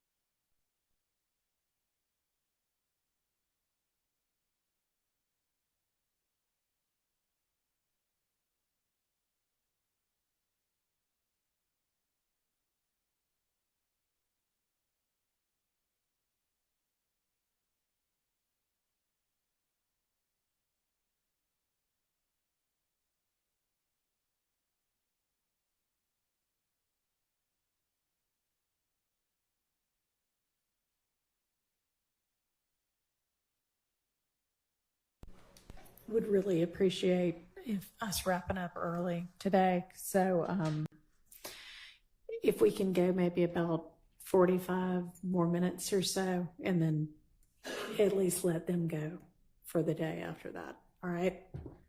And if they're ready, which I think they are, let's get Mr. Copeland and get them back and try to make some more progress.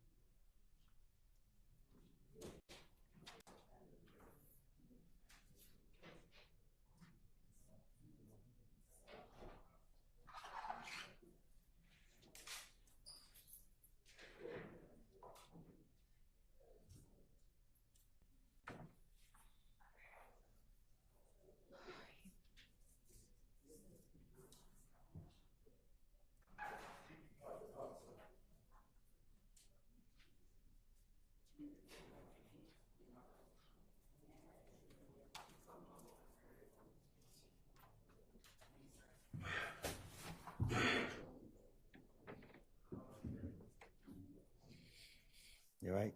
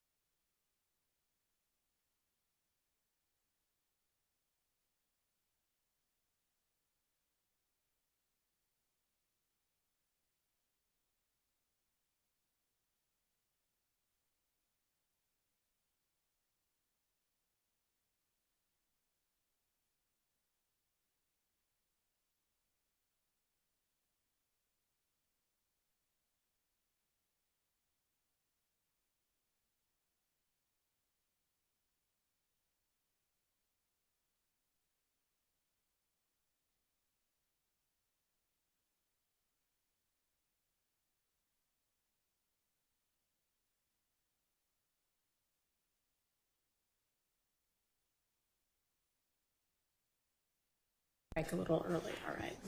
Go ahead, Mr. Steele. Mr. Copeland, I would like to discuss with you Jeffrey Williams, JW 240DD, David States Exhibit number 378, YE as in Aaron, that's at 11:52:04 a.m. to 11:52:28 a.m. And what it specifically, I believe, says, and then you tell us if I'm wrong or correct, that you said, because right now I just need help. If y'all can promise y'all could help me, I promise. And then there's some break. I don't understand what's being said. And then you say, I'll sit here, tell y'all everything I done heard and everything I done saw and everything I can tell y'all, stuff that y'all can go get. You know what I mean? Like, and then Detective Dennis said, are you willing to do that though? And you said, I promise. I'll do it right now. I can show y'all houses. Y'all can go bust your head right at the spot. I don't care, man. I just want y'all to protect. Detective Dennis says, what do you want out of it? You said, me, my baby girl. Excuse me, I said that wrong. Me and my baby and my girl. Can you listen to it for us? Because right now, this, I just need help. If y'all promise y'all can help me, I promise you, bro. I'm gonna sit right here and tell y'all everything I done heard, everything I done found, and everything. I can tell y'all stuff that y'all can go get. Like, are you willing to do that? I promise I'll do it right now. I can show y'all the house. I can y'all go butch everybody's spot. I don't care. I just want y'all to What do you want? like that. Mr. Copeland, what I said, was that fairly accurate of what you just heard? That's what I just heard. Okay. And then the last one I want to focus on for this series is Jeffrey Williams, or JW 240EE, Aaron, that states exhibit number 378YE. It's the June 10th, 2015 meeting, interrogation with the police, and now it's a little early. It's 10:01:46 a.m. to 10:01:59 a.m. And you said something to the effect of, I hate jail, man. And I'm just saying darn, but it says another word. I let an N get me sent away for man, them N's trying to kill me and my child, bruh, I ain't. And then he talking about killing me, bruh. Listen, I'm a tell you anything. Okay? If you could just listen to this for us. You know what they did to me? Tell us. Tell us. After January 10th, people started shooting at me and my family. February, I went to jail for trying to protect me and my baby and my girl at the time.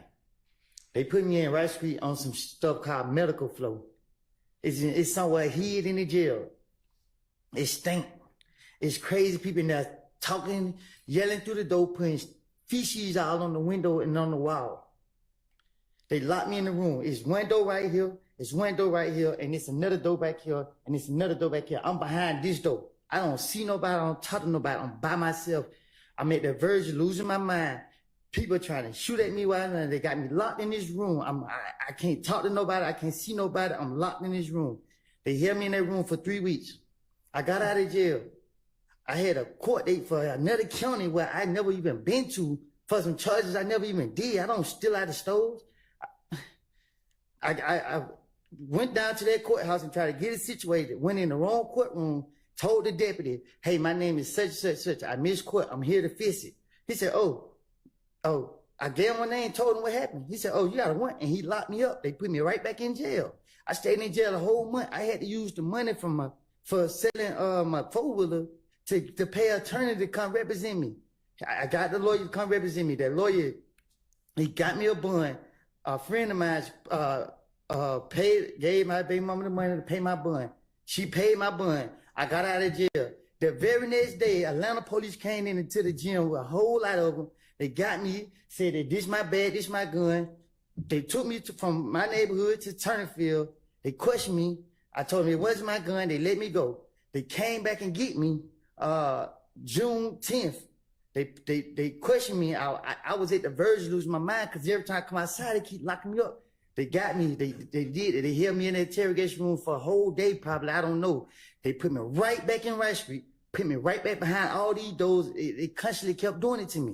You know what I mean? Like, I don't, at this point, like, man, I'm tired of keep reliving this stuff. I'm tired of it. I'm tired of it, man. I'm sitting right here. I got cramps, man. I got knots in my stomach, man. I haven't ate none. I tried to eat yesterday. I haven't ate today. Y'all sitting me up here. I asked for a break. I asked. I'm in pain right now.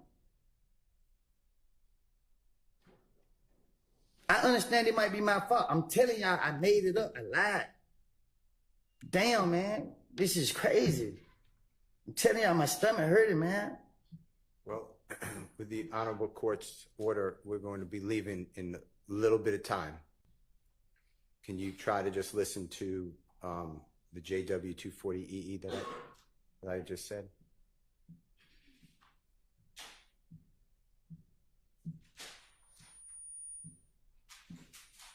If you need it, could you put in your earphone if you don't mind? I can hear it. Okay.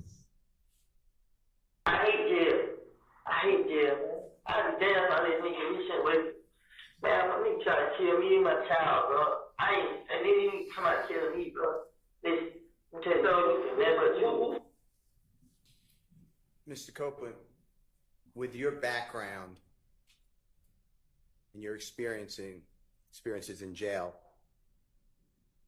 is it fair to say that you would do anything not to go to jail?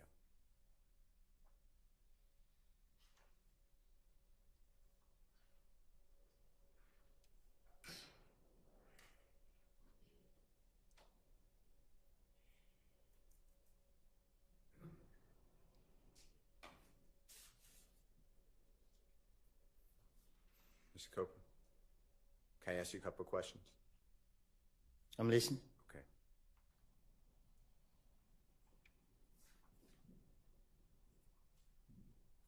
For people who've never been to prison or jail, do you know the difference, by the way? Y'all know the difference. Objection around relevance. Sustained. Whether it's a prison or jail, is it fair to say that Rice Street is not either one. There's not prison or jail. I don't know what that place is. This is the worst place in the world.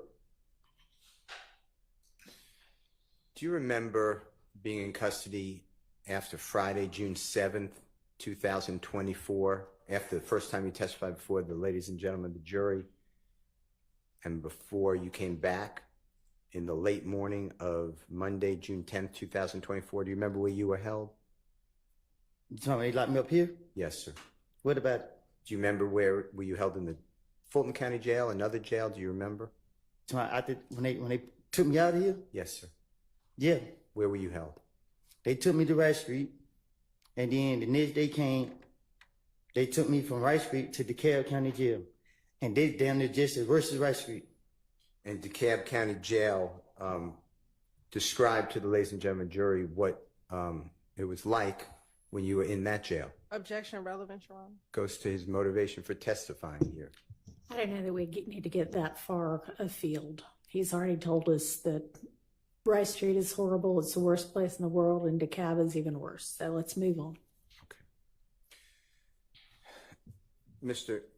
Copeland, after giving law enforcement officers this information that the prosecution has played for you, January 11th, 2015, recorded interview, January 28th, 2015, recorded interview, February 20th, 2015, recorded interview, February 21st, 2015, recorded interview, June 10th, 2015, 9-hour recorded interview. You got charged with murder, right? For Donovan Thomas. Can you say it again? Yes. I heard the interview. You said I got charged with murder? Yeah. Do you remember being served?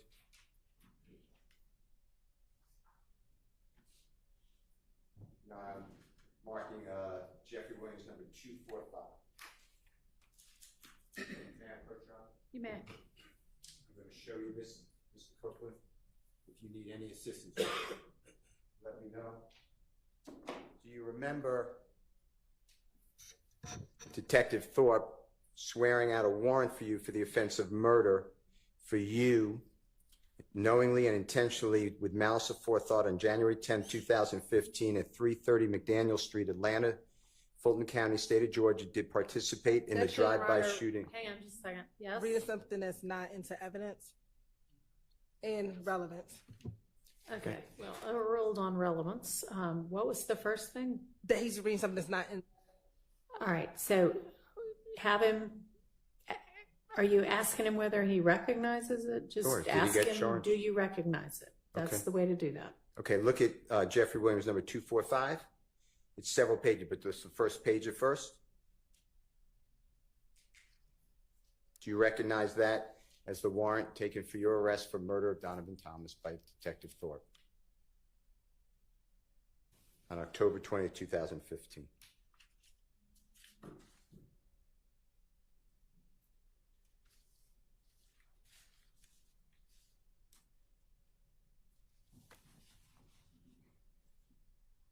Yes? Wait. Do you recognize that? It's a warrant paper. For you. True? I see my name on it. Okay. And that's Detective Thorpe? Swore it out, right? Do you see that? You gotta show me. May I approach Your Honor? You may. May I approach you, Mr. Copeland?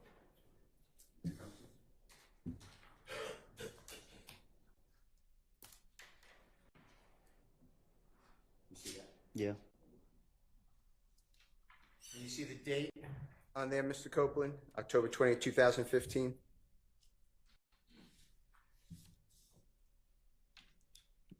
You said who? October 20th, it says 10/20/15, 2015. Do you, No, I don't see it. may I approach Your Honor? You may. Are you going to ask him whether it was served on him? Because he didn't really answer whether he recognized. Date? Mm-hmm. Yes. And at that time, you were in federal custody at the Robert A. Dayton Detention Center. When I say that time, October 20th of 2015, you were awaiting the federal charges that eventually you were sentenced to 51 months in custody, right? No, I was sentenced to 5 years. Okay, apologize. 60 months in custody. Apologize. While you were held at the Robert A. Dayton Detention Center in Clayton County, do you remember that? Lovejoy. Yes, Lovejoy. Do you remember being served by a United States Marshal these warrants while in Lovejoy? No, my attorney told me. Okay. And you were charged with what crimes? He just said murder. All right. For Donovan Thomas, right? That's what he said. Okay. So after Detective Thorpe, you knew that he worked with Detective Gaither, right? What you mean? They were co-workers. They were working. They interviewed you together, interrogated you. You knew that he worked with Detective Dennis, right? Right. You knew he worked with federal ATF agent Cunningham, right? Right. And he took out a warrant for you for murder of Donovan Thomas just 4 months after you gave the last interrogation that we have, June 10th, 2015, right? Right. Mr. Copeland, eventually you went to federal custody and you entered a guilty plea for a 922G, which, forget that, for possession of firearm by a convicted felon. Is that true? Right. And you remember going before the Honorable Judge Totenberg? Right. And she gave you the maximum sentence for that, 60 Right. months. And you served 51 out of the 60 months. Is that fair to say? Right. Okay. I want to show you some of your prior convictions and tell me if you recognize them, okay? I'll be right back. Your Honor, may I have a second? You may.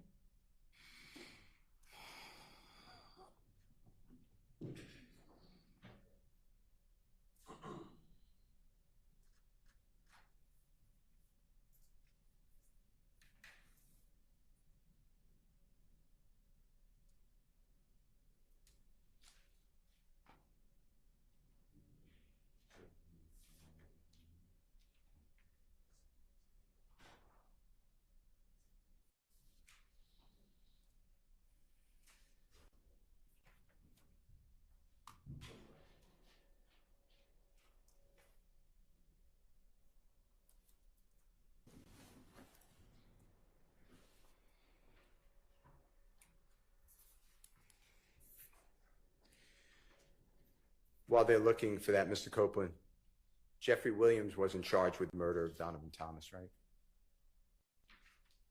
I don't know. Not to my knowledge.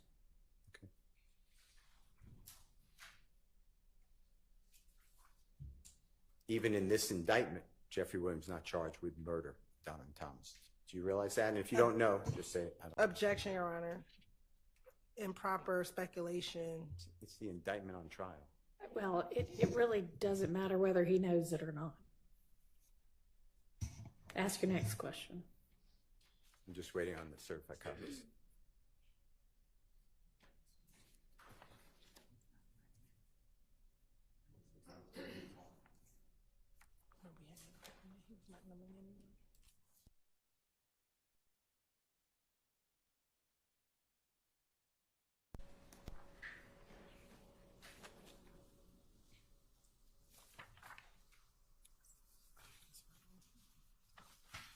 Mr. Copeland, I'm just going to ask you some questions while the prosecutor is looking at this, okay?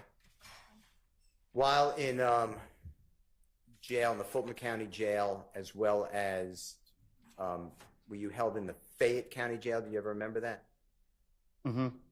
Yes. Just to be fair, say yes, okay, or no. And you are aware that jail calls are recorded. Is that fair to say? Yes. Now, is it true that at times people in jail, I'm not saying you, but people in jail have contraband cellular phones, like cell phones like you would use today? They have them in the jail. A person who's in custody. You said, do people in jail have phones? Or in prison, yeah, or both. And if you don't know, just, I don't know.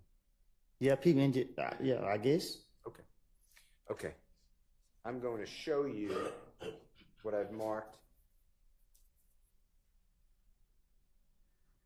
I'm starting at 252J, as in Jake. May I approach, Your Honor? You may. Mr. Copeland, may I approach you? Mm-hmm. This is, I'm just going to show you what I've marked as Mr. Williams 252J, okay? And if you could just take a look at this for me. Do you see what it says here?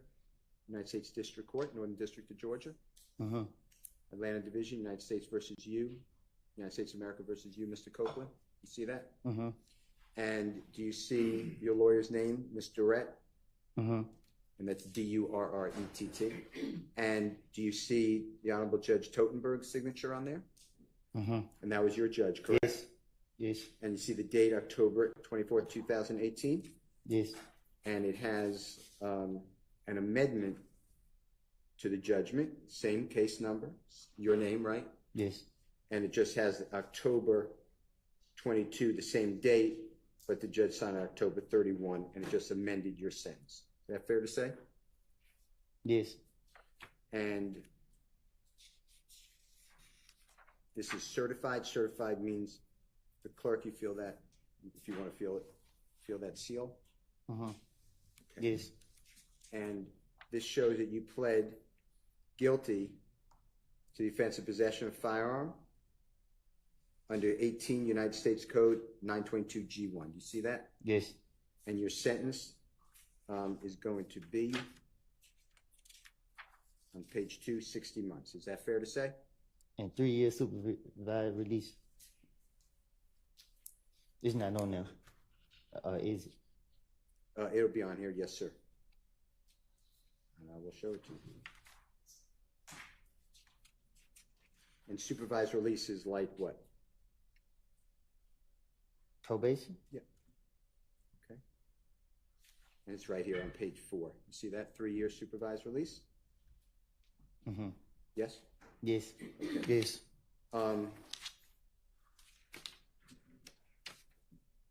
Your Honor, I move for the admission of its certified document 252J. It's a conviction of Mr. Copeland from the Northern District of Georgia. The offense date is April 28, 2015. Your Honor, the judgment date is October 24, 2018, but then it was amended. It was a correction. It's October 31, 2018. All right, send minute. I'm just going to move this to court.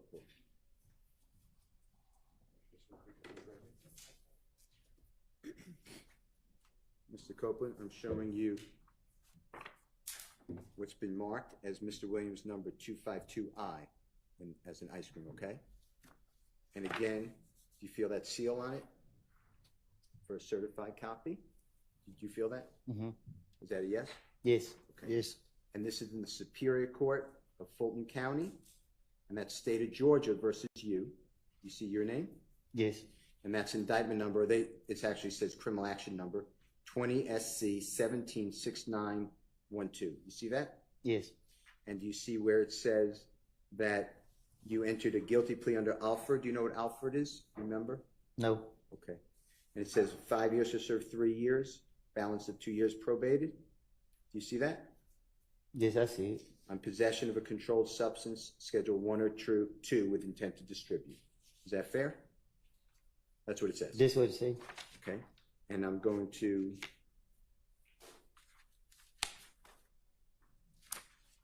turn to, you were sentenced by the Honorable Judge Ingram in this courthouse. Do you remember that by any chance? Yes. And I'm going here to your indictment. And Judge Ingram's name used to be Judge Millender. Did you know that? And if you didn't, that's fine. Yes, I know it. Okay. And this indictment was returned by the grand jury on November 20th, 2020 for the offenses of participation in criminal street gang activity. But you did not plead guilty to that. You pled guilty to possession of a controlled substance, Schedule 1 or 2 with intent to distribute, count 2. Is that fair to say? Yes. Okay. And did you see your signature under where it says Kenneth Copeland waives a copy of the indictment, lists of witnesses, formal arraignment, pleads guilty to count 2? You see your signature there? Yes. And then the Honorable Jonathan Melnick? Yes. That's your lawyer, right? Former lawyer. And you pled guilty on January 25, 2022. Fair to say? Yes. Okay. Your Honor, this is a certified copy, and I would move for the admission of Mr. Williams, number 252I. Admitted.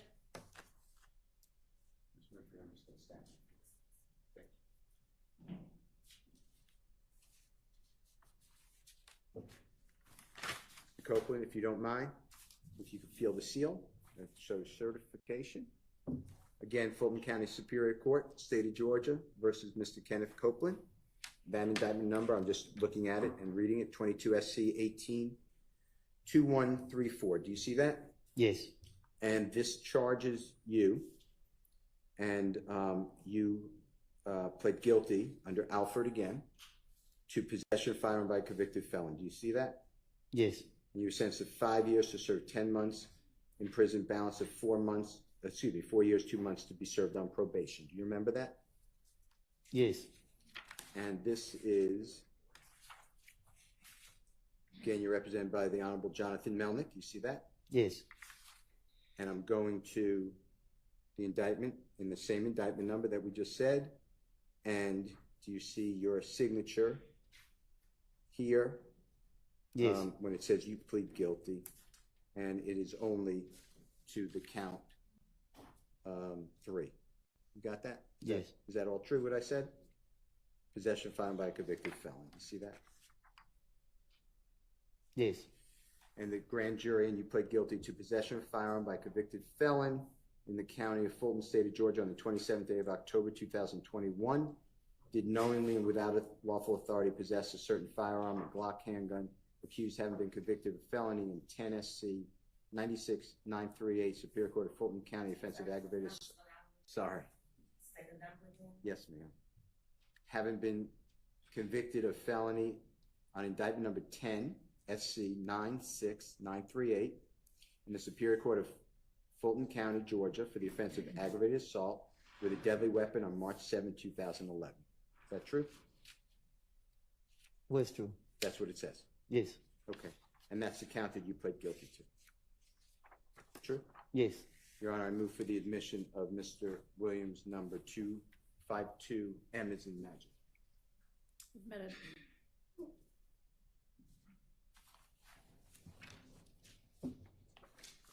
And Mr. Copeland, that date, October 27, 2021, you saw a clip, I believe, of Investigator, Detective Viverito and you in a room?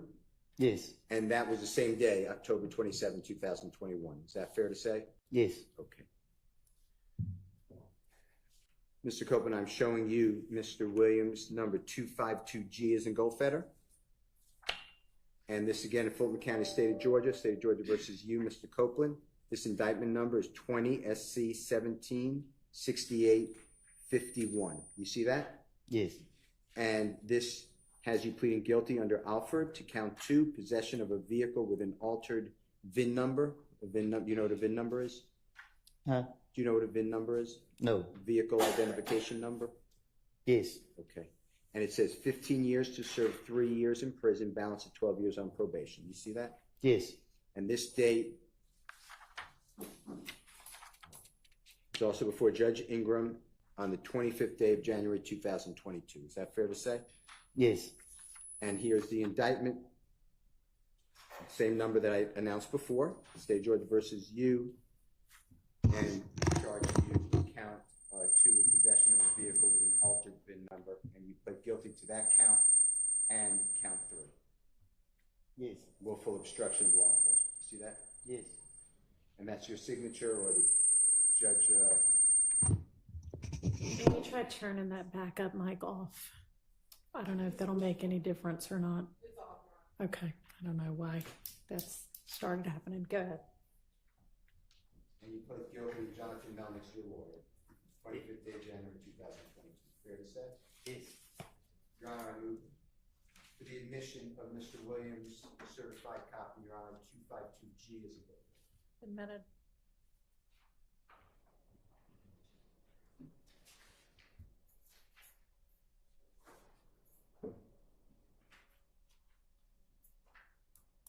Mr. Copeland, I am showing you what the mark is Mr. Williams 252F is in Fox, okay? Superior Court of Fulton County, State of Georgia versus Mr. Kenneth Copeland. That indictment number is 12 SC 11 3315. You see that? Yes. And this has you pleading guilty to certain counts, including terroristic threats, count 1, terroristic threats, count 2, terroristic threats, count 3, and 3 counts of aggravated assault with a deadly weapon. You see that? Yes. And you were sentenced to serve a total of 10 years to serve 2 years in prison, balance on probation. Is that fair to say? Yes. And this again, you feel that certification? Yes. And this was before the Honorable Todd Markle. Do you remember him as a judge by any chance? Yes. And this was the 12th day of August 2013. And that's your indictment, correct? Yes. And that's your signature? Yes. And that's what you pled guilty to, those crimes that I announced. Fair to say? Yes. Your Honor, I move for the admission of Mr. Williams 252F is in Fox. Admitted.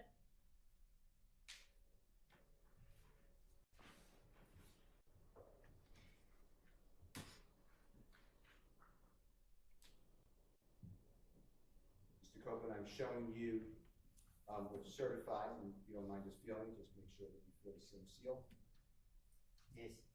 Superior Court of Fulton County, State of Georgia versus Mr. Copeland, criminal action number 12 SC 110195, and this charges, and you pled guilty to 3 counts of entering an automobile, and then I'm skipping the 2 misdemeanors. I pled guilty to, but I'm skipping them. And then actually, that's all I'm going to announce, but it's there. 3 counts of entering automobile. Yes. And you were sentenced to 5 years to serve 2 years in prison and the balance of 3 years on probation. Fair to say? This would say. And this was on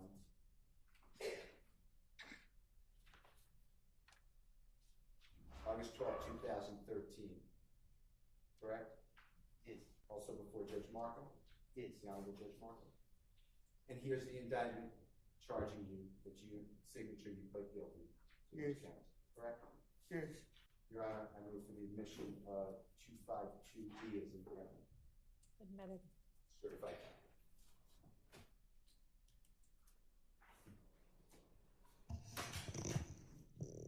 Mr. Copeland, I am showing you in the Superior Court of Fulton County, State of Georgia versus Mr. Copeland, indictment number 15 SC 136794. You have a certification on that, if you don't mind? And this is Jeffrey Williams, 252D as in David, okay? All right. And this has you pleading guilty, sentence of 5 years to serve in prison, community time served for theft by receiving stolen property and felony. See that? Yes. And this was also before the Honorable Judge Markle on the 13th day of December 2018. See that? Yes. And this is your indictment. That's your signature, pleading guilty. Is that true? Yes. Your Honor, I move for the admission of Mr. Williams 252D as indicated. Admitted.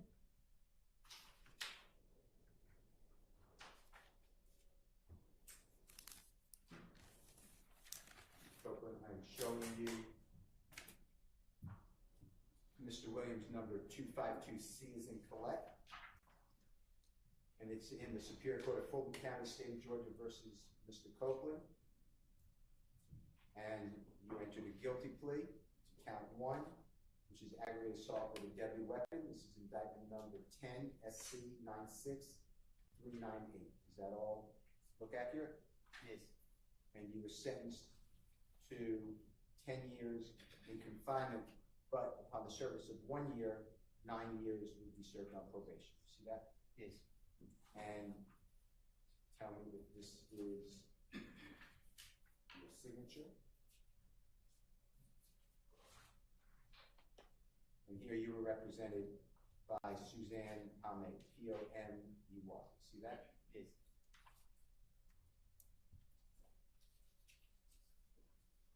Here's your indictment, and that's your guilty plea under Alford versus North Carolina. You see your signature? Yes. You entered that plea on the 7th day of March 2011. Fair to say? Yes. Your Honor, I move for the admission is a certified copy of Mr. Williams 252C is in court. Admitted.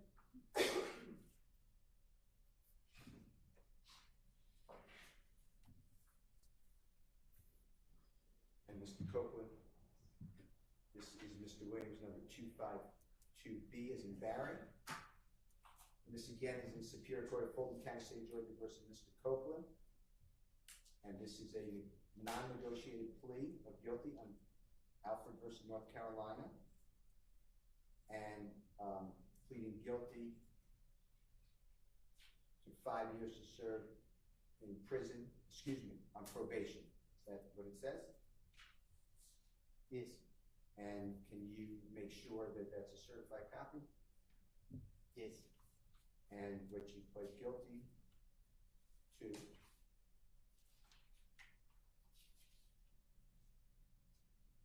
Your lawyer, Jessica Stearns, S-T-E-R-N-S. You see that? Yes. And this was August 31, 2009, correct? Yes. And you pled guilty under Alford versus North Carolina to count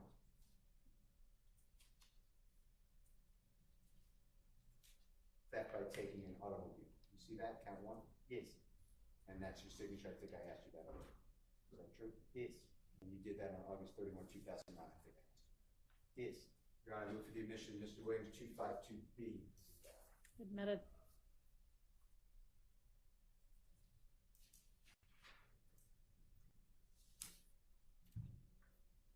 Mr. Copeland.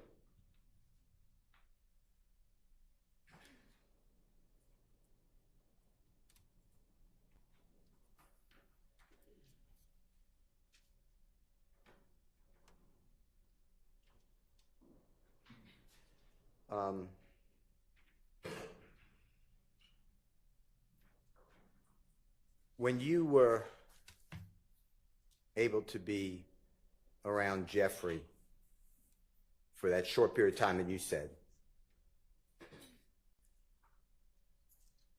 that benefited you because it made you more known.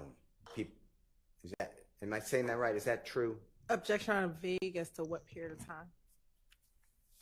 Can you rephrase your question, please? Sure.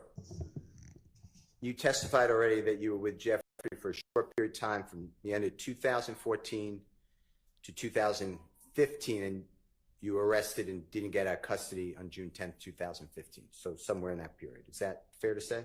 I didn't hear you. Okay. You were around Jeffrey Williams at times, the end of 2014, year 2014, and then sporadically, because you kept getting arrested, but no more after June 10th, 2015, because then you're arrested and then sent to federal prison for 51 months. True? No. Okay, explain. I was on around him from 14, and then we started hanging in 15. Say it again, I couldn't hear you. I wasn't hanging around him in 2015. Okay. Only the end of 2014. Okay. And that was beneficial to you because it boosted your notoriety, meaning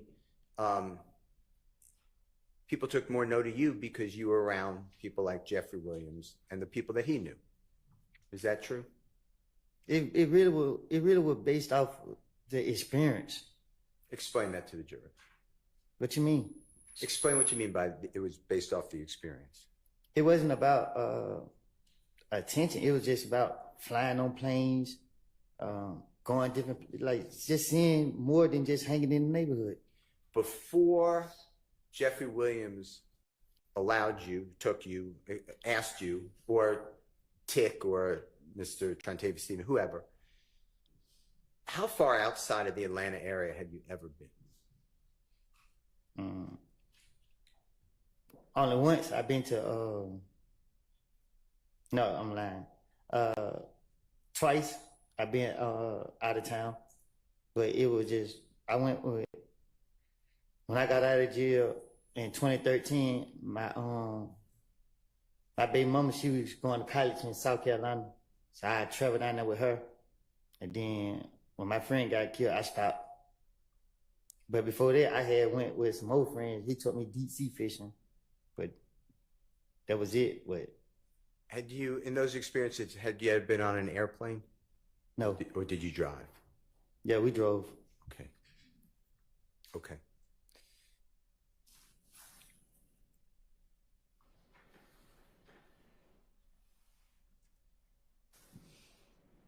Mr. Steele, is this a good time to stop? Sure. All right, we're gonna go ahead and break for the day. I will see y'all back here at 9 in the morning. Just a reminder, wear your juror badges. Don't talk about the case with anybody. Let anybody talk about it with you, including amongst yourselves. Don't use the internet or any other kind of source to try to find out information about the case, anybody involved in it. Don't watch, read, listen to, in any way absorb any kind of media accounts about this case, including social media. And hope y'all have a pleasant evening. See you in the morning. Thank you. All rise for the jury. Can I leave? Yes, we'll see you back at 9 also.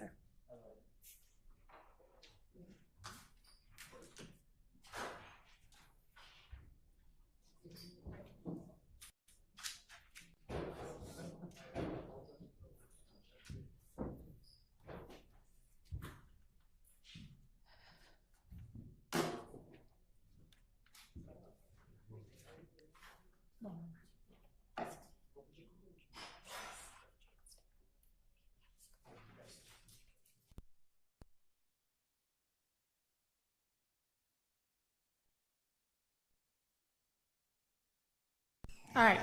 Sorry we're having to break early, but anything y'all need to take up with the court?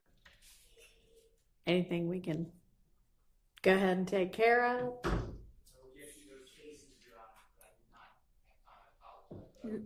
No problem. Hang on just a second.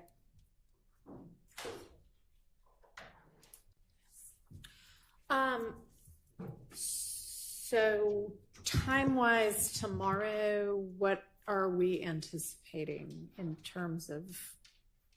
I will be done, in my estimation, which is horrible typically, but I will be done. Well, you're a lawyer, so we don't estimate time well. Okay, well, then my guess is I will be done at or before lunch. When I say at or before, your Honorable Court starts right on time. I should be done by 11 o'clock is my belief. Okay, and do we anticipate cross-examination by any of the other defense attorneys? Yes, Your Honor. Okay. My cross will only be, depending on how much Mr. Steele covers that I intend to cover, but probably around 20 minutes is all I need. Good evening, Your Honor. Yes, it'll be a brief cross-examination. All right. Thank you. In all candor, Your Honor, I was anticipating a day. A day? Okay. But I'm going to try not to be repetitive of some of the issues that Mr. Steele is covering. So I'm going to try to shorten it. All right. Well, then clearly we will not be getting, and I would assume there's then going to be redirect. The reason I ask is I'm not sure exactly when we're moving to the next witness or if the order of witnesses is still the same. And I had heard from the attorney for Mr. Sledge that he has conflict at least for part of tomorrow, but it doesn't sound like that will matter. So, and do you anticipate that he would be the next witness after Mr. Copeland?